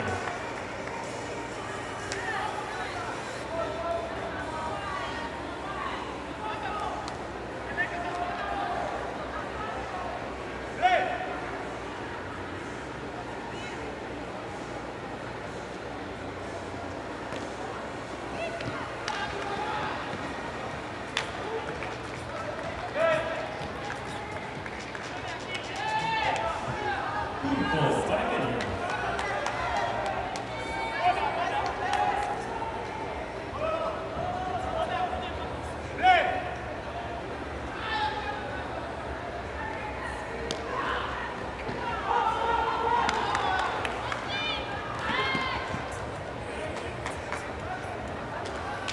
Punto para Kenia.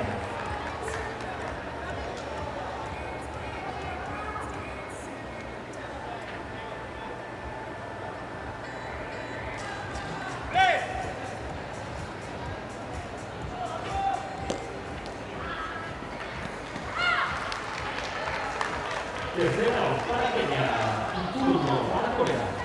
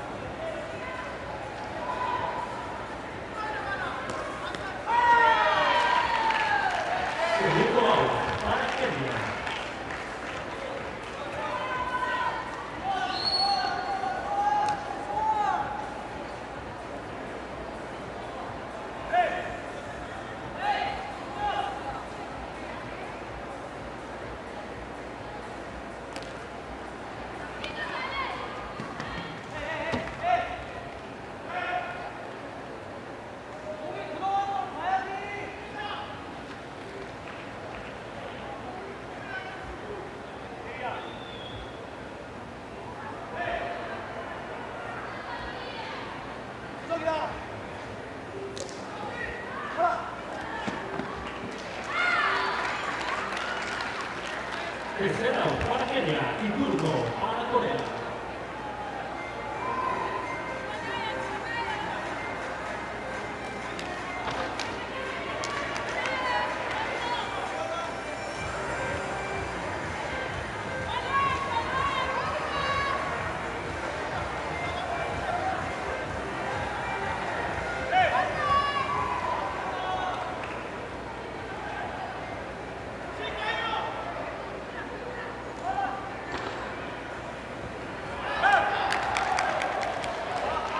Primera para Corea.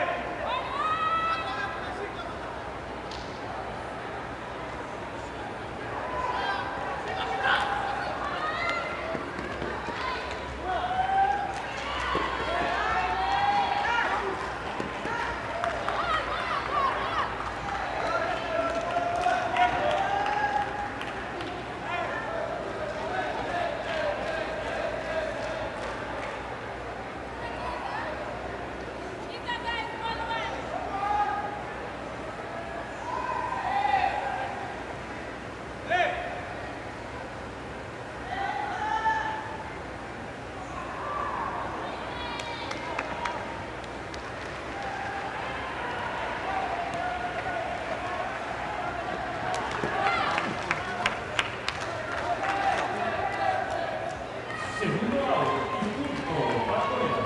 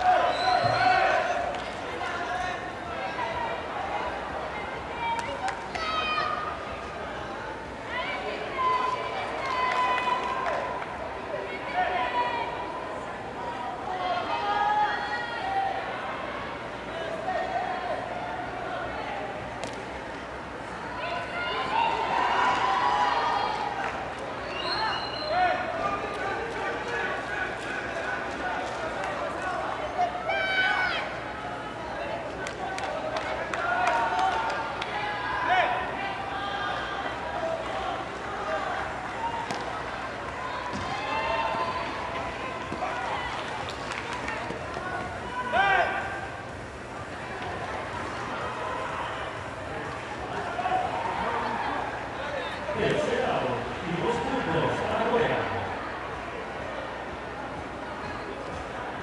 Turno para Kenia.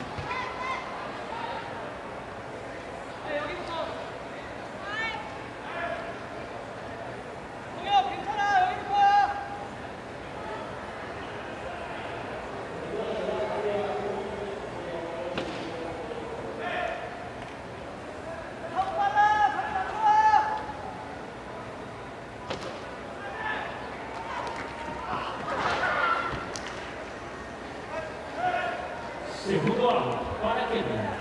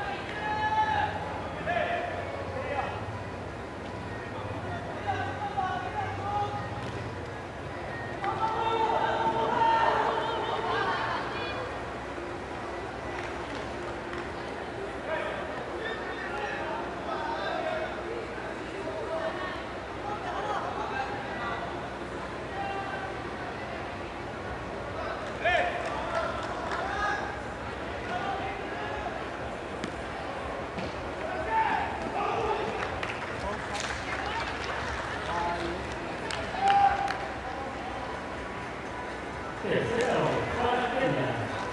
Turno para Corea.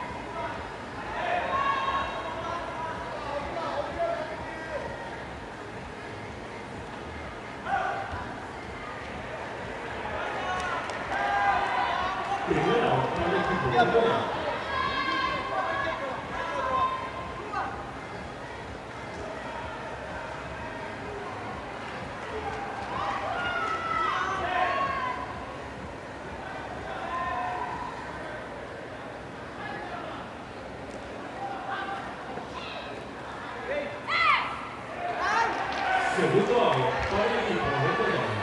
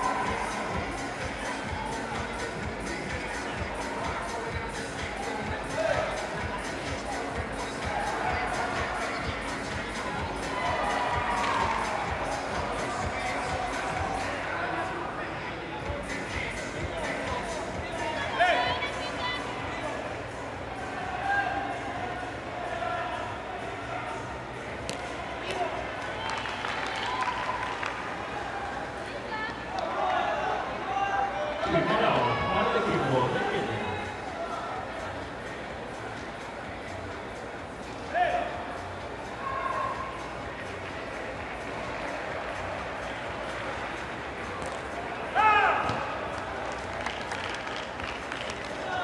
Segundo para el equipo de Kenia.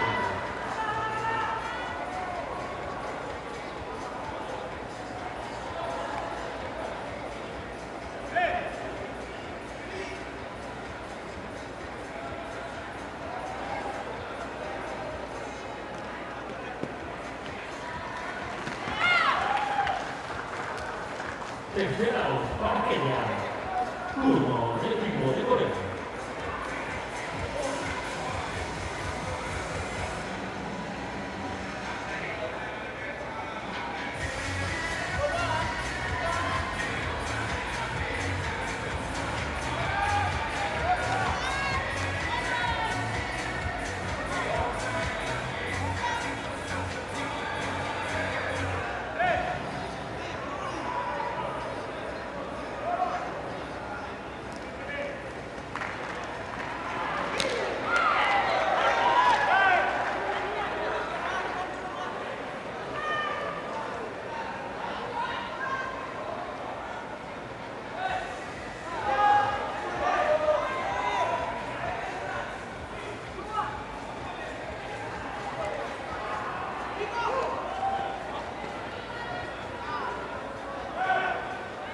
Primera para el equipo de Corea.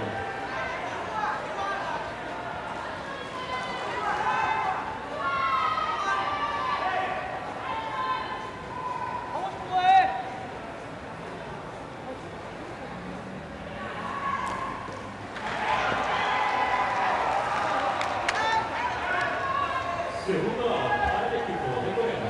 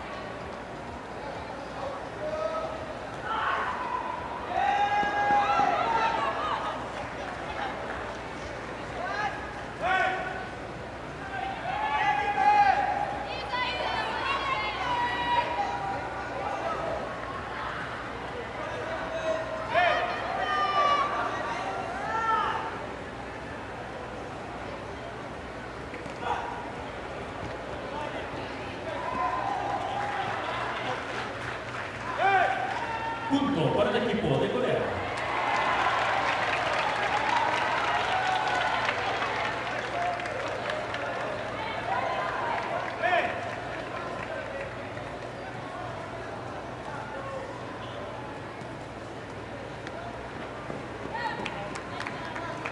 Tercera para el equipo de Corea.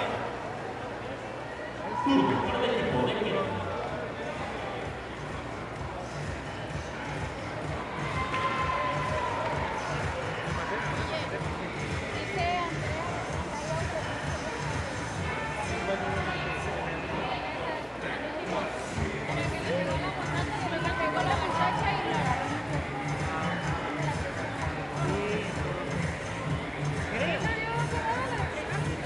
Dice Creo que nada más me faltó una y fue esa, fue la que me vio. Es que yo vi la puntitita del tenis antes que la tajada. O sea, que lo vi. Así, ¿ok?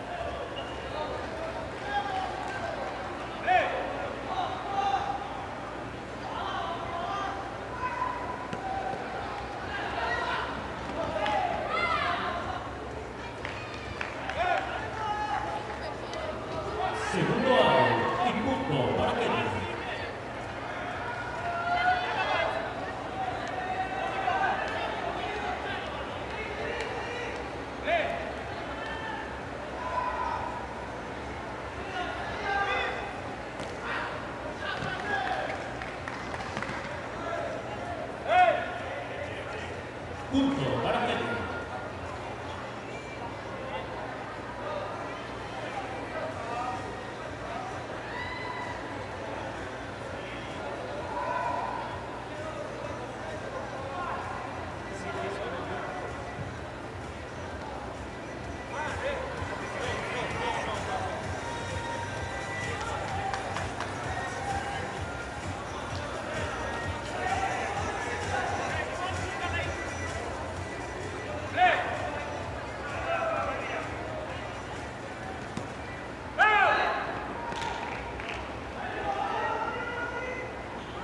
Tercera para el equipo de Kenia.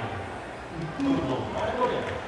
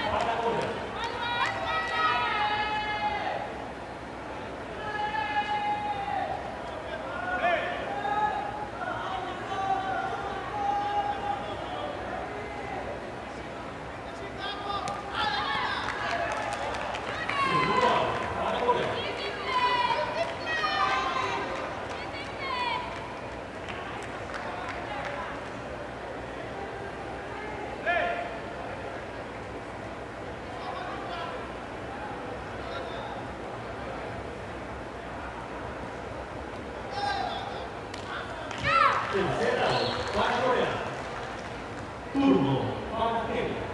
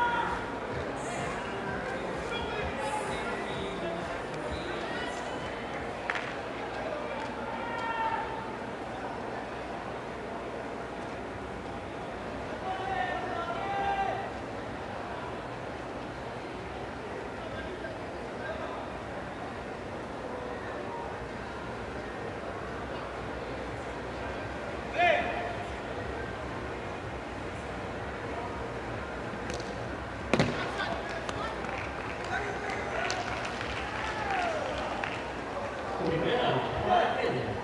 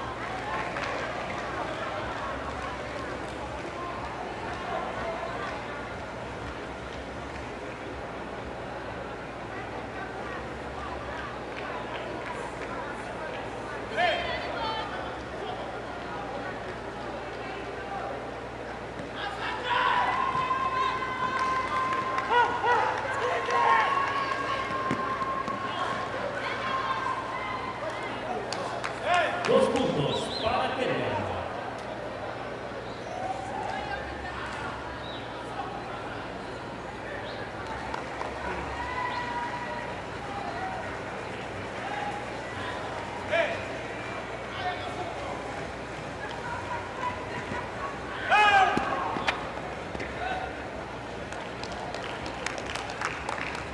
Segunda para Kenia.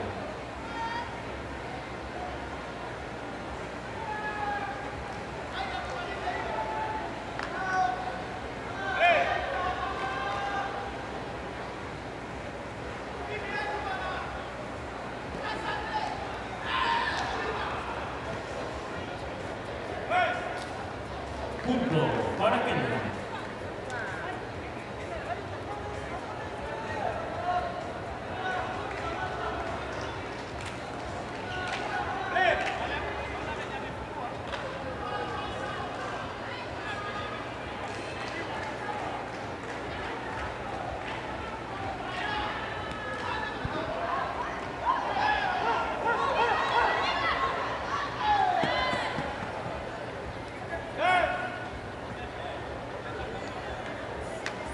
Punto para Kenia.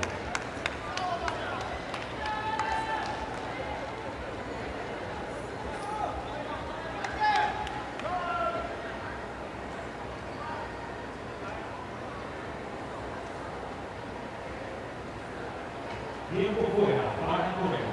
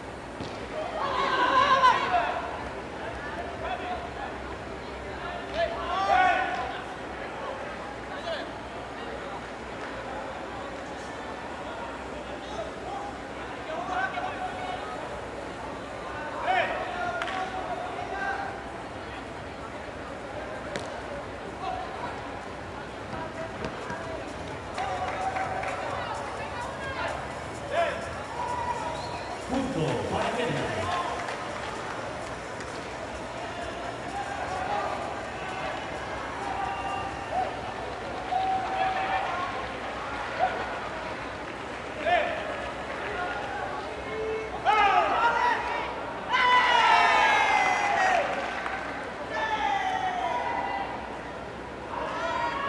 Segundo out para Kenia.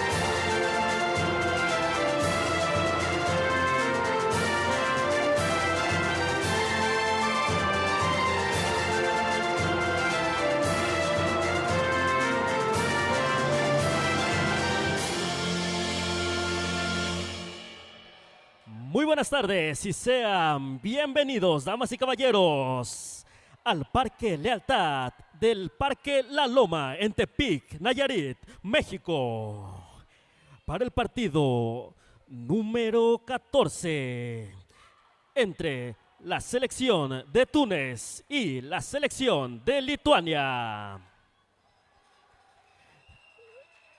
Esto en la conmemoración de la segunda edición de la Copa Mundial Juvenil de Béisbol 5 de la Confederación Mundial de Béisbol y Softball. Y presentando al equipo visitante con el número 1, Hamed Amine Zragua. Con el número 7, Yassin Otoru. Con el número 19, Yassin Youssef.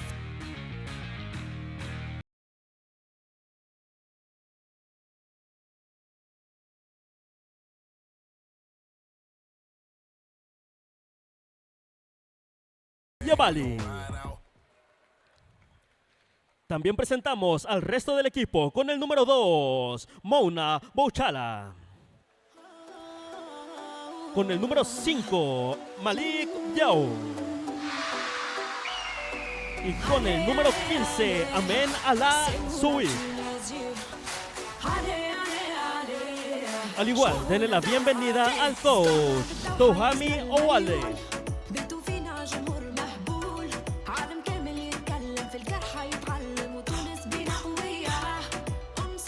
Y ahora conozcamos a los representantes del cuadro titular de la selección de Lituania. En el número 11, Augustas Jansonas.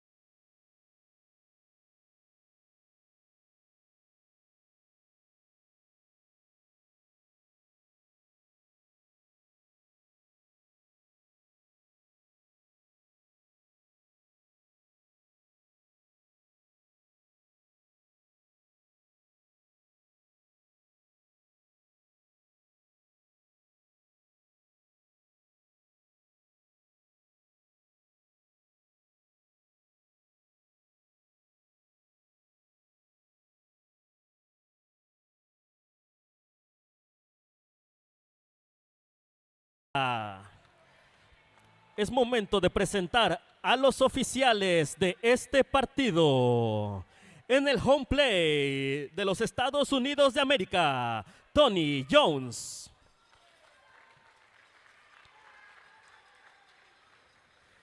En primera base de México, Pablo Alberto Muñoz García. En segunda base de México, Enrique Aarón de León Maldonado.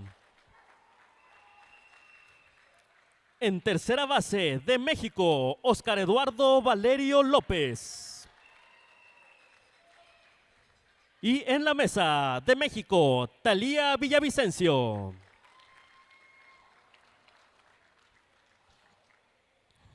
Muy bien, damas y caballeros, es momento de que los que podamos nos pongamos de pie, nos retiremos nuestras gorras y escuchemos de la manera más respetuosa el himno del equipo visitante, Túnez.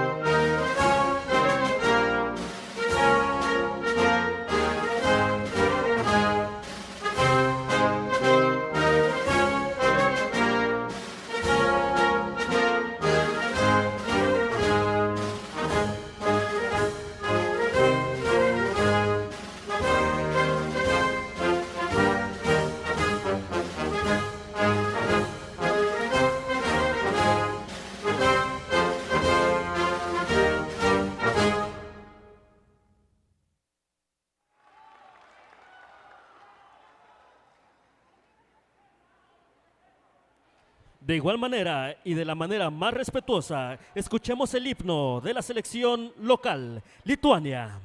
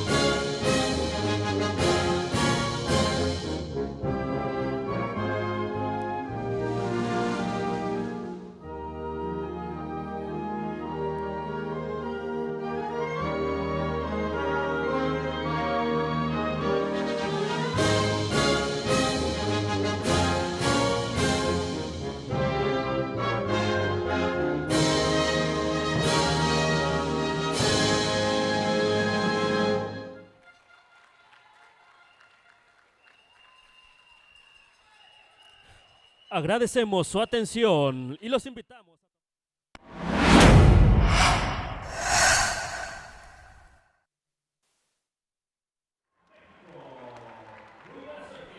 Welcome once again to Tepic, Nayarit, as we continue day one of the second edition of the WBSC Youth Baseball 5 World Cup. Craig Durham, excited to be bringing you what promises to be a very intriguing matchup this evening between Lithuania and Tunisia. Two teams have already played today with differing results. Tunisia winners over the upstart refugee team representing Syria. They won it in straight sets, 2-0. While Lithuania had a big emotional and score victory. Big win on the scoreboard is another way to put it. 10-1 in the first set before the offense went quiet and Mexico came back and won sets 2 and 3. So it had to be a disappointing defeat for Lithuania, especially considering how well they played in the first set. I mean, they were all over Mexico, who had a big home crowd behind them.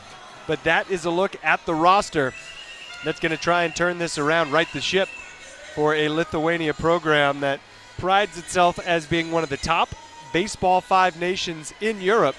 And they have the results to back it up. They have often finished runners-up.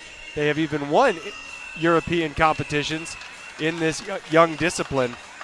And we're excited to see this matchup tonight, which will be the last of day one for each of these two teams. And when you think about it, it could go a long way towards determining who advances to the super round and who winds up in the placement round when we get there tomorrow afternoon. And now we are ready to begin. Just like that, it's a leadoff base hit for Ahmed Zargwa from Tunisia. And Tunisia, again, will look to get off to a fast start. They put up some big numbers against the team representing Syria. They won 7-4 in the first game. They won in the first set. They won 13-3 in the second set. And as you can tell already, rearing and ready to go. First two have reached base safely. And that brings up the big Yassine Youssef. This is a big team when you look at the size. Some big kids on this crew for Tunisia. And they're all stacked 1, 2, 3 in the lineup. There's an important first out for Lithuania. They got the force out at second. Now it's Wijden Zaduri. Tunisia representing North Africa.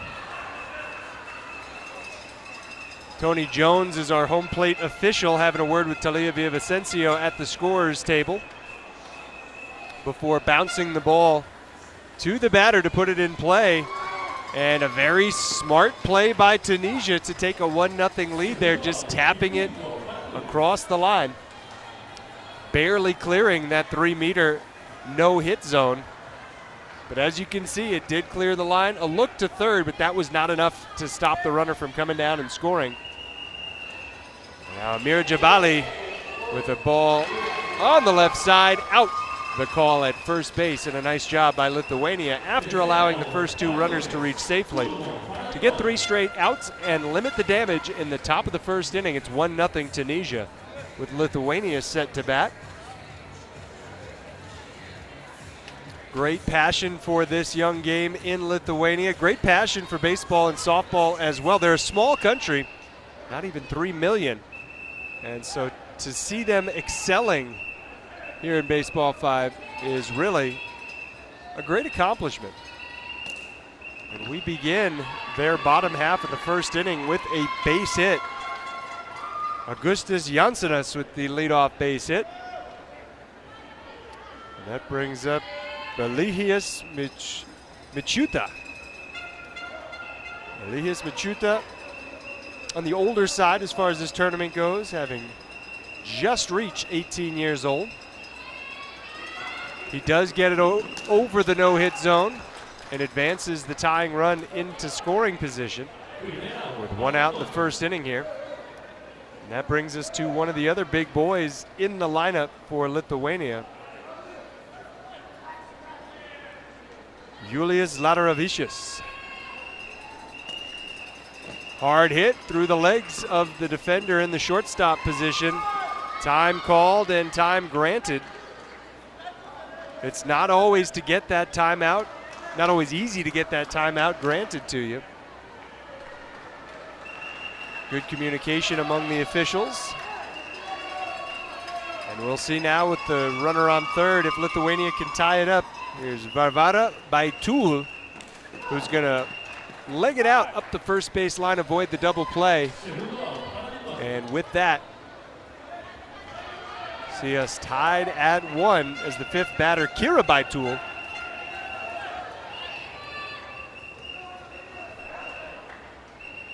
Will bounce it a couple of times in the home plate square. That's a fair ball right over the bag. When I say the bag, that's a force of habit. There's nothing raised at any of the bases. It's just a white square. You see the tiles that go into making a Baseball 5 court. Now bouncing ball up the middle, a force out at second, and the side is retired. Pretty close start as each team with a run on the board. We will be back with the second in just a moment.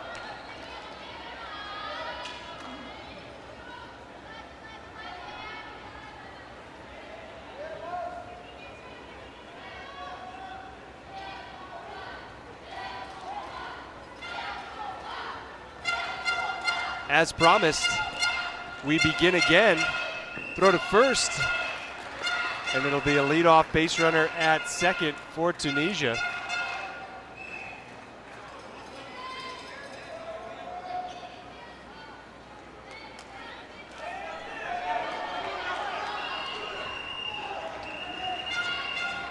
You see the windup before the ball is put in play, and that's one of the key differences in Baseball 5, is that there is no pitcher, obviously, so when there's a windup, it's the batter winding up for their motion to put the ball in play.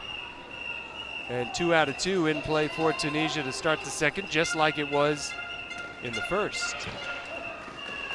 Now ball bounced off the wall, a run will score. And a fantastic start to the second inning for Tunisia. Runners on the corners. And just the 1 out.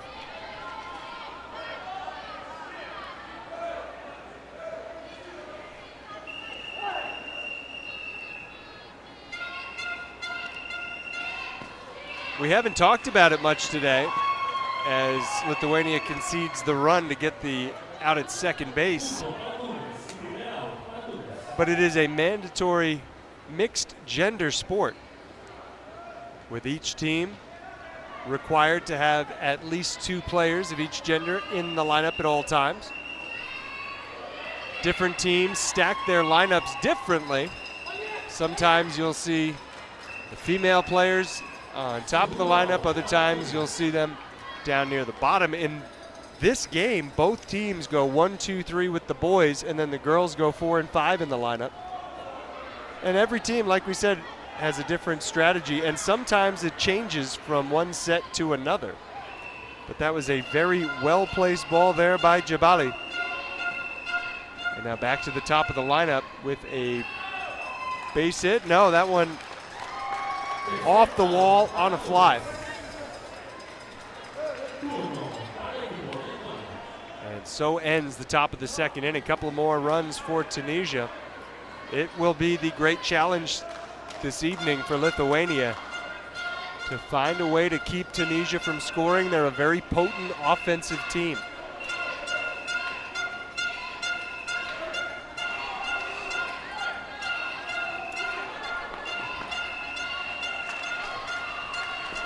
Michuta on top of the Lithuania lineup with a leadoff hit. And we want to welcome our viewers around the world, wherever you found us this evening here in Tepic in Nayarit. Whether you're on YouTube, one of our social media channels, we sure are glad to have you tuned in to the second ever Baseball5 Youth World Cup. This is the fourth Baseball5 World Cup period. Pretty remarkable considering that the discipline only began in 2017. But there have been 2 open editions of the Baseball5 World Cup. The first ever took place in Mexico City at El Zocalo. That was a remarkable affair. The first Youth World Cup was in Turkey in 2023. Last year, the second edition of the Open All Ages World Cup was in Hong Kong, China. And now we're back in Mexico for the second Youth World Cup. So pretty cool to see Mexico hosting a second edition of this event.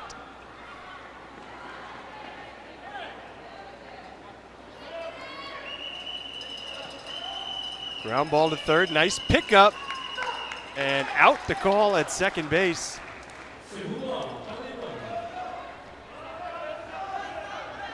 It's possible Baitul overran second there.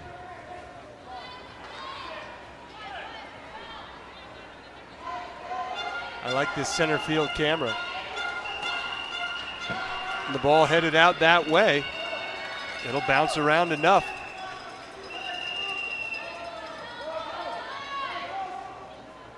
To extend the bottom of the second inning, push that tying run on to second base. Players in this tournament born between 2007 and 2011. And a pretty important snag there by Zaragua.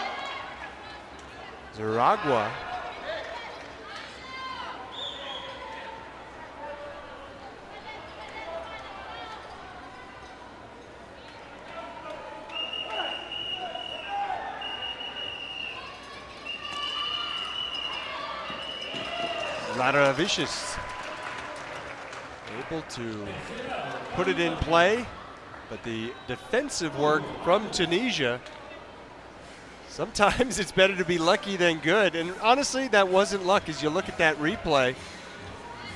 Didn't realize how much control the defender up the middle had there, deflecting the ball, knocking it towards second base for the force out.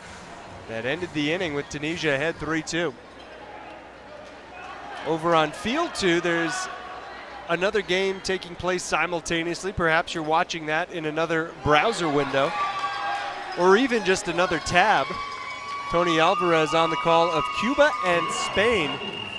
Cuba has never lost a game in any of the 3 previous Baseball5 World Cups. They started their 4th Baseball5 World Cup with a victory this afternoon over Kenya. They got all they could handle from Spain in the first set. Cuba did end up winning the first set and now has a big lead in the first inning of the second set. 7-0 Cuba over España. Safe the call at first on that very close play. Great hustle by Youssef.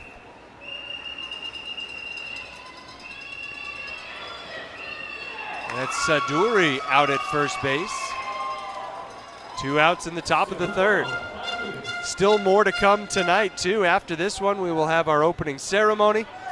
And after that, late night Baseball 5, a 9 p.m. start for the finales of day one. I don't recall a Baseball 5 game ever starting at 9 o'clock. I could be wrong, but it is exciting, and it's in front of a huge group of fans as a nice catch is made on the line drive to end the Tunisia half of the third. They failed to score, and we will go to the bottom of the third. Tunisia 3, Lithuania 2.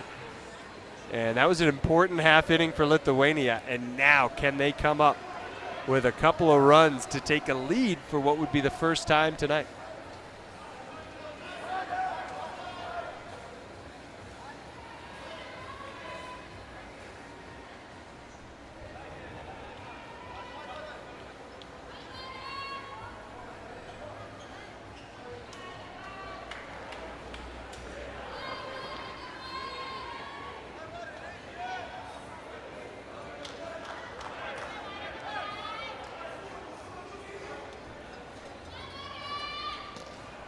Baitul leading off, one of two Baituls in the lineup. That's Varvara,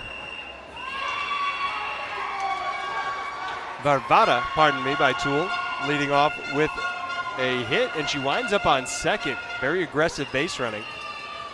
And that brings up Kira Baitul.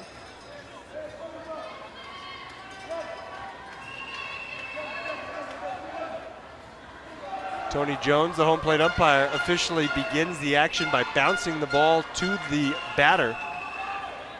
And then they can do what they will with it. That's a very smart play. The soft ball that just cleared the line. The ball hit so softly there wasn't time to get the speedy Baitul. And a great opportunity now for Lithuania to take this lead.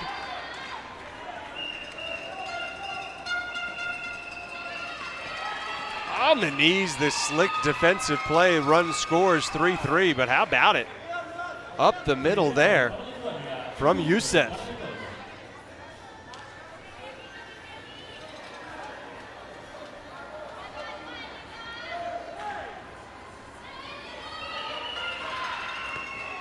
Catch made, that was not the intent from Michuta.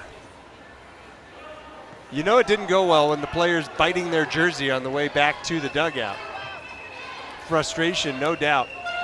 Unable to bring the runner home from third, but one more chance here for Lithuania with 2 outs in the last of the third. Ground ball, a little bobble, and that will be enough for Lithuania to take the lead. 4-3, how about it? There was a chance to make a play there. But jogging down the line and scoring was Kira Baitul, and now Varvara Baitul, who led off this inning with a double. Ooh, out the call at first. That was a close play. And that's all she wrote in the third. We will go to the fourth. Lithuania with a 4-3 lead, their first lead of the evening.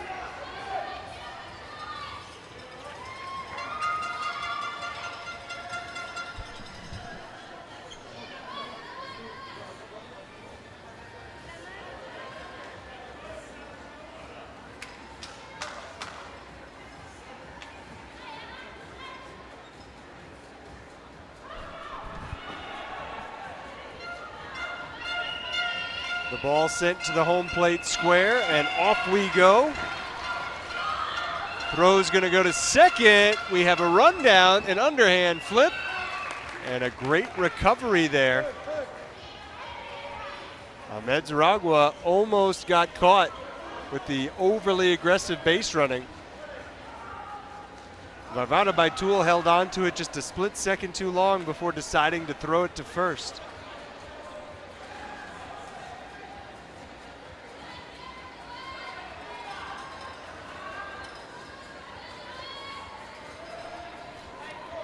Game paused for a moment for a conversation here at home plate.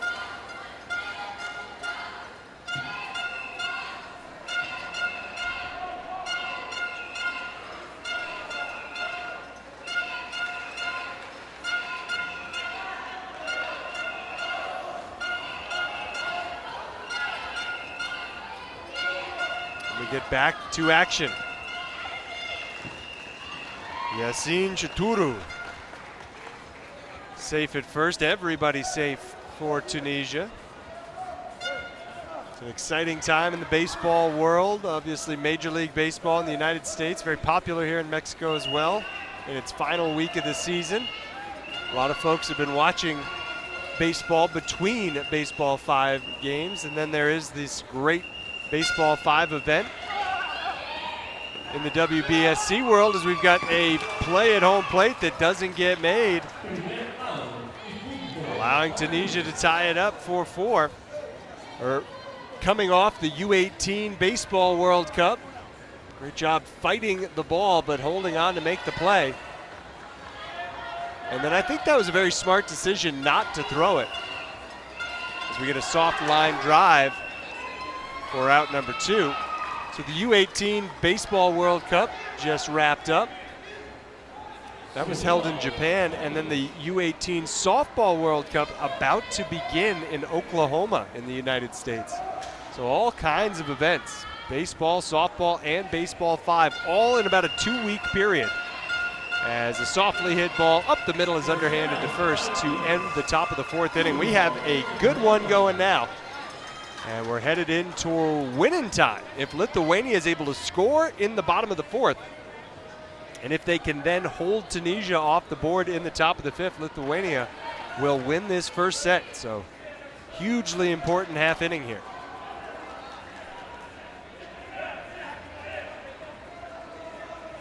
I feel like a little bit more pressure is on the Tunisia defense, because even if Lithuania doesn't score, no matter what happens in the top of the 5th, then Lithuania gets another chance to bat. If things don't go well defensively for Tunisia, they could be looking at some trouble. And a rough start, as the ball hit to third is not played clean. And that's the go-ahead run on base for Lithuania.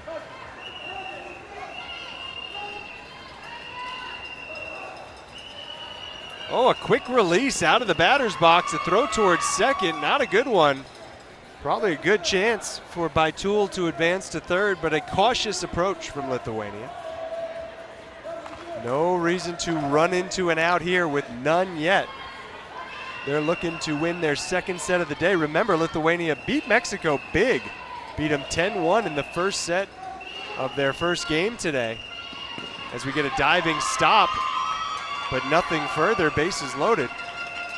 It looked to everyone as if Lithuania was going to have a big win over Mexico after that first set 10-1 victory, but credit the host nation, Mexico, for coming up big, back-to-back wins in sets 2 and 3.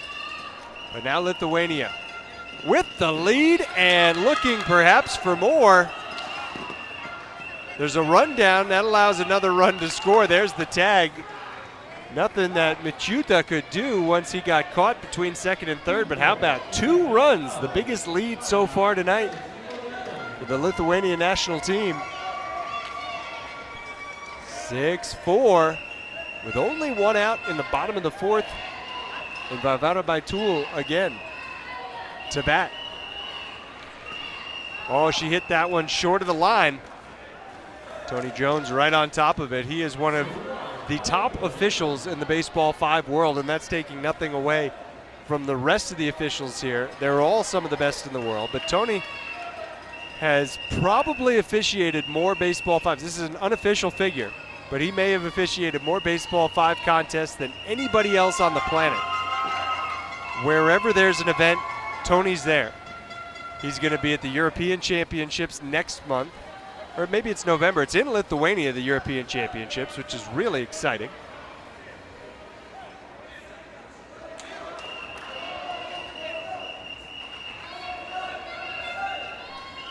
Big at bat for Jansenas. And the force out at second to end the 4th. 2 runs in. Tunisia up against it now. They are in danger of dropping this first set. They'll need to score 2 to tie it and force a bottom of the 5th. They'll need 3 to put Lithuania back on their heels.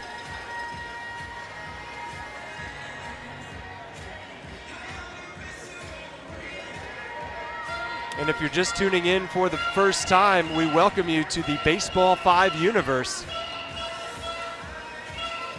Pretty exciting stuff, don't you think?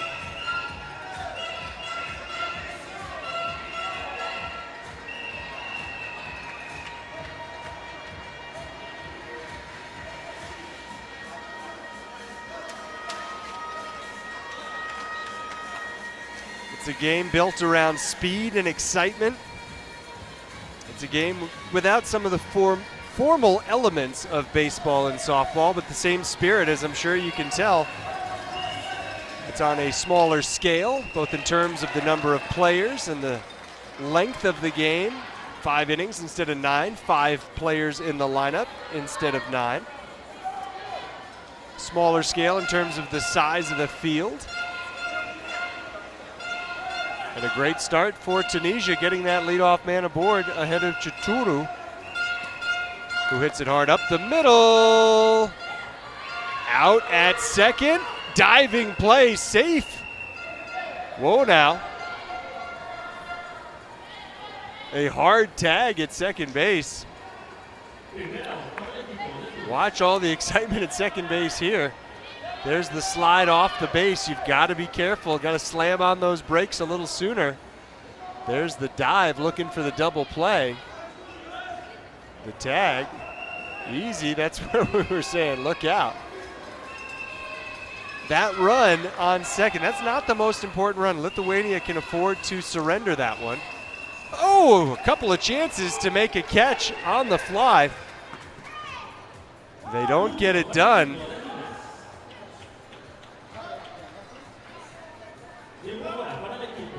And we've seen a couple of players slip in this 5th inning. The footwork just giving out. And the game will be paused for a moment to allow Elias Michuta to try and feel a little bit better. Tunisia, meanwhile, is halfway there. They entered the bottom of the 5th, or rather the top of the 5th, down by 2. They've gotten 1 back. They have the tying run on base. The medical staff going to take a very quick look at Michuta. He's all right. He's going to continue. These kids are tough. I mean, really tough. This is not an easy game to play on the body. But now everybody's in place. Youssef on first. And we need a batter from Tunisia. It'll be Wijden Sadouri. Sadouri surveys the field. First base side. Out there. There will be no throw to third. And this is what it's all about. Tying run on third. With 2 outs in the top of the 5th, Lithuania cannot, well, does not, I should say, have to worry about the runner. If they get the force out of the batter, Jabali, the set will be over. This is a huge ball. And it's a good one. Here's the throw. Bounce to first. And we have a tie game. Sensational play there by Jabali. She could not afford to get out. Oh, that was it. Lithuania had the chance to squeeze it for the opening set. Couldn't do it, so we play on. Will Tunisia take a lead? Or will we go to the bottom of the 5th with a tie score and an opportunity for Lithuania to walk it off? Big crowd, too. I love the location here in Parque La Loma.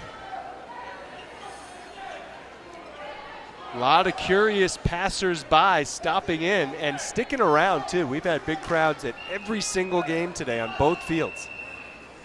Another chance for Tunisia to take a lead. And they continue to work that second base side wall. 6-6, bases loaded, 2 outs. Yassine Youssef. Very versatile player, very strong player.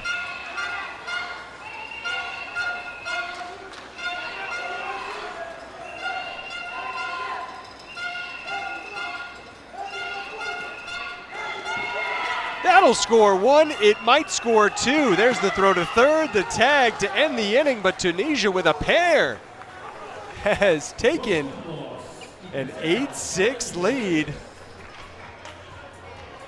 And now Lithuania, who was 1 out away from winning this game, or this set, I should say, they had a 6-5 lead with 2 outs in the top of the 5th. We think it's 8-6. They haven't updated the scoreboard officially. Tunisia's coming out to take the field. I'm not sure what they're looking at here.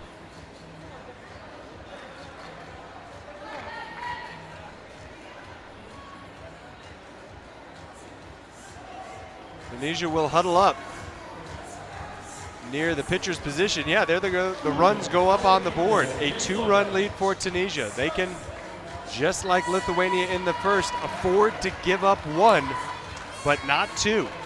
3 runs for Lithuania here in the last of the 5th. They'll win the set. 2 will go to extras. We have not gone to extra innings in a set yet today.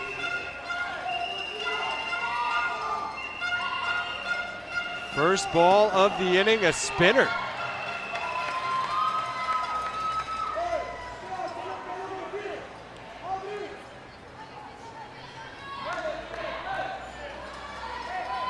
A lot of topspin on that ball. It makes it harder to pick up as a fielder. That was a foul ball, and there are no foul balls in Baseball 5. If you hit it on the wrong side of the line, it's an out. And a tough first out. Lithuania now in danger of dropping a 3rd straight set after their big win against Mexico in set 1. You see there's no throw made towards second there because the runner was forced to return to first base. And how about that well-struck ball? Varvara Baitul on first. She's the tying run now. This is good stuff. You see that ball hit the wall, but because it went off the defensive player's hand, it's not an out. If you do hit it off the fence on a fly, it is an out.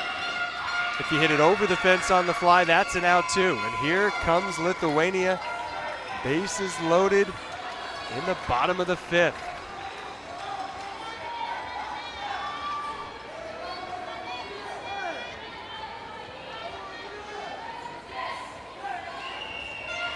Jansenas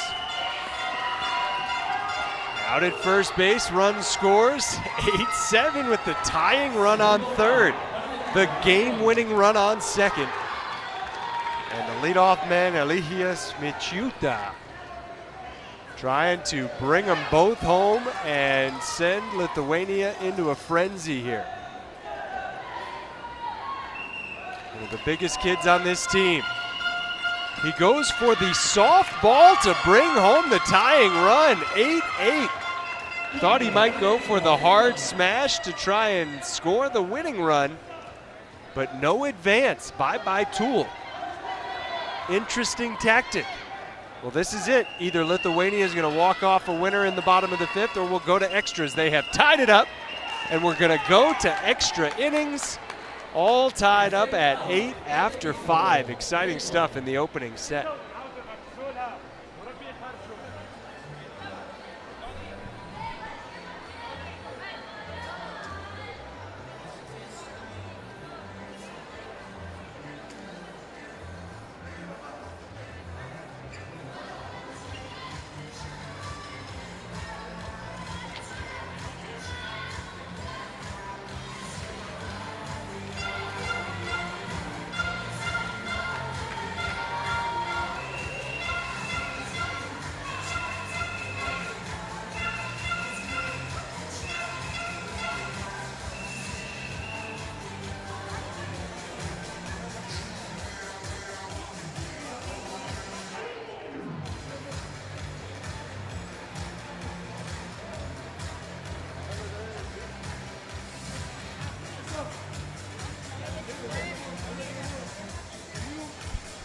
Here's the extra inning rules. Similar to Major League Baseball and WBSC Baseball. The inning will start with a runner on first. And if we get to a second extra inning, that would start with runners on first and second. And on, it would be a bases loaded start to the third extra inning if we get there. So the person who made the last out is going to be the runner at first. And so on and so forth if we get beyond the sixth inning. But for now, we'll just focus on the sixth.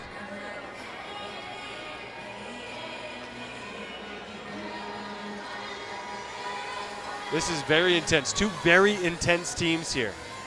You know, there's 14 nations competing at this Youth Baseball 5 World Cup, and their coaches operate with varying degrees of intensity. There's the very laid-back squads like a Japan or a Chinese Taipei, for example. And then you have some really intense teams. These are two of the most intense. They're very serious. And the first ball of the sixth inning is put foul. And that's going to be an out. And it'll send the runner back to first. I think at the very least, you want to get the runner into scoring position. After failing to do that, we'll see what we get from Amira Jabali. Jabali winds up, turns, hits it hard right side. There was a chance there for Baitul to make the play.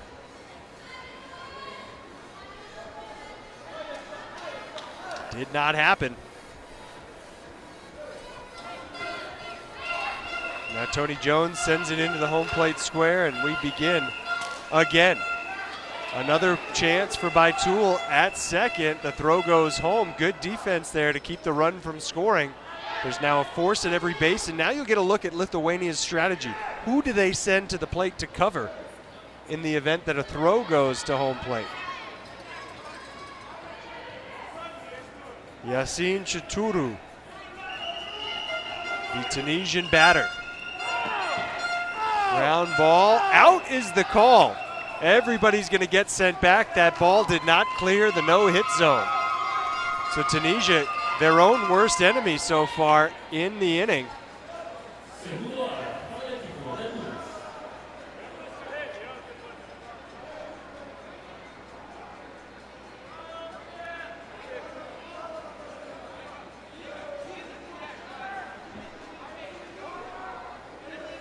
Some confusion now as to who's supposed to be where.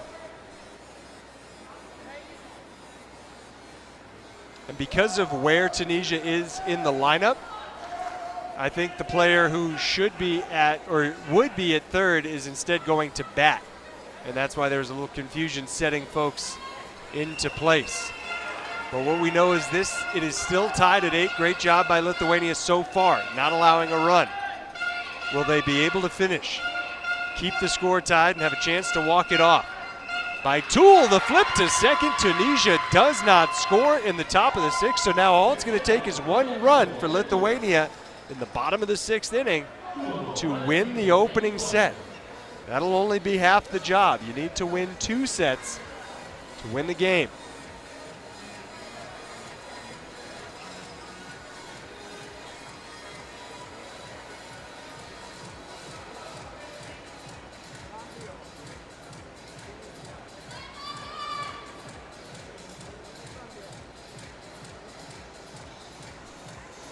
You have to be feeling great about your chances if you're Lithuania. They've really done the hard part. Held Tunisia off the board despite the fact that the inning began with a runner on first.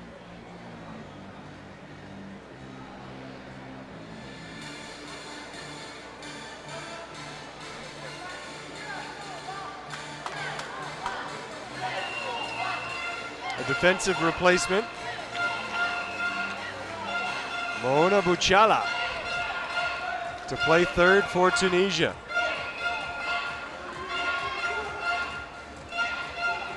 Varvara Baitul looking to advance the runner. Just move him into second. That would be good. A hit would be better.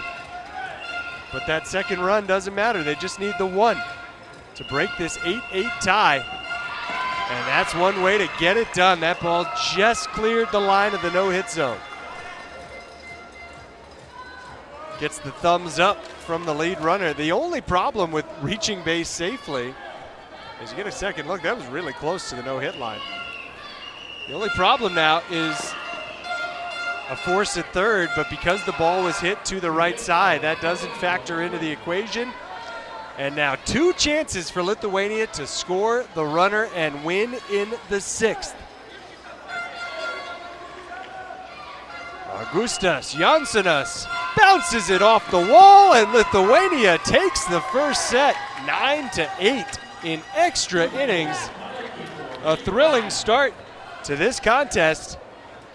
But Lithuania's been here before. They won the opening set of their matchup with Mexico earlier. Can they do tonight what they couldn't do this afternoon, and that's win a second set. We'll take a short break, come back with set 2 in a moment.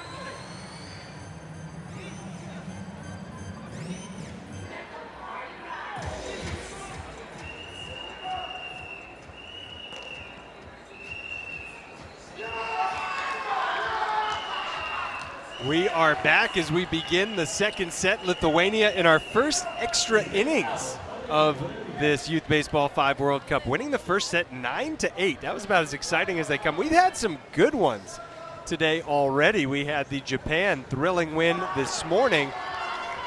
Yeah, that was today. It feels like a long time ago, but Japan, after dropping the first set, came back and won 2 in a row by 1 run each as they beat Turkey, who were the 4th place finishers at the last Youth Baseball 5 World Cup. And now we've had extra innings in this one. We've had Kenya really hang in there against Cuba before they came up with a victory over Korea in their second match. And you can see there are no real soft spots in this tournament. All these teams came to play. They're all good.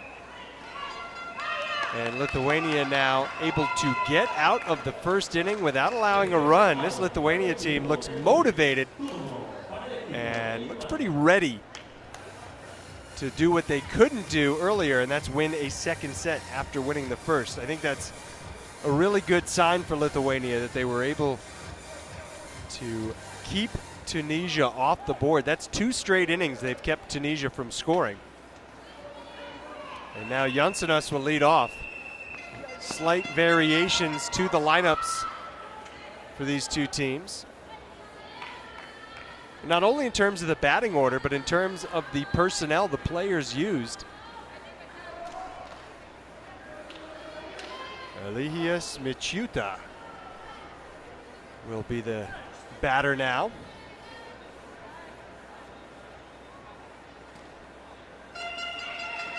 Nothing Tunisia can do with that one.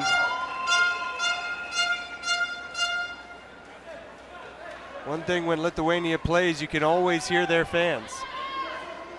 A loud and rowdy bunch.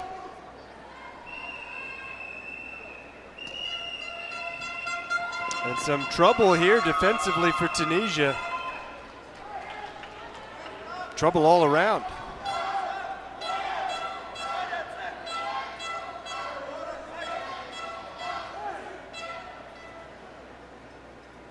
Varvara Baitul's on first. Kira Baitul is the batter, and that'll score a run. The throw goes home.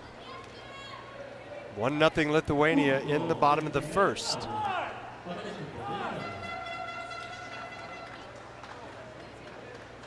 And that brings up Gerda Vikulovaite. Vikulovaite did not play in the first set. As she takes the ball, checks the coaches. Lithuania has signals in a way that not every team does. And that one worked out beautifully with Vikulovaite winding up on second base, a run scoring. It's second and third with just the one out and already a 2-0 Lithuania lead, trying to keep the foot on the gas, trying to blow by a Tunisia team that is obviously a bit dispirited following the set 1 extra innings loss. Another run will score. Everyone will be safe. 3-0 Lithuania in the first.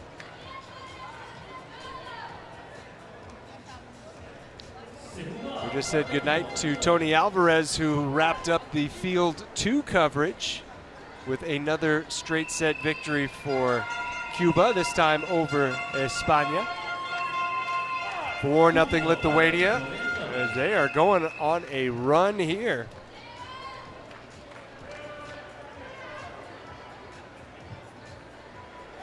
Two outs in the inning. That's a fair ball over third base.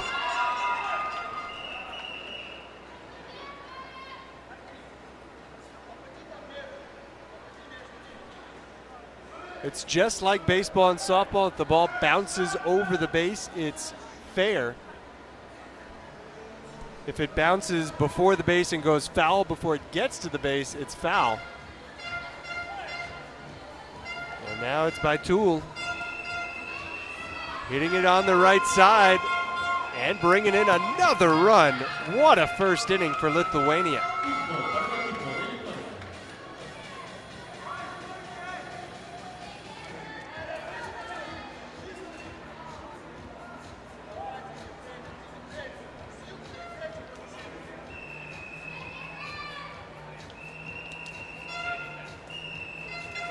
Chance to make the play over to first, but the throw was high. Forced a leaping catch to be made by Jawi. Malek Bajawi's at first for this one. Nothing she could do differently. She had to jump just to catch that ball. And Lithuania has them loaded again.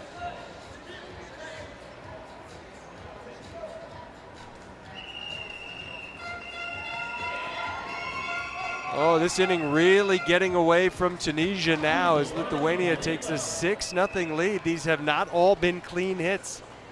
There are some plays to be made. Tunisia simply not making the plays.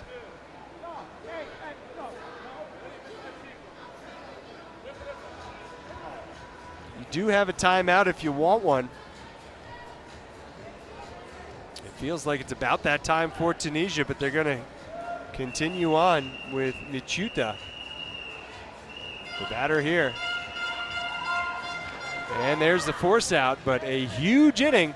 Lithuania scores 6. They'll take that 6-0 lead into the second.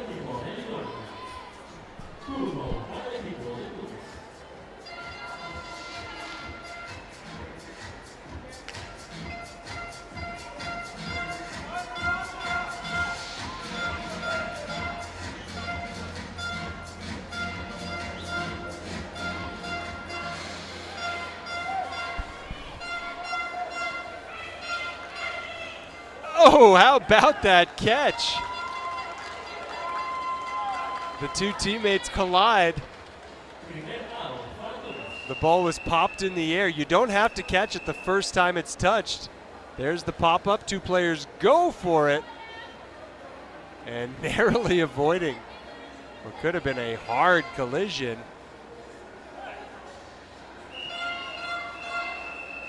A nice first out for Lithuania, and 2 up, 2 down.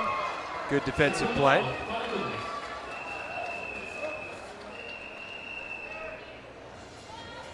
You wouldn't know it from the score, but Tunisia is 1-0. They won earlier today. Lithuania 0-1. They lost to Mexico. Tunisia beat the team made up of players from the Azraq refugee camp in Jordan.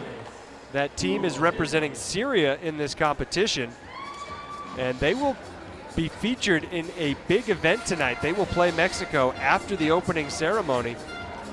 The opening ceremony is scheduled to begin in about an hour at 8 o'clock local time, and then that game scheduled for 9 o'clock local time. Late night Baseball 5 here on the first day of the second WBSC Youth Baseball 5 World Cup.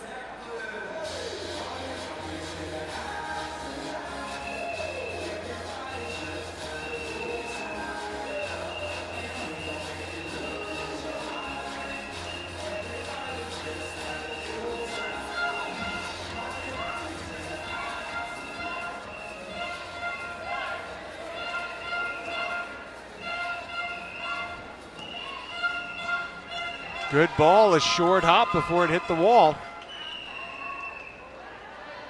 Lithuania all of a sudden looking like an offensive machine.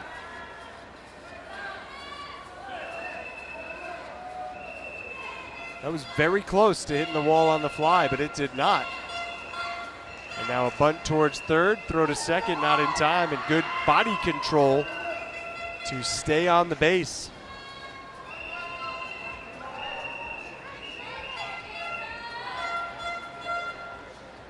Now it's Vikulovaite.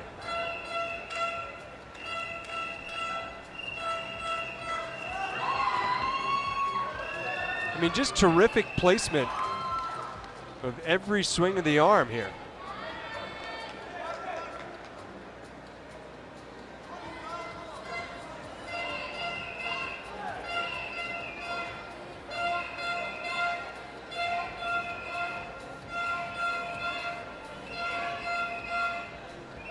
They're going to go towards first. They found a seam there, and Lithuania is going to continue to work that spot until Tunisia adjusts their defensive alignment.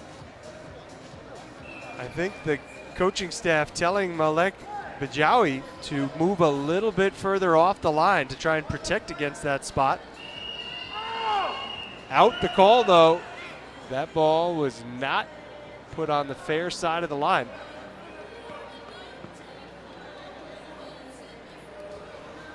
First out of the last of the second. You see the one-sided score, 7-0 Lithuania.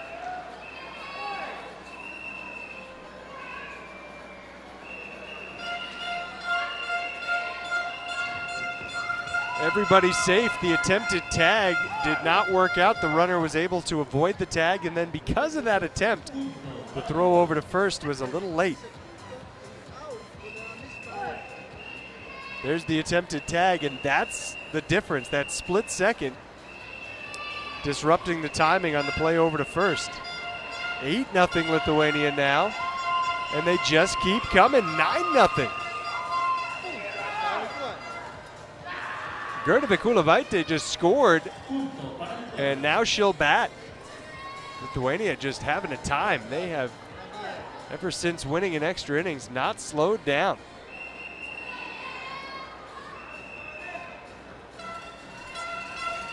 Softly hit on the right side, out at first, but 10-0. There is a run ahead rule. If a team's up by 15 or more after 3, then that ends the set. If a team's up by 10 or more after 4, that would also be enough to put it in the win column. We're not there yet, just the second inning, but if this continues along these lines, we may get there. Especially if Lithuania can add a couple here. 2 in scoring position with 2 outs. This is kind of a big at bat. And it's a hard hit ball, but no. They say the runner left second base early, and so that's going to be the last out. Bytul does not seem to agree.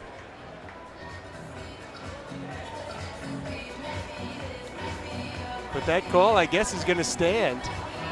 What a break for Tunisia. I wonder if we'll have a chance to look at that on replay. We may not, because the game moves so quickly. We're going to get right into the third and let Tunisia bat. Bytul really didn't seem to believe that call.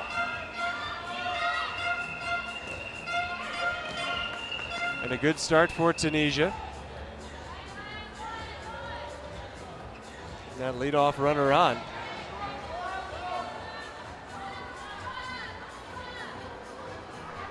I mean, this stadium is packed.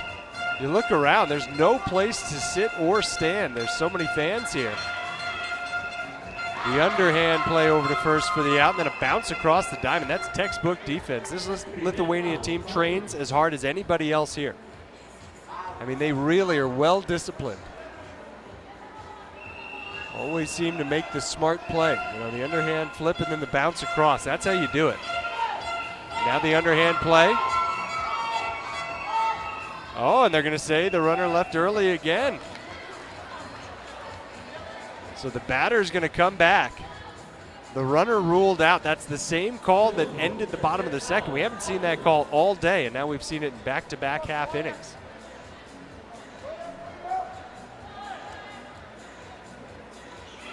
A push towards third, a hard throw to first. Nicely grabbed. And it continues to be all Lithuania. Going to the bottom of the third, 10-0 the score. Great defensive play. And if Lithuania scores 5, that'll be it.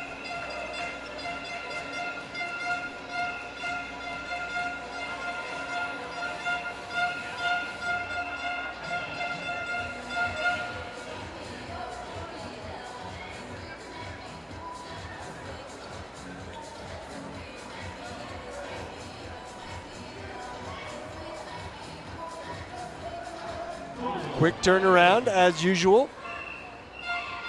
Jansenas, the batter.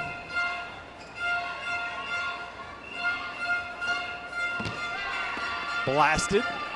Left side. Well done.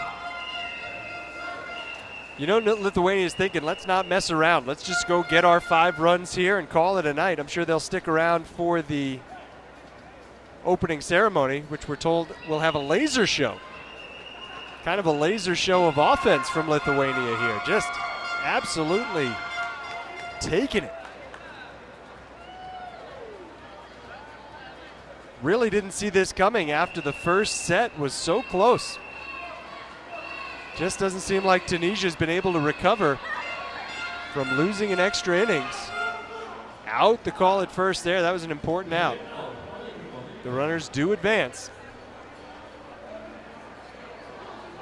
If Lithuania, even if they don't score, if they hold Tunisia off the board, good call, by the way, at first. A scoreless top of the fourth would end this right here. You know they want more, though. safe at first, run scores. It's now 11-0 with 2 in scoring position. Nope. Baitul sent back to first.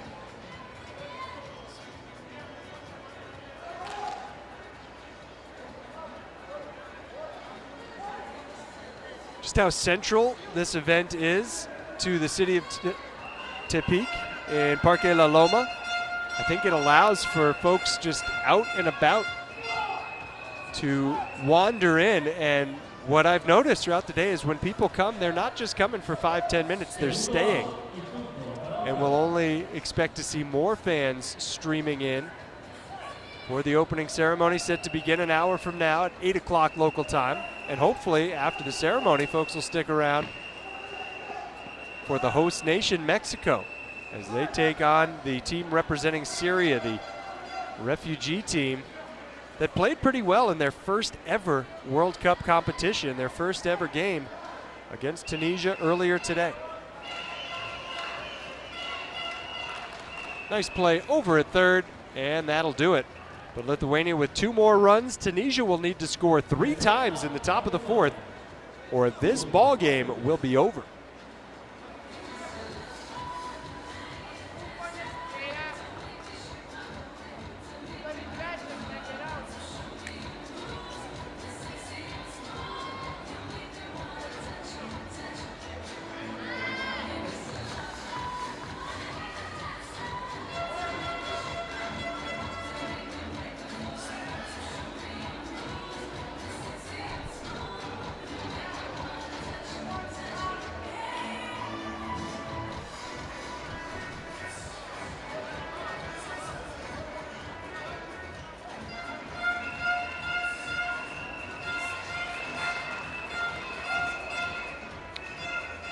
A nifty ball put in play there. One thing where I've seen teams kind of pushing the envelope today is getting that head start. You're really not supposed to leave that home plate square, that batter's square, until the ball is in play. Out at first and a quick throw across the diamond to prevent any further advance. Lithuania looks nice and cool, calm, and collected.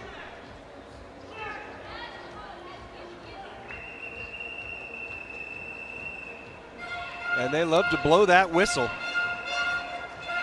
Up in the stands, 2 outs, 1 away from wrapping up the victory.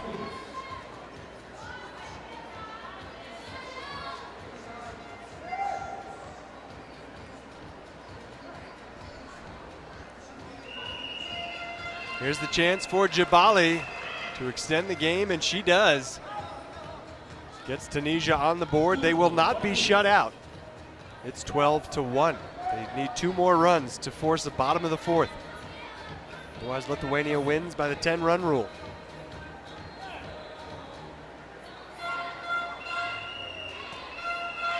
That could do it. Underhand flip. How about it? Lithuania wins in straight sets. They win 9-8 in extra innings in set 1, and they win 12-1 in 4 innings. In set 2, I'm not sure we've ever had a Baseball 5 game where neither set was 5 innings. Baseball 5, we had a 6-inning extra inning set and then a 4-inning set. Just a little quirk. First time that a Baseball 5 match does not have 5. And as this game continues to grow and evolve, we'll see more new situations. But how about it? Lithuania finishes the day 1-1. So does Tunisia. And it'll be some important matchups for these 2 teams tomorrow. Tunisia takes on Mexico at 10:30 in the morning, and Lithuania will play Syria at 12:30 local time. We will, of course, have all the coverage for you continuing on YouTube, select games on Facebook. You can find it all on WBSC.org. We'll step away for about an hour, but come back to air the opening ceremony. We hope you're enjoying day 1 of the 2nd edition of the WBSC Youth Baseball 5 World Cup. Craig Durham saying so long for now. We'll be back in a little while.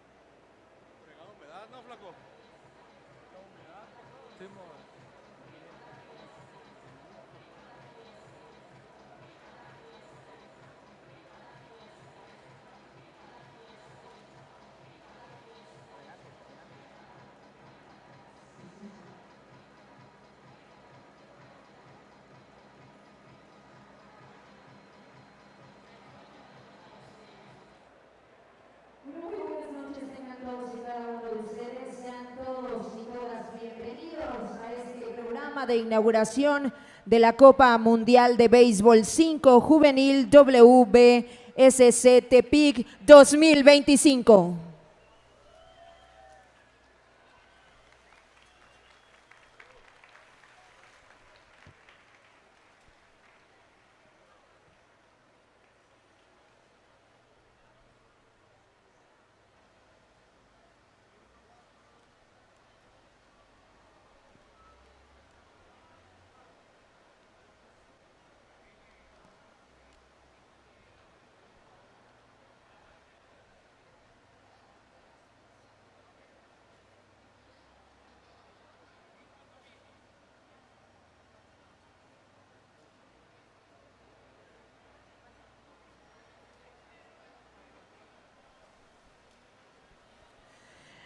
Bien, pues sean bienvenidos todos y cada uno de ustedes. Recordarles que este evento se preparó exclusivamente para disfrute de todas las familias nayaritas y por supuesto de todos los que están aquí presentes esta noche. Dense un fuerte aplauso, sean todos bienvenidos. Estamos a punto de dar inicio con esta gran ceremonia de inauguración. Agradecemos por supuesto a nuestras autoridades ya presentes en la cancha de juego. Y estamos a nada de ya dar inicio con esta importante ceremonia. Bien, para dar inicio les vamos a pedir a todos ponerse de pie, ya que realizaremos los honores a nuestra enseña nacional.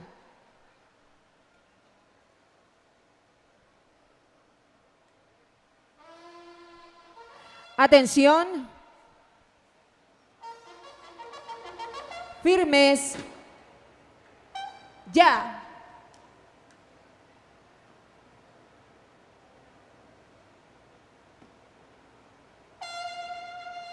Saludar, ya.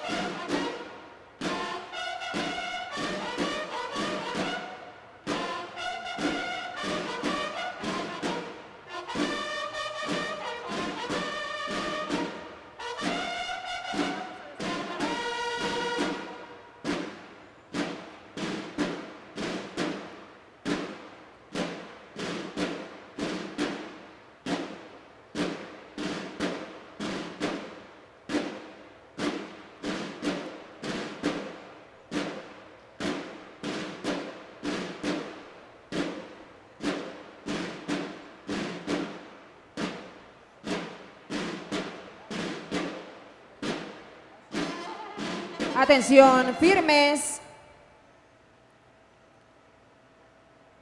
Ya. Con el debido respeto que se merece, entonemos todos juntos las notas gloriosas de nuestro himno nacional mexicano.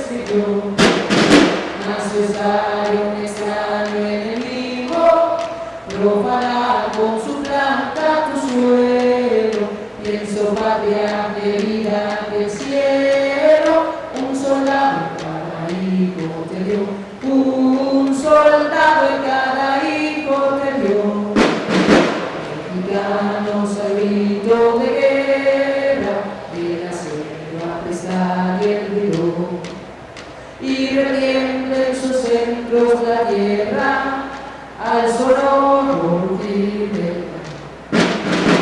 Y retiembla en sus centros la tierra al sonoro rugir del mar. Bien, a continuación nos disponemos a despedir a nuestro lábaro patrio con honores a la bandera. Atención, saludar. Ya.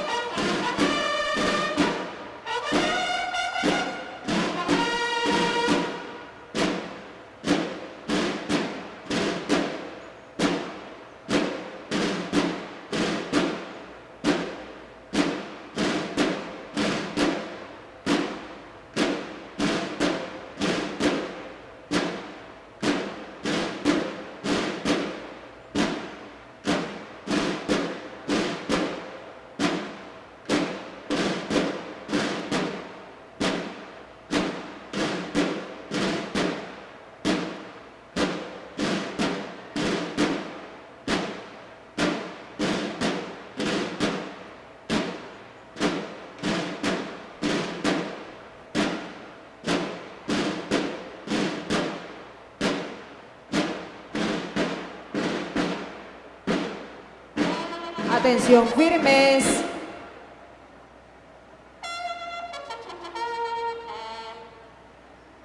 Ya.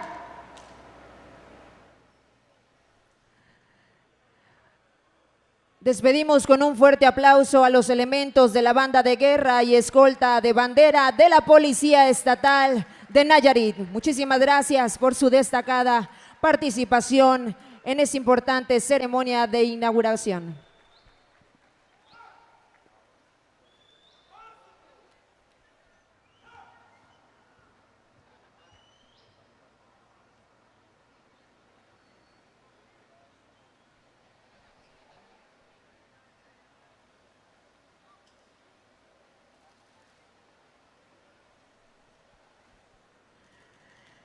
Bien, a continuación vamos a hacer la presentación oficial del trofeo al cual serán acreedores los ganadores de este maravilloso torneo.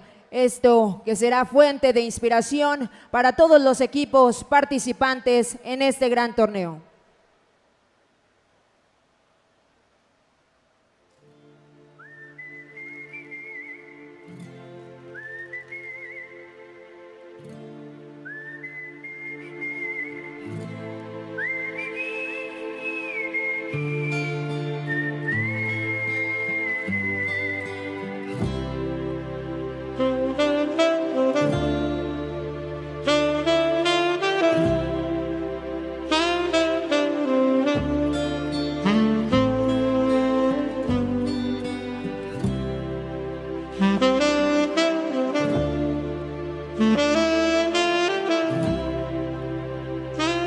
Bueno, ahí lo tenemos, este será el premio para el equipo ganador.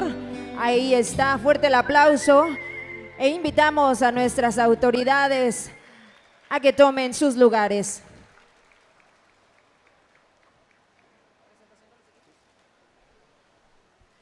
Bien, continuando con nuestro programa, presentaremos a los equipos internacionales que participarán en este gran torneo.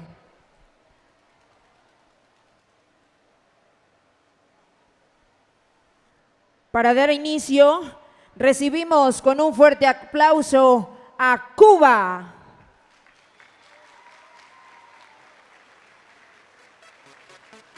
Fuertes sus aplausos, que se escuchen.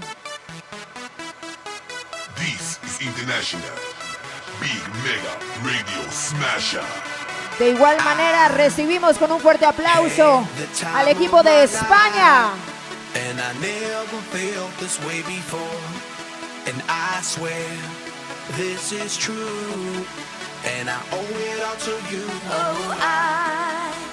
Recibimos de igual manera con un fuerte aplauso a Francia.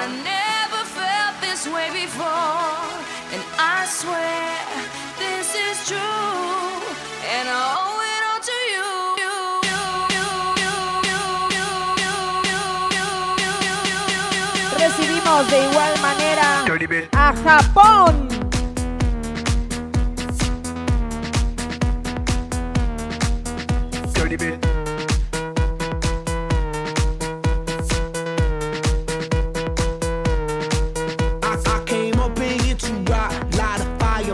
Fuerte el aplauso para recibir al equipo de Kenia.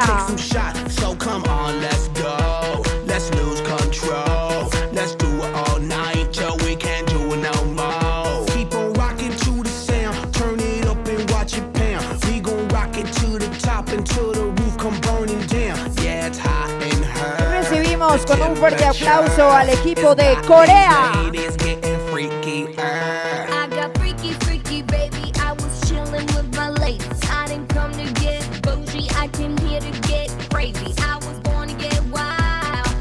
Así recibimos con un fuerte aplauso a Lituania.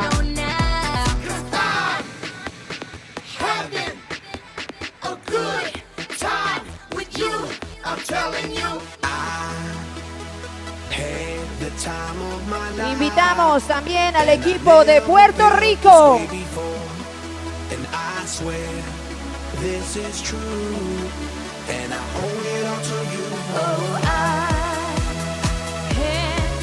De esta manera también recibimos al equipo de Siria.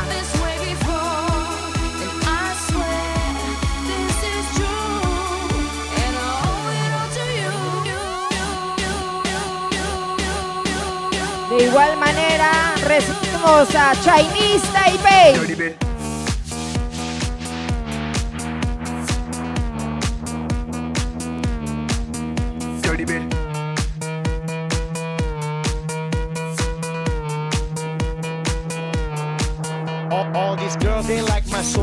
De igual manera vamos a recibir al equipo de Túnez.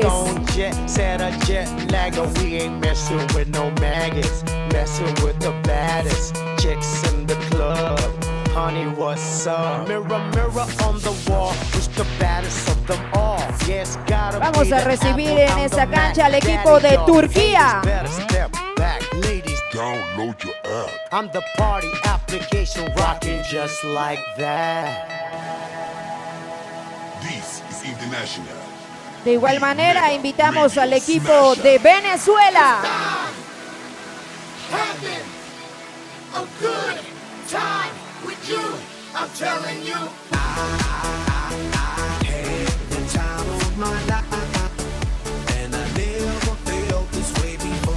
Y de igual manera recibimos con un fuerte aplauso al equipo de México.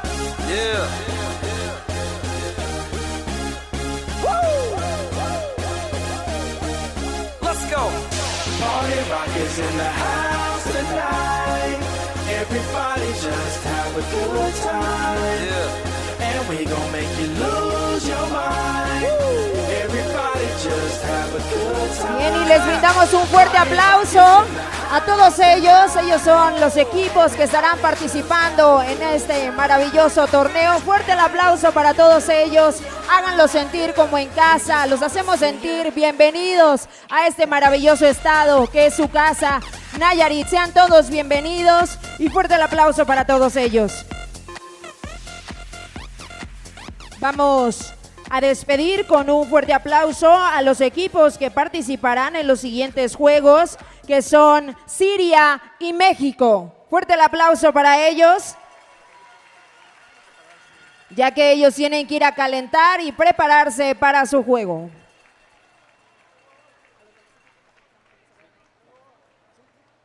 A los demás equipos los invitamos a que permanezcan en sus lugares.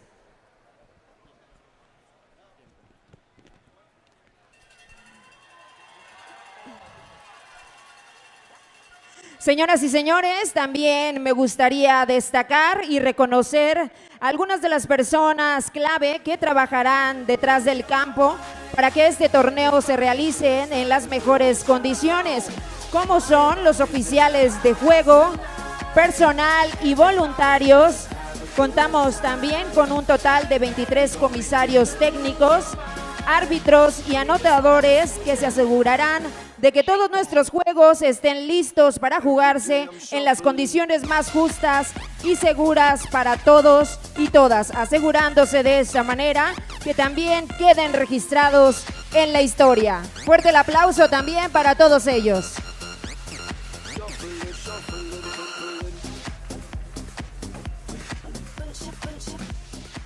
Bien, a continuación vamos a presentar a las distintas autoridades que el día de hoy nos honran con su valiosa presencia. Se encuentra con nosotros la Secretaria General de Gobierno del Estado, la licenciada Rocío Ester González García.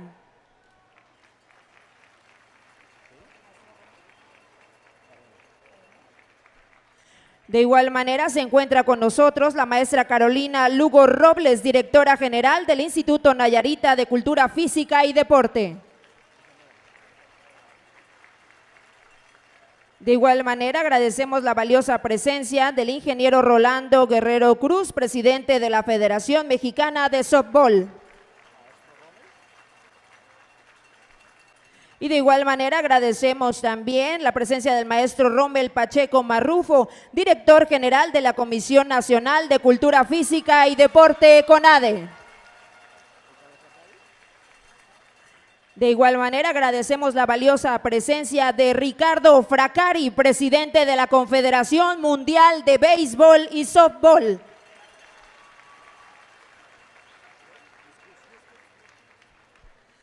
Muy bien, continuando con nuestro programa, vamos a pedirle que pase a hacer uso de la palabra para que dé su discurso a la Secretaria General de Gobierno, la licenciada Rocío Ester González García.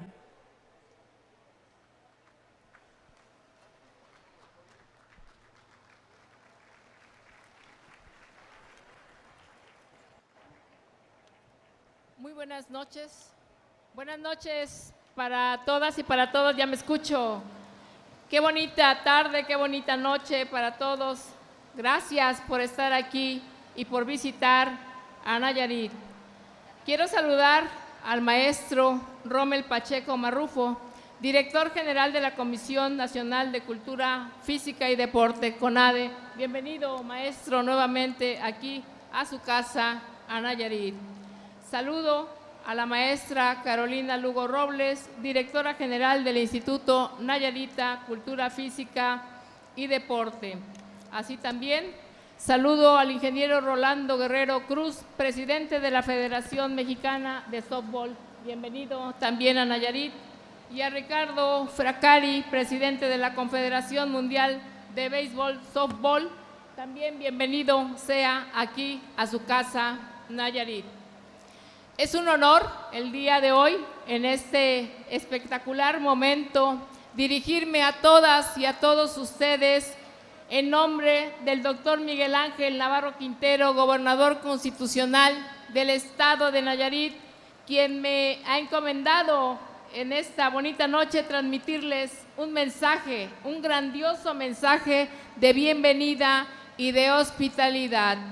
Hoy, Nayarit abre sus puertas al mundo con alegría y con orgullo.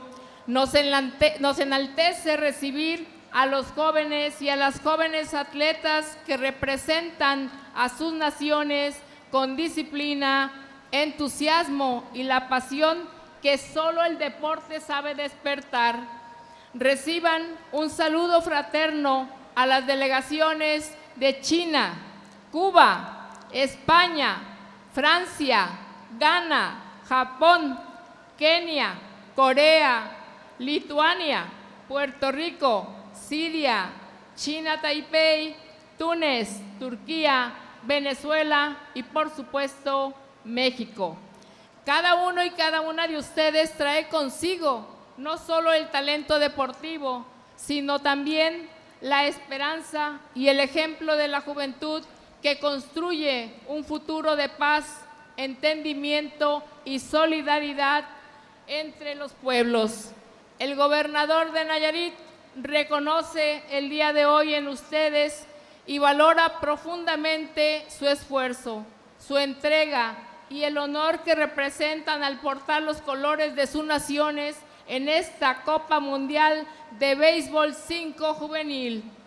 Para nuestro estado, Nayarit, este torneo es más que una competencia, es la oportunidad que ustedes tienen de mostrar que el deporte es un lenguaje universal, capaz de unir corazones y de derribar fronteras.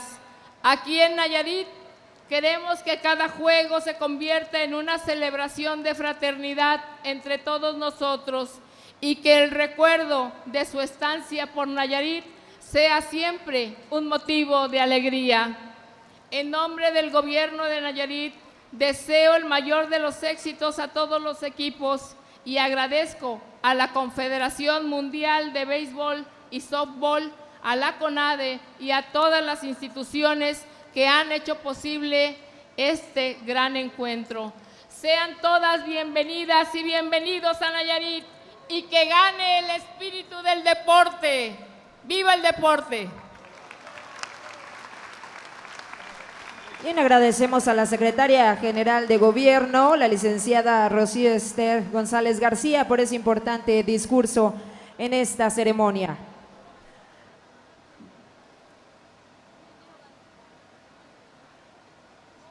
Bien, a continuación invitamos para que haga uso de la palabra al director general de la Comisión Nacional de Cultura Física y Deporte, CONADE, el maestro Rommel Pacheco Marrufo.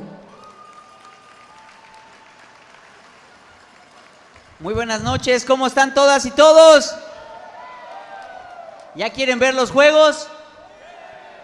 Primero que nada, bienvenidas a todos de todos los países que hoy nos acompañan. Gracias por estar aquí en este bello estado de Nayarit y en la ciudad de Tepic. Con ellos saludo a la licenciada Rocío en representación del gobernador, por supuesto a Carolina, a Rolando y un gran amigo de México, del béisbol, del softball, del béisbol 5, que es Ricardo Fracari, presidente de la Confederación Internacional de Béisbol, que hemos estado en mucha comunicación y en mucho trabajo de la mano para que se lleve a cabo este evento y muchos otros que hemos hecho desde estos 11 meses que me ha tocado estar en la CONADE. Primero que nada, reciban un gran saludo de la presidenta de México, la doctora Claudia Sheinbaum, que estamos trabajando a través del deporte y muestra de ello es lo que nos encontramos el día de hoy.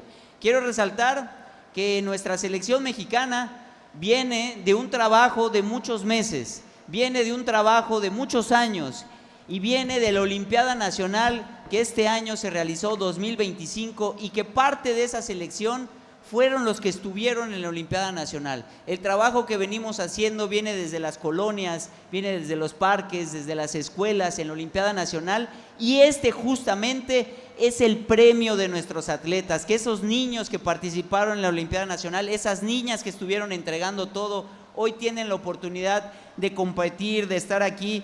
Y yo siempre he creído que el deporte transforma, que cambia vidas, que te da una dirección. Así que en esta nueva CONADE estamos trabajando en que hayan eventos internacionales, para que les dé fogueo, para que les dé preparación. Y como bien saben, este evento ya es clasificatorio a los Juegos Olímpicos de la Juventud del próximo año en Dakar. Así que los mejores equipos de aquí podrán estar dando esta pelea y esta competencia. Y algo que le estaba preguntando al presidente de la Confederación es que qué bonito trofeo. Y no sé si se dieron cuenta, pero quien lo llevaba traía unos guantes, como cuando presentan los torneos, la Copa del Mundo del Fútbol, que el próximo año vamos a hacer sede, o la NFL.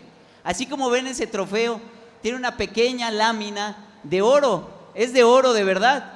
¿Sabían? ¿No les gustaría que el esfuerzo y el trabajo de estos niños sea recompensado, sí, con la clasificación a Juegos Olímpicos, pero con ese premio, con ese estímulo, que se lo van a llevar a su país? Ojalá y se quede aquí en México, pero bueno, dependerá. Y que ese es un gran esfuerzo y trabajo que estamos haciendo en equipo. Participan 16 equipos de distintos países, y algo que hay que recalcar, que el deporte une naciones, une familias, une equipos, nos une a todos nosotros. Y por primera vez tenemos a un país que ha pasado por diferentes dificultades, que antes se le nombraba como refugiados, pero hoy, después de muchos años, este es el primer evento a nivel mundial donde Siria porta su bandera. Esto es lo que estamos haciendo en México. Un fuerte aplauso a este gran país que hoy nos representa y que está aquí. Yo con esto concluyo. A todos los países que hoy nos acompañan, que ya mencionaron: España, Japón, Corea, Puerto Rico, China, Taipei, Turquía, Venezuela, Tunisia, Lituania, Kenia, Francia, Cuba, Siria y por supuesto México, mucho éxito. Que aquí demuestren lo que han entrenado todos y cada uno de los días, que aquí entreguen el alma, el corazón y la pasión por el deporte. Mucha suerte, mucho éxito. Arriba el Béisbol 5, arriba México, y que gane el mejor. Muchas gracias.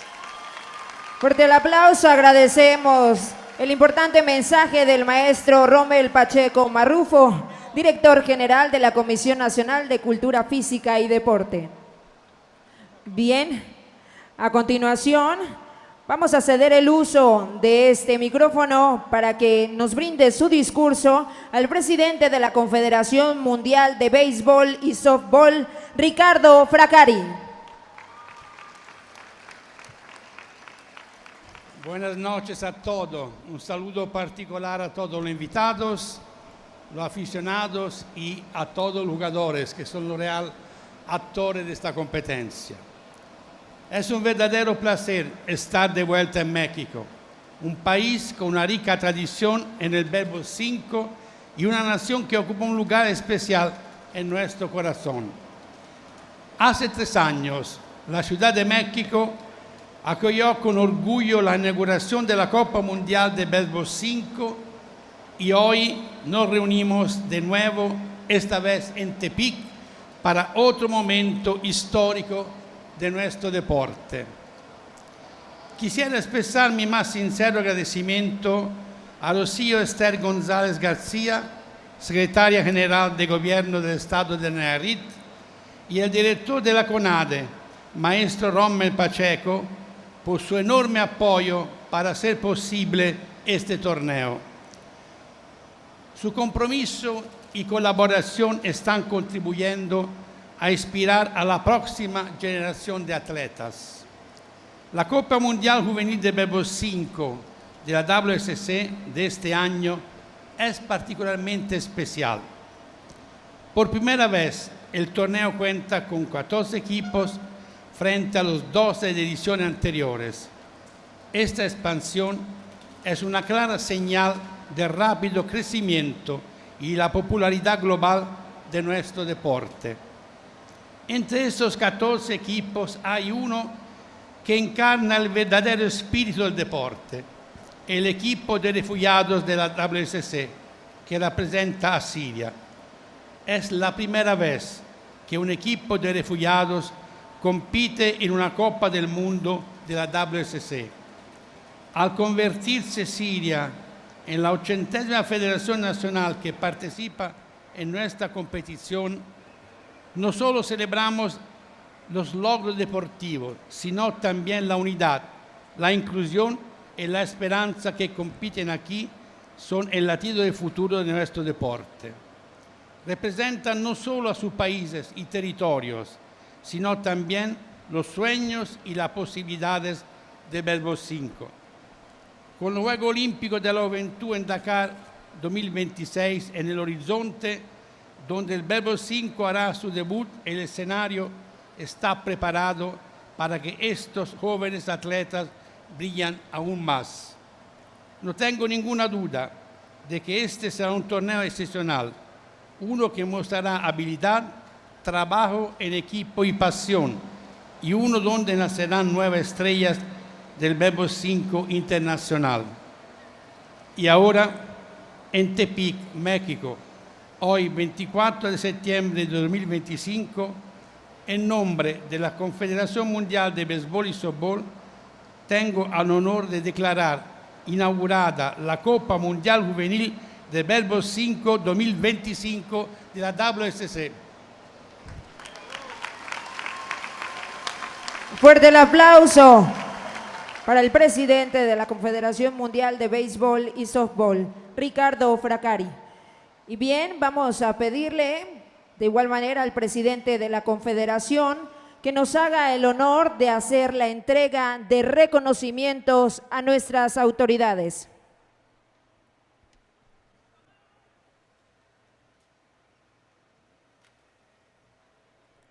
Bien, en primer lugar llamamos a la maestra Carolina Lugo Robles, directora general del Instituto Nayarita de Cultura Física y Deporte.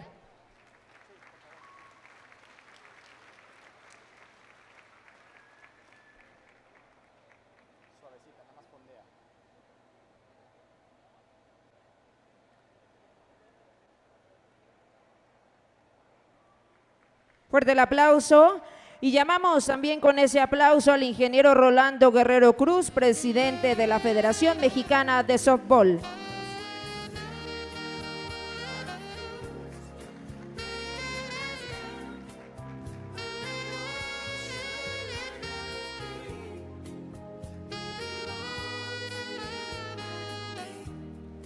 Muy bien, a continuación invitamos a que pase a la secretaria general de Gobierno, la licenciada Rocío Esther González García.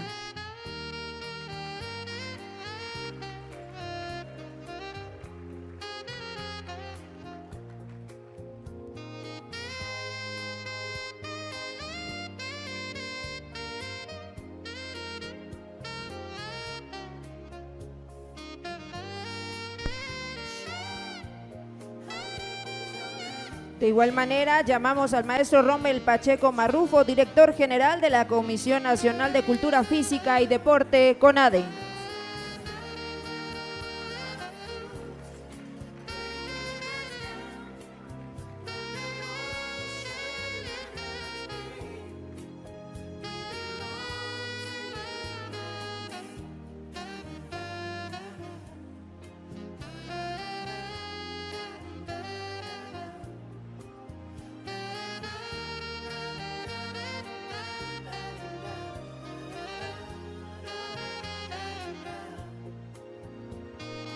Muy bien, invitamos a nuestras autoridades a sentarse y a tomar sus lugares. De igual manera, los equipos permanecer alrededor de la cancha y que tomen asiento para poder disfrutar del show sorpresa que se tiene preparado en esta noche.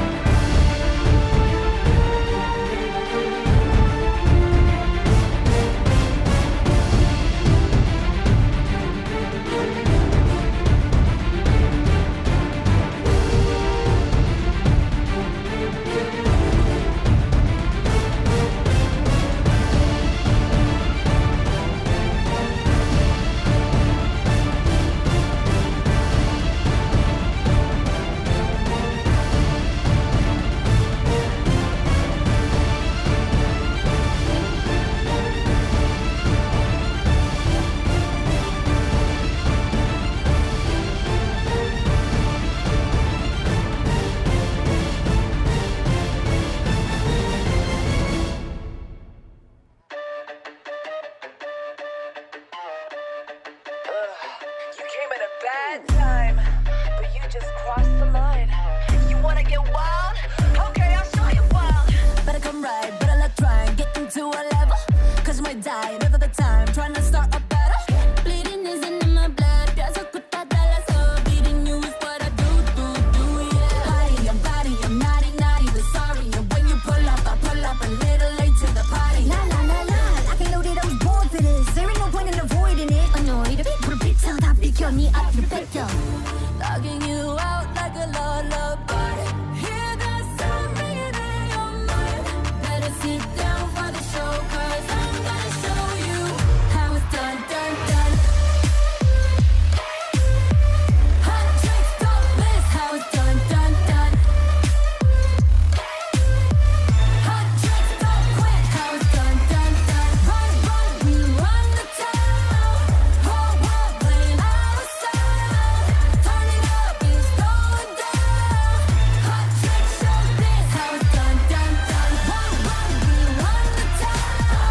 Whole world playing our sound. Turning up is going down. Hot tricks, show this how it's done. We hunt you down. We got you now. We show you how. Hot tricks, show this how it's done. Bien fuerte el aplauso. De esta manera damos por concluida esta maravillosa ceremonia de inauguración de la Copa Mundial de Béisbol 5 Tepic 2025. Muchísimas gracias a todos. Agradecemos a nuestras autoridades y a todos los equipos participantes, invitando por supuesto a la sana participación y convivencia entre todos los equipos y por supuesto deseándoles lo mejor. Mucho éxito para todos. Gracias y buenas noches.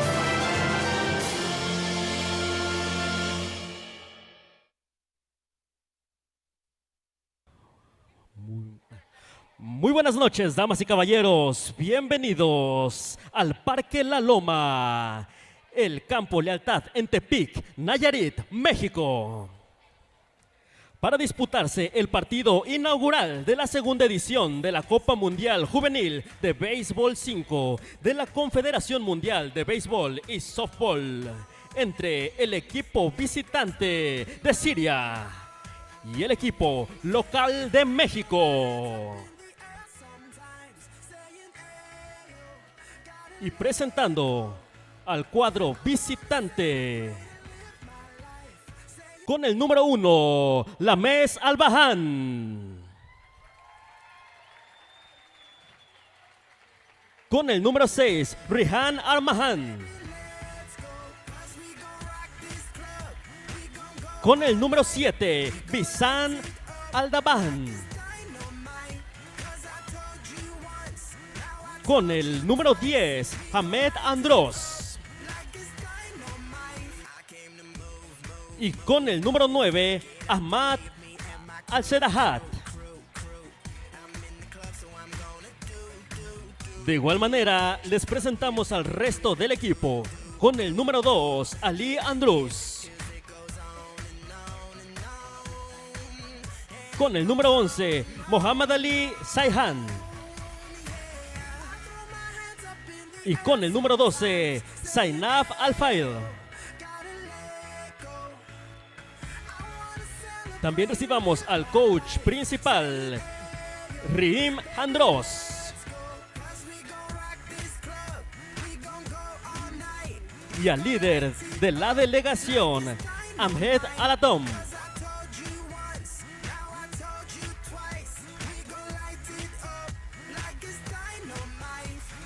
De igual manera, recibamos al cuadro local, la selección de México. Presentando con el número 34, Jesús Efrén Espinosa Mendoza. Con el número 10, Mia Yukari Franco Medina. Con el número 13, Axel Adrián González Lugo. Con el número 25, Abril Yanina Martínez Hernández. Y con el número 19, Etsi Michelle Valenzuela Noriega.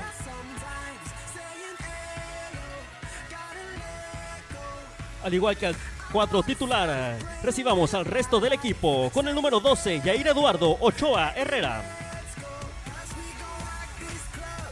Con el número 56, Manuel de Jesús Armenta Espuma.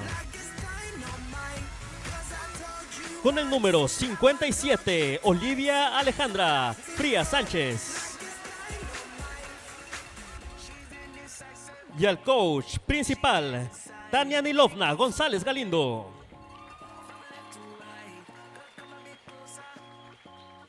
Al igual que al líder de la delegación, Jesús Jorge Sandoval Rocha.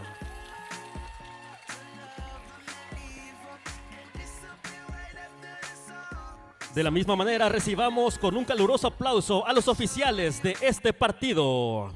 En el home plate de Kenia, Brian Manyeki.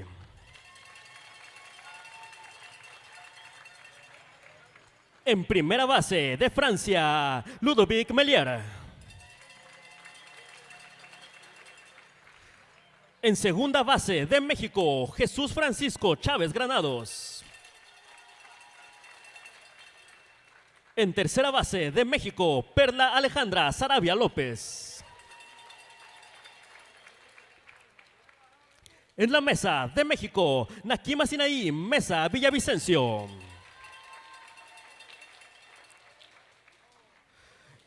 Y muy bien, damas y caballeros, quienes tengan la posibilidad de hacerlo, favor de levantarse de pie, al igual que quitarse sus sombreros para escuchar respetuosamente el himno del cuadro visitante, Kenia. Siria.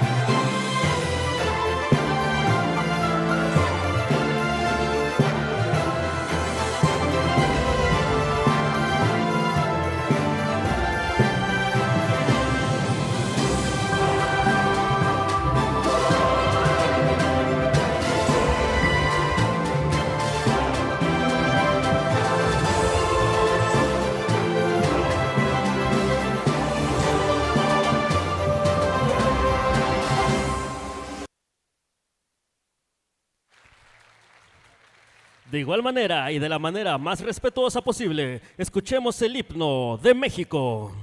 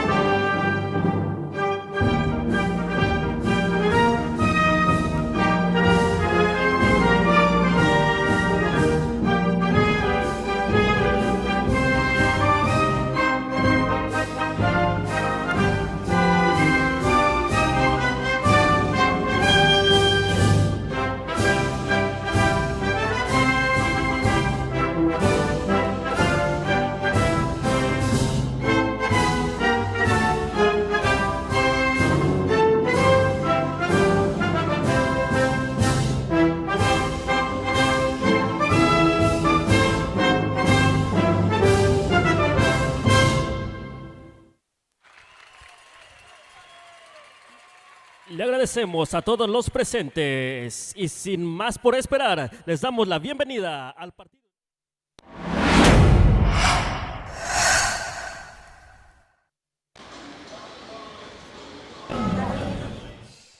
Welcome back once again to Parque La Loma in Nayarit, Tepic, the host city of this WBSC Youth Baseball 5 World Cup. Craig Durham, happy to be with you for the main event of night one following our opening ceremony. It will be the host nation, Mexico, taking on the refugee team representing Syria in what is going to be an historic matchup here at the Baseball 5 Youth World Cup. This team from the Azraq refugee camp became this afternoon the first ever team to represent Syria in a baseball, softball, or Baseball 5 World Cup, and the first team of refugees to participate in a WBSC World Cup event. And you know what? They weren't just participating.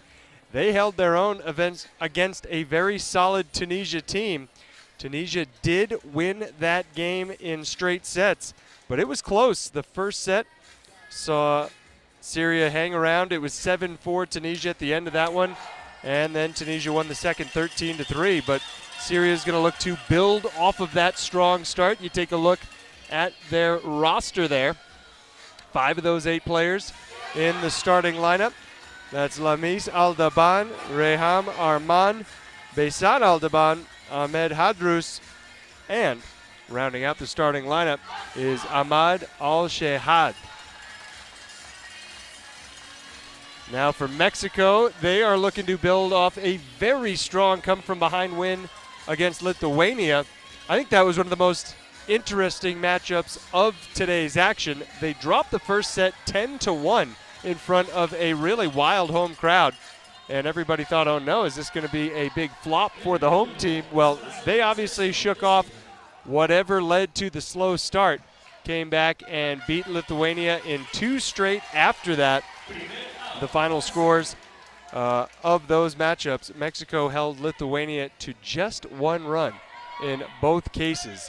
So Mexico looking to close out the first day 2-0 as Syria looks to get in the win column for the first time, but a nice start for the Mexico defense. 2 balls in play, 2 outs. And if you're just joining us for the very first time, if this is your introduction to Baseball 5, we'll do our best to inform you about the intricacies of the game, the rules of the game. A bounce over to first. That is a slick defensive play. And Mexico is able to work a 1-2-3 first inning, and now they'll let their offense loose, see what they can do in this matchup. There are no rules about how you get the ball to first base or any of the bases. It is simply a matter of your strategy. Sometimes it makes more sense to throw it hard overhand. Sometimes you want to toss it underhand. Sometimes you sidearm it over to first. And other instances like the one you just saw there, it works best to bounce it over to first. It's a game that allows for creativity on the defensive side and the offensive side. And Mexico in that top of the first inning showed you the way the game can be played defensively. And now we'll see what they can do on offense. That's a strong start. Leading off was Jesus Espinosa. And he's now on first. You realize how quickly this game goes. And again, just setting the basics for you. There's 5 players in each starting lineup. And an out was just called there. The reason being the batter left the batter's square before the ball went in play. You can't really get a running start. You need to hit the ball first, wait for it to get out of the square before you start running. And so Mexico charged with their first out of the bottom of the first inning. Still a runner on first, and now a hard hit ball. That will put runners on first and second. That was Axel Gonzalez, who's batting third for Mexico. 5 players in each starting lineup will play 5 innings, and then we'll do it again. It's a best-of-3 format. As a ground ball on the right side is handled. Nice play over at first base. Abril Martinez is out. And this is a big moment for the Syria team. Can they make a defensive play here to keep Mexico from scoring in the first inning? Pivotal moment early on. Oh, it's a hard line drive. It bounces off the hands. Here's the throw home. Everybody's going to be safe. 2 runs in for Mexico. And a 2-0 lead in the first inning. Solid contact right there by Edzi Valenzuela. And you hear the big home crowd responding. As Mexico has struck first. So that we get back to the top of the lineup. That's what happens when you have just 5 players in the lineup. You roll it over in a hurry. Jesus Espinosa bounces it up the middle.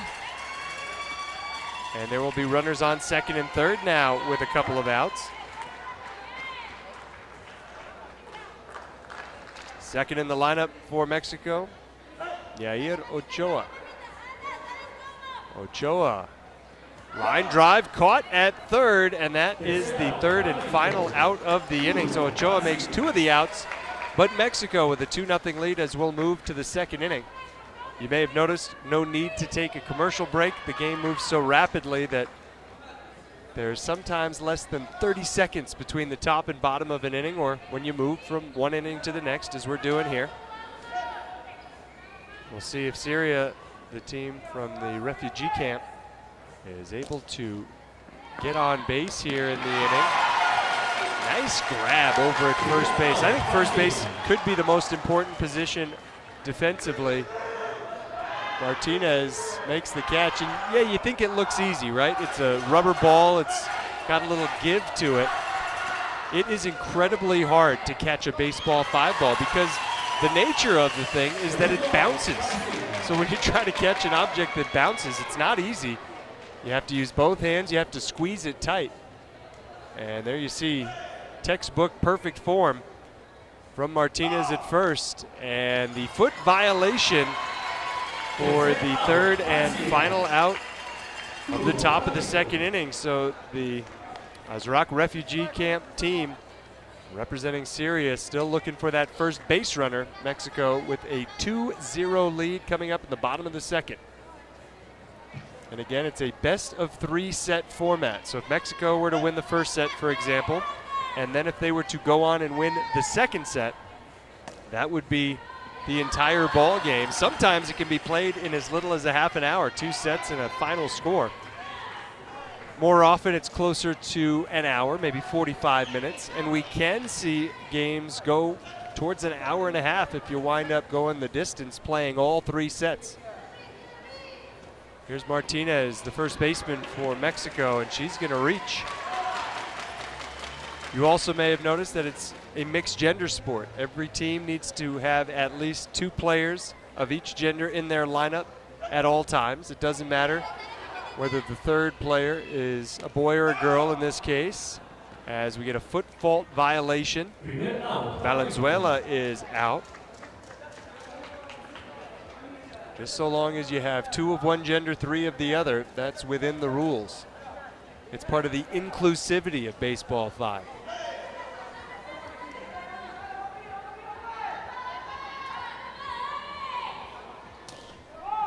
A hard hit ball that's going to get through the defense, get to the wall, and score another run for Mexico.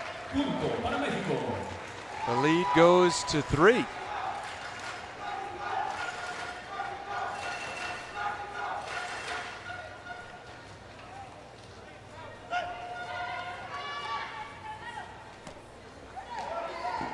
This is Mia Franco for Mexico, reaching safely.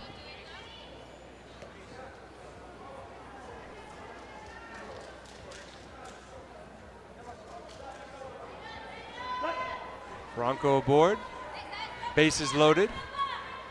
Chance for a big inning for the Mexico national team, and a good job finding the hole in the defense and scoring 2. Time called by Syria. That is a very important part of the game. As the defensive team, you control when the action stops. So when everybody's gotten to their base for the offense, the smartest thing to do is to raise your arms.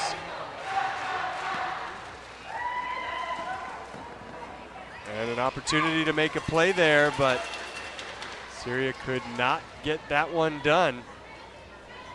And Mexico with 1 out, a 5-0 lead. Looking like they're in a great position to continue to build on the lead.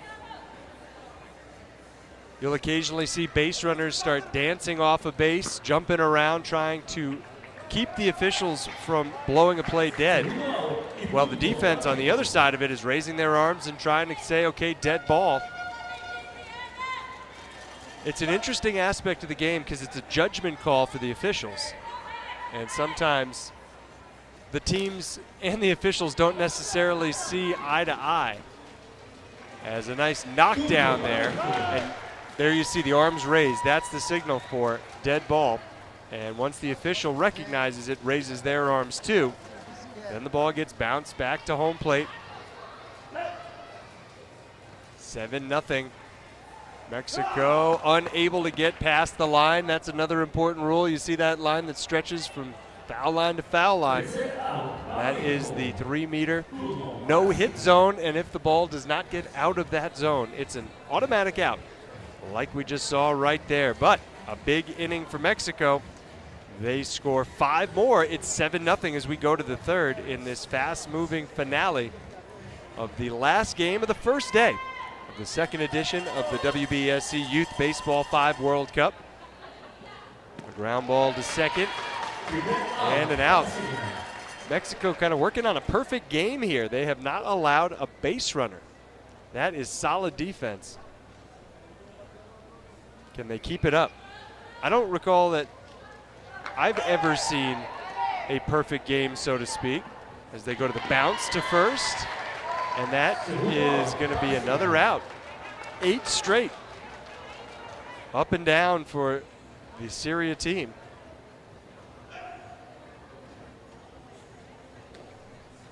And a hard hit ball knocked down, underhanded to first, and make it 9 up and 9 down for Mexico. Just putting on a clinic of how to play the game.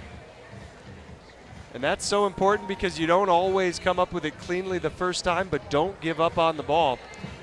You usually do have time to recover, squeeze it, and get it to first in time for the out. So there's more good defense from Mexico in front of this packed house in Parque La Loma, the site of this World Cup. There's 2 fields, but the other field has been put to bed for the night.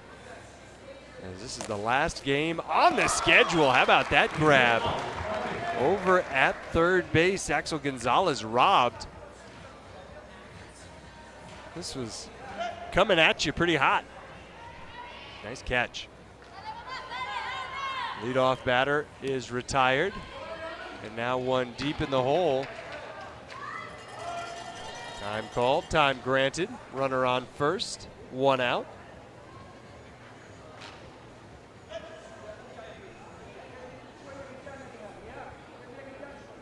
Here's Valenzuela.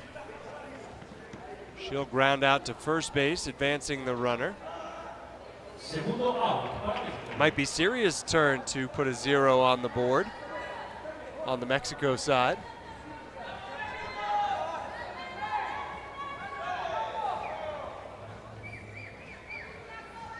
Jesus Espinosa has other ideas. Line drive to second.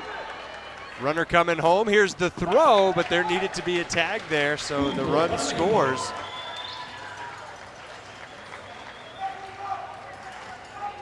And it's now 8-0 to the delight of the home crowd here in Tepic and Nayarit.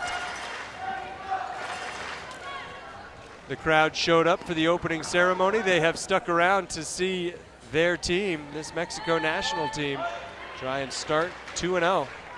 And I have to say, I've seen a lot of opening ceremonies and a lot of WBSC events. That might have been one of the best. It featured a full laser show. There were some great speeches from both WBSC dignitaries and folks representing the government of Nayarit, sporting governing bodies here in Mexico. 2 more runs score. Meanwhile, on that play, 10-0 Mexico. All 14 teams that were participating were in attendance. And there was just a lot of goodwill on display. And the fans who were here for that, like we said, they are sticking around. There is no place to go, as you can see from that beautiful shot. This is a packed house on a Wednesday night in Tepic. And how about the work of our Mega Cable crew? First day ever covering a Baseball5 event, and they are just crushing it. This is a 6-camera setup we're working with, and they have done a fantastic job providing replays, providing camera angles, including this one right here, which shows the officials at the scorers table talking it over.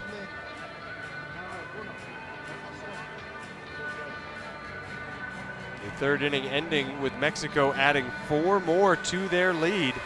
It's now 11-0, and there's a run ahead rule that if a team is up by 10 or more after 4 innings, then it's ball game over. And that means that unless Syria scores 2 runs here in the top of the 4th, that's the end of the set. It won't be the end of the entire ball game, but it'll be the end of the set. And if they can do it 1, 2, 3, it would be a perfect defensive game from Mexico.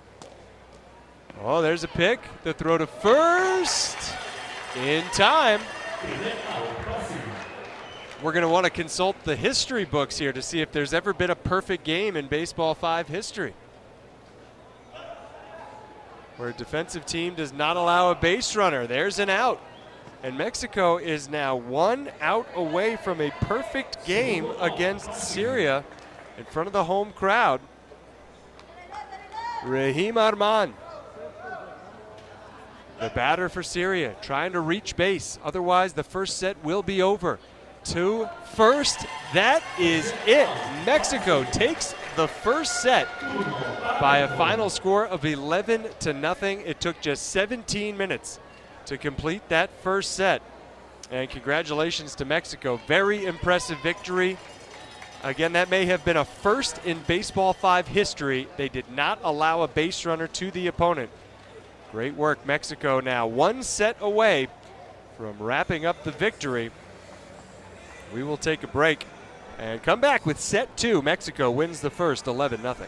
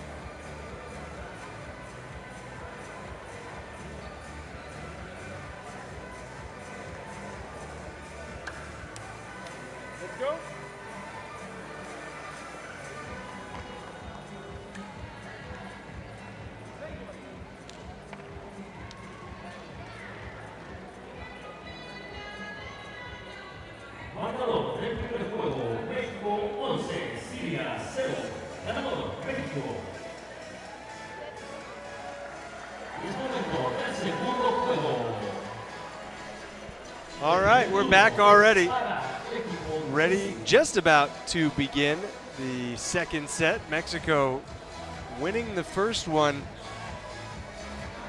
11-0 without allowing a base runner. The first time I've ever seen it happen. It may have been the first time in WBSC Baseball 5 World Cup history when a team has held their opponent off base the entire time. And congratulations to Mexico for that outstanding show in front of the big home crowd. I love the way the city of Tepic has come out to support this World Cup event on this Wednesday, and I'm sure the crowds will only continue to grow throughout the week. But I mean, there were times today when both fields, every seat was full in the stadium. And meanwhile, how about that from Syria? They do not get a base runner in the first game. Their leadoff batter reaches in the second, but a pretty quirky double play will quickly erase that base runner. Watch this. Line drive, bounces off the hand at third base, then it's caught at short. Gonzalez goes across the diamond. That's a heads-up play by Axel Gonzalez. And there's 2 outs in the top of the first inning. Syria looking for another base runner and finding another base runner. Hard hit ball by Muhammad Ali Shahihan. So 2 hits for Syria in this inning. A bounce to first, safe as the throw took the new first baseman, Oliva Frias, off the first base bag. And a chance for Syria to score first in the first inning. Second and third, 2 outs. A big moment for this team in its first ever WBSC Baseball 5 World Cup, but Mexico comes up with the defensive play to keep Syria from scoring in their half of the first inning. So 0-0 as we move to the bottom of the first. Mexico the home team in every respect in this game. And it looks like Syria may be sending in a substitute defensively. Ali Hadrous is talking to the officials. He gets a pat on the back from head coach Amjad Alatoum, who's assisted by Reem Hadrous, who's a resident of the Azraq refugee camp. I mean, this is just an incredible story. This Azraq refugee camp team in a World Cup event. Mexico says, yeah, it's a wonderful story. We respect it. We honor the work that this team has put in, but we're here to win too. And they showed that with an 11-0 win in the first set.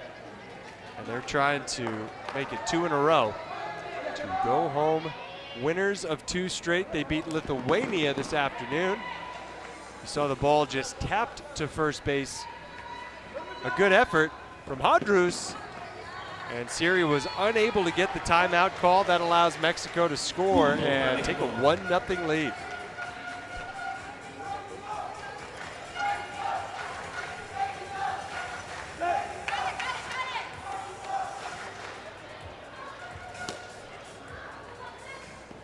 Underhand to first, they get the out, and then quickly the attention gets turned to the base runner chasing Ochoa back to second there.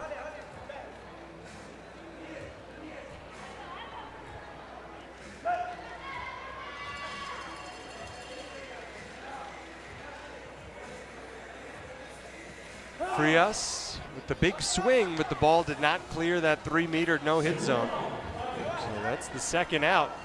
And a nice job by Syria after it looked like Mexico might be set up for a big inning. Back-to-back outs on back-to-back swings. And this almost able to send us to the second. Throw not handled at first base. Ochoa scores, it's 2-0. There was a nice speech from WBSC President Ricardo Fracari as part of the pregame ceremony. He's had great things to say about the experience of this refugee team from the Azraq camp in this event. That throw goes a little high on its way to second base, and the first inning will continue. but the WBSC president tweeted from his account at WBSC president, "It's thrilling to see how the refugee team from the Azraq camp has advanced since the project started." He notes how they get the chance to experience the feeling of a World Cup, and they are making the most of it. Really good work in that first inning, holding Mexico to just 2 runs. We'll go to the top of the second. You know, this was initially planned as a learning trip to Tepic for this team from the Azraq camp.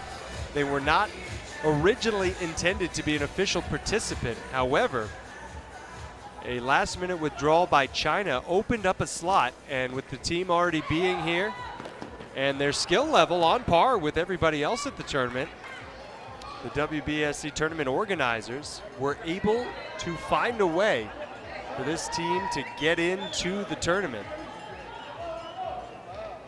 And I think that was great work by everybody involved to make some quick decisions.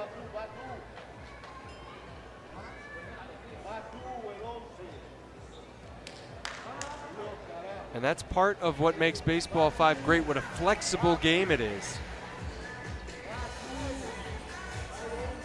The Azraq team is making sure that they don't bat out of turn here. That would be an automatic out if they sent the wrong player to bat. It is Shaihan's turn to bat.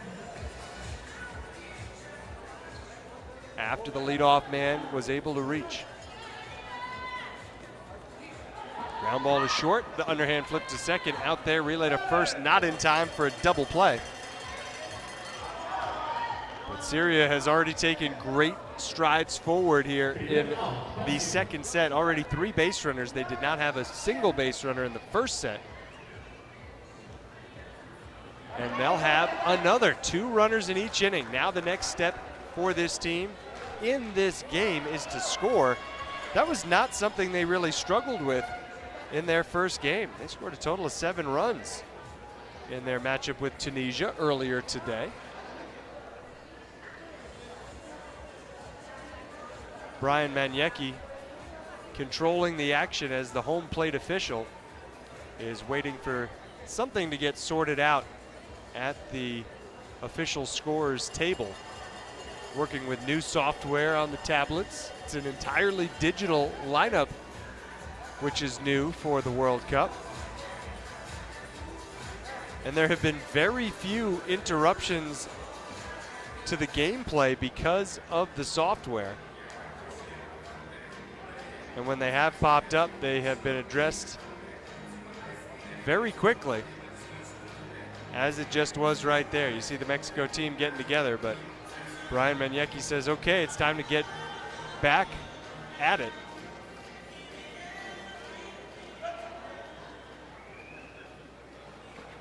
And the ball hits softly left side of the field, which you can also call a court. It's made up of a lot of tiles. You can see the squares. Some gray, some black, some white, some yellow even.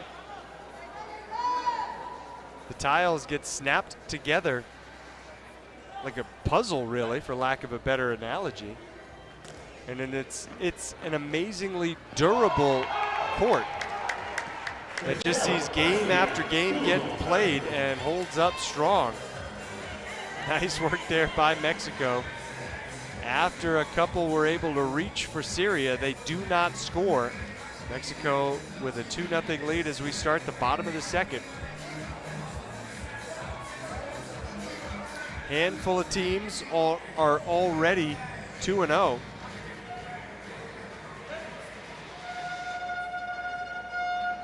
Looking at the standings, Cuba is 2-0. Chinese Taipei 2-0. Venezuela 2-0. This is in Group A, this matchup you're watching now between Mexico and Syria. Lithuania and Tunisia, they're both 1-1. Well,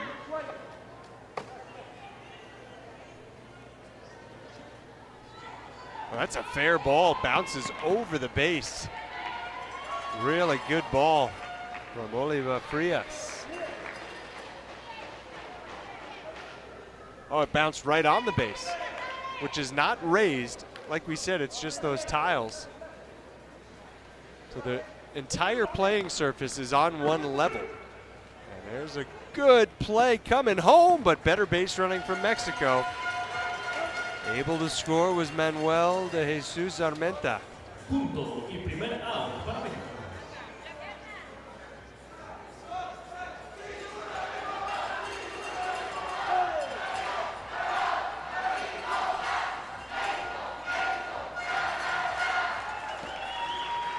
Smashed up the middle, that'll score another run. Punto para México. 4-0.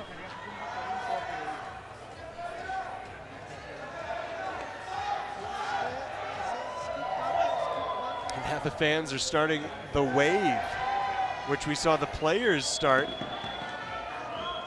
and continue all the way around the court during the pregame ceremony, the official opening ceremony of the tournament. So far, they're having trouble getting the wave out of the first base corner, but they're going to keep trying. Hey, that one made it around. Speaking of, Mexico around again for another run. 5-0 as we play in the bottom of the second. They scored 2 in the first, already 3 in the second inning. Look at that speed. Gonzalez beats the throw.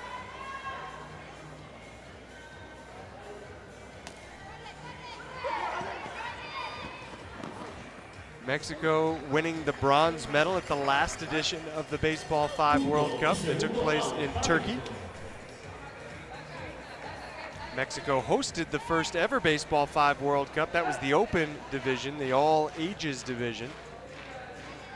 And it was quite the spectacle at El Zocalo in Mexico City as that ball sails over the fence. There are no home runs in Baseball5.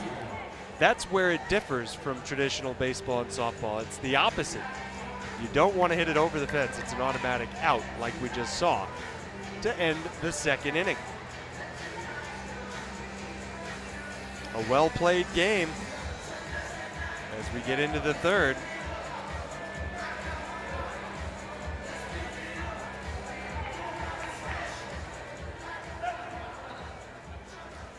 And this is a game that feels good as we look at WBSC President Ricardo Fracari watching on from the VIP section. There's lots of feel-good stories when it comes to Baseball5. But this right here, the host nation Mexico against a first-time participant, this is about as feel-good a story as you'll ever get in sports. We're really glad you decided to join us here on YouTube. Whether you came from social media, Instagram, TikTok, perhaps WBSC.org, or Facebook. However you found your way to our broadcast tonight in Nayarit. Some late night Baseball5 in Tepic. 9:30 local time. We're happy to have you with us. It's going to be an underhand ball put in play and then an underhand ball sent over to first base for the out. Syria advancing the runners. They're on second and third. Big spot here. Ahmed Hadruz will look to deliver.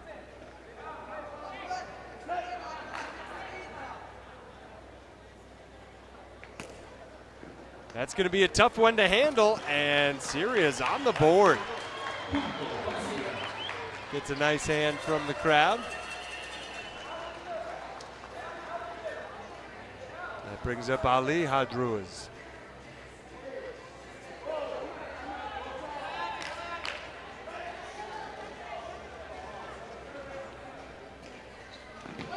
They go to that same spot. Mexico having a little trouble defending that part of the field.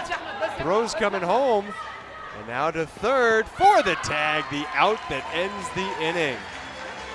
Overly aggressive base running from Syria. They might have let a potential big inning slip away. They do score 2. Mexico's lead is 4 as they come to bat in the bottom of the third.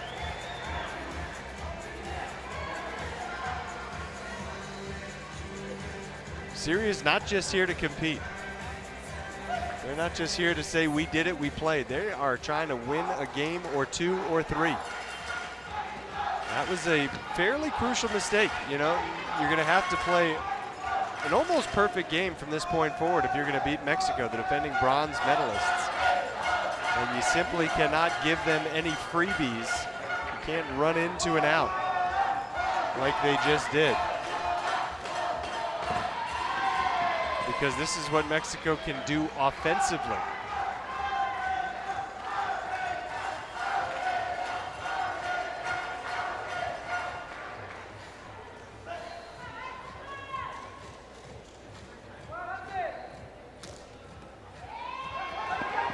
Pretty good whack at that one. Throw home. Oh, that was a great throw and catch, but there was one piece of that puzzle missing. That was the tag. And now it looks like Mexico's poised for a big inning. Second and third, nobody out.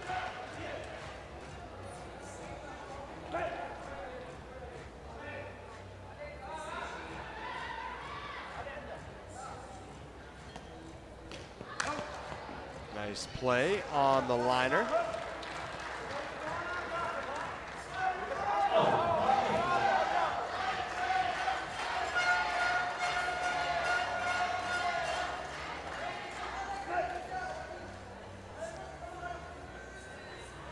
Mexico is coached by Jesus Sandoval.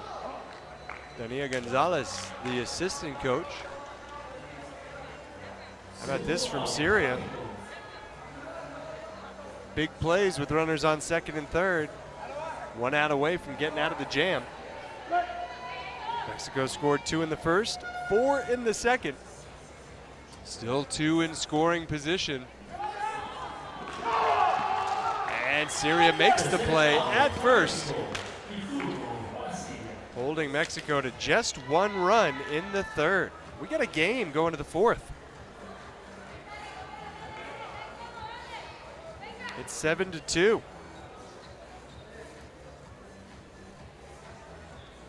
Looks like this one will potentially go all 5.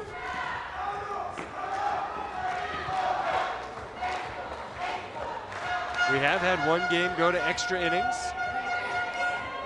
It was the first set of the Lithuania-Tunisia matchup, the other 2 teams in Group A.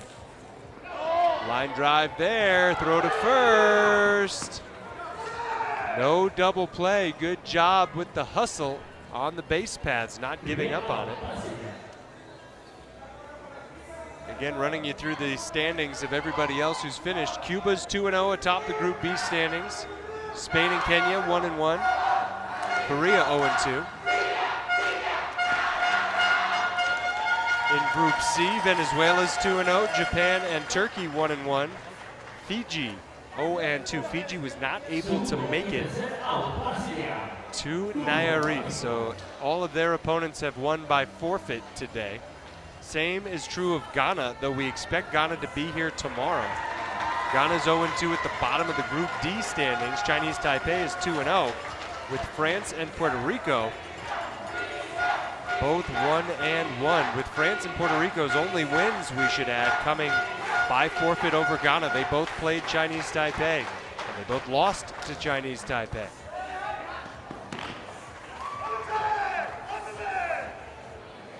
Safe at first. Nayarit Ochoa was sprinting, and on that great replay, again, cannot thank our Megacable crew enough for the great work they're doing today.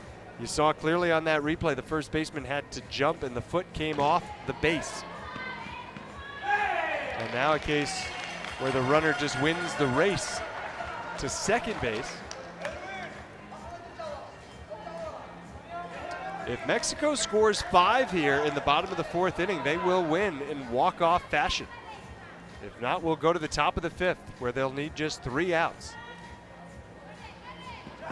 Uh-oh, nobody at third base. Now nobody's home. Syria getting caught a little bit out of position here, and they need to pause and regroup, or else Mexico could just run right through this 4th inning, just keep the line moving.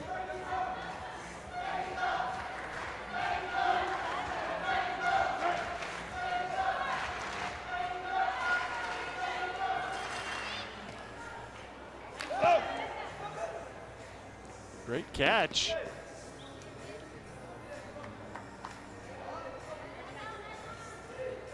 I thought it was a catch, but no double play.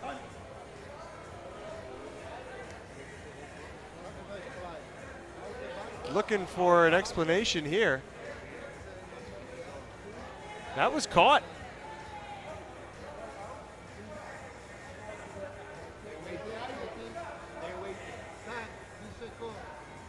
And then you see running over to first. Now, that did look like the runner was tagging up. And if you're familiar with traditional baseball and softball, after a team catches the ball on the fly, the runner at third can run home. That's what we just saw right there. A tag up and score situation.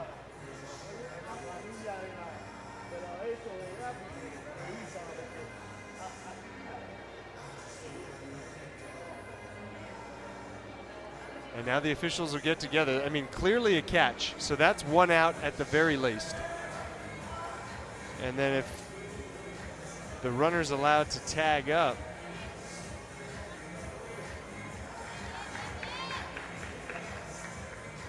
which they are,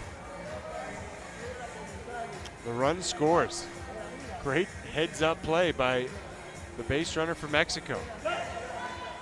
There is one out. There's one runner on, the runner at second.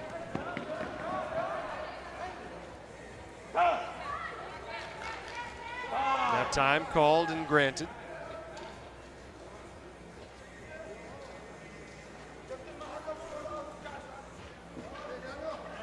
First and third with one out.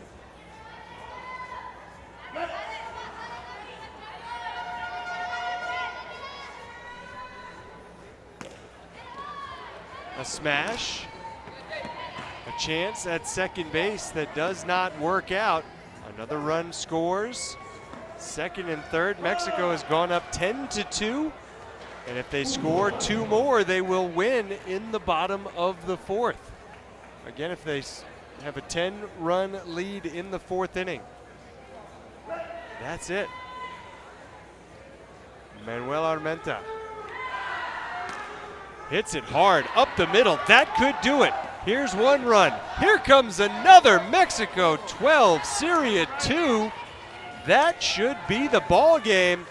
Mexico takes a 10-run lead in the fourth inning, and they win by virtue of the 10-run rule. Congratulations to Mexico. 11-0 in the first set, 12-2 in the second set. In front of the big home crowd, they did not disappoint. And they come up with an outstanding performance to go to 2-0 after one day at the WBSC Youth Baseball 5 World Cup. What a story, this Syria team from the Iraq refugee camp. They will be back in action tomorrow all day long. Mexico's next opponent is Tunisia. Syria will play Lithuania. We'll have that action and more when we come back with day 2 of the WBSC Youth Baseball 5 World Cup on WBSC.org's YouTube and Facebook channels. We thank you for joining us. We do appreciate you being a part of the growth of Baseball 5.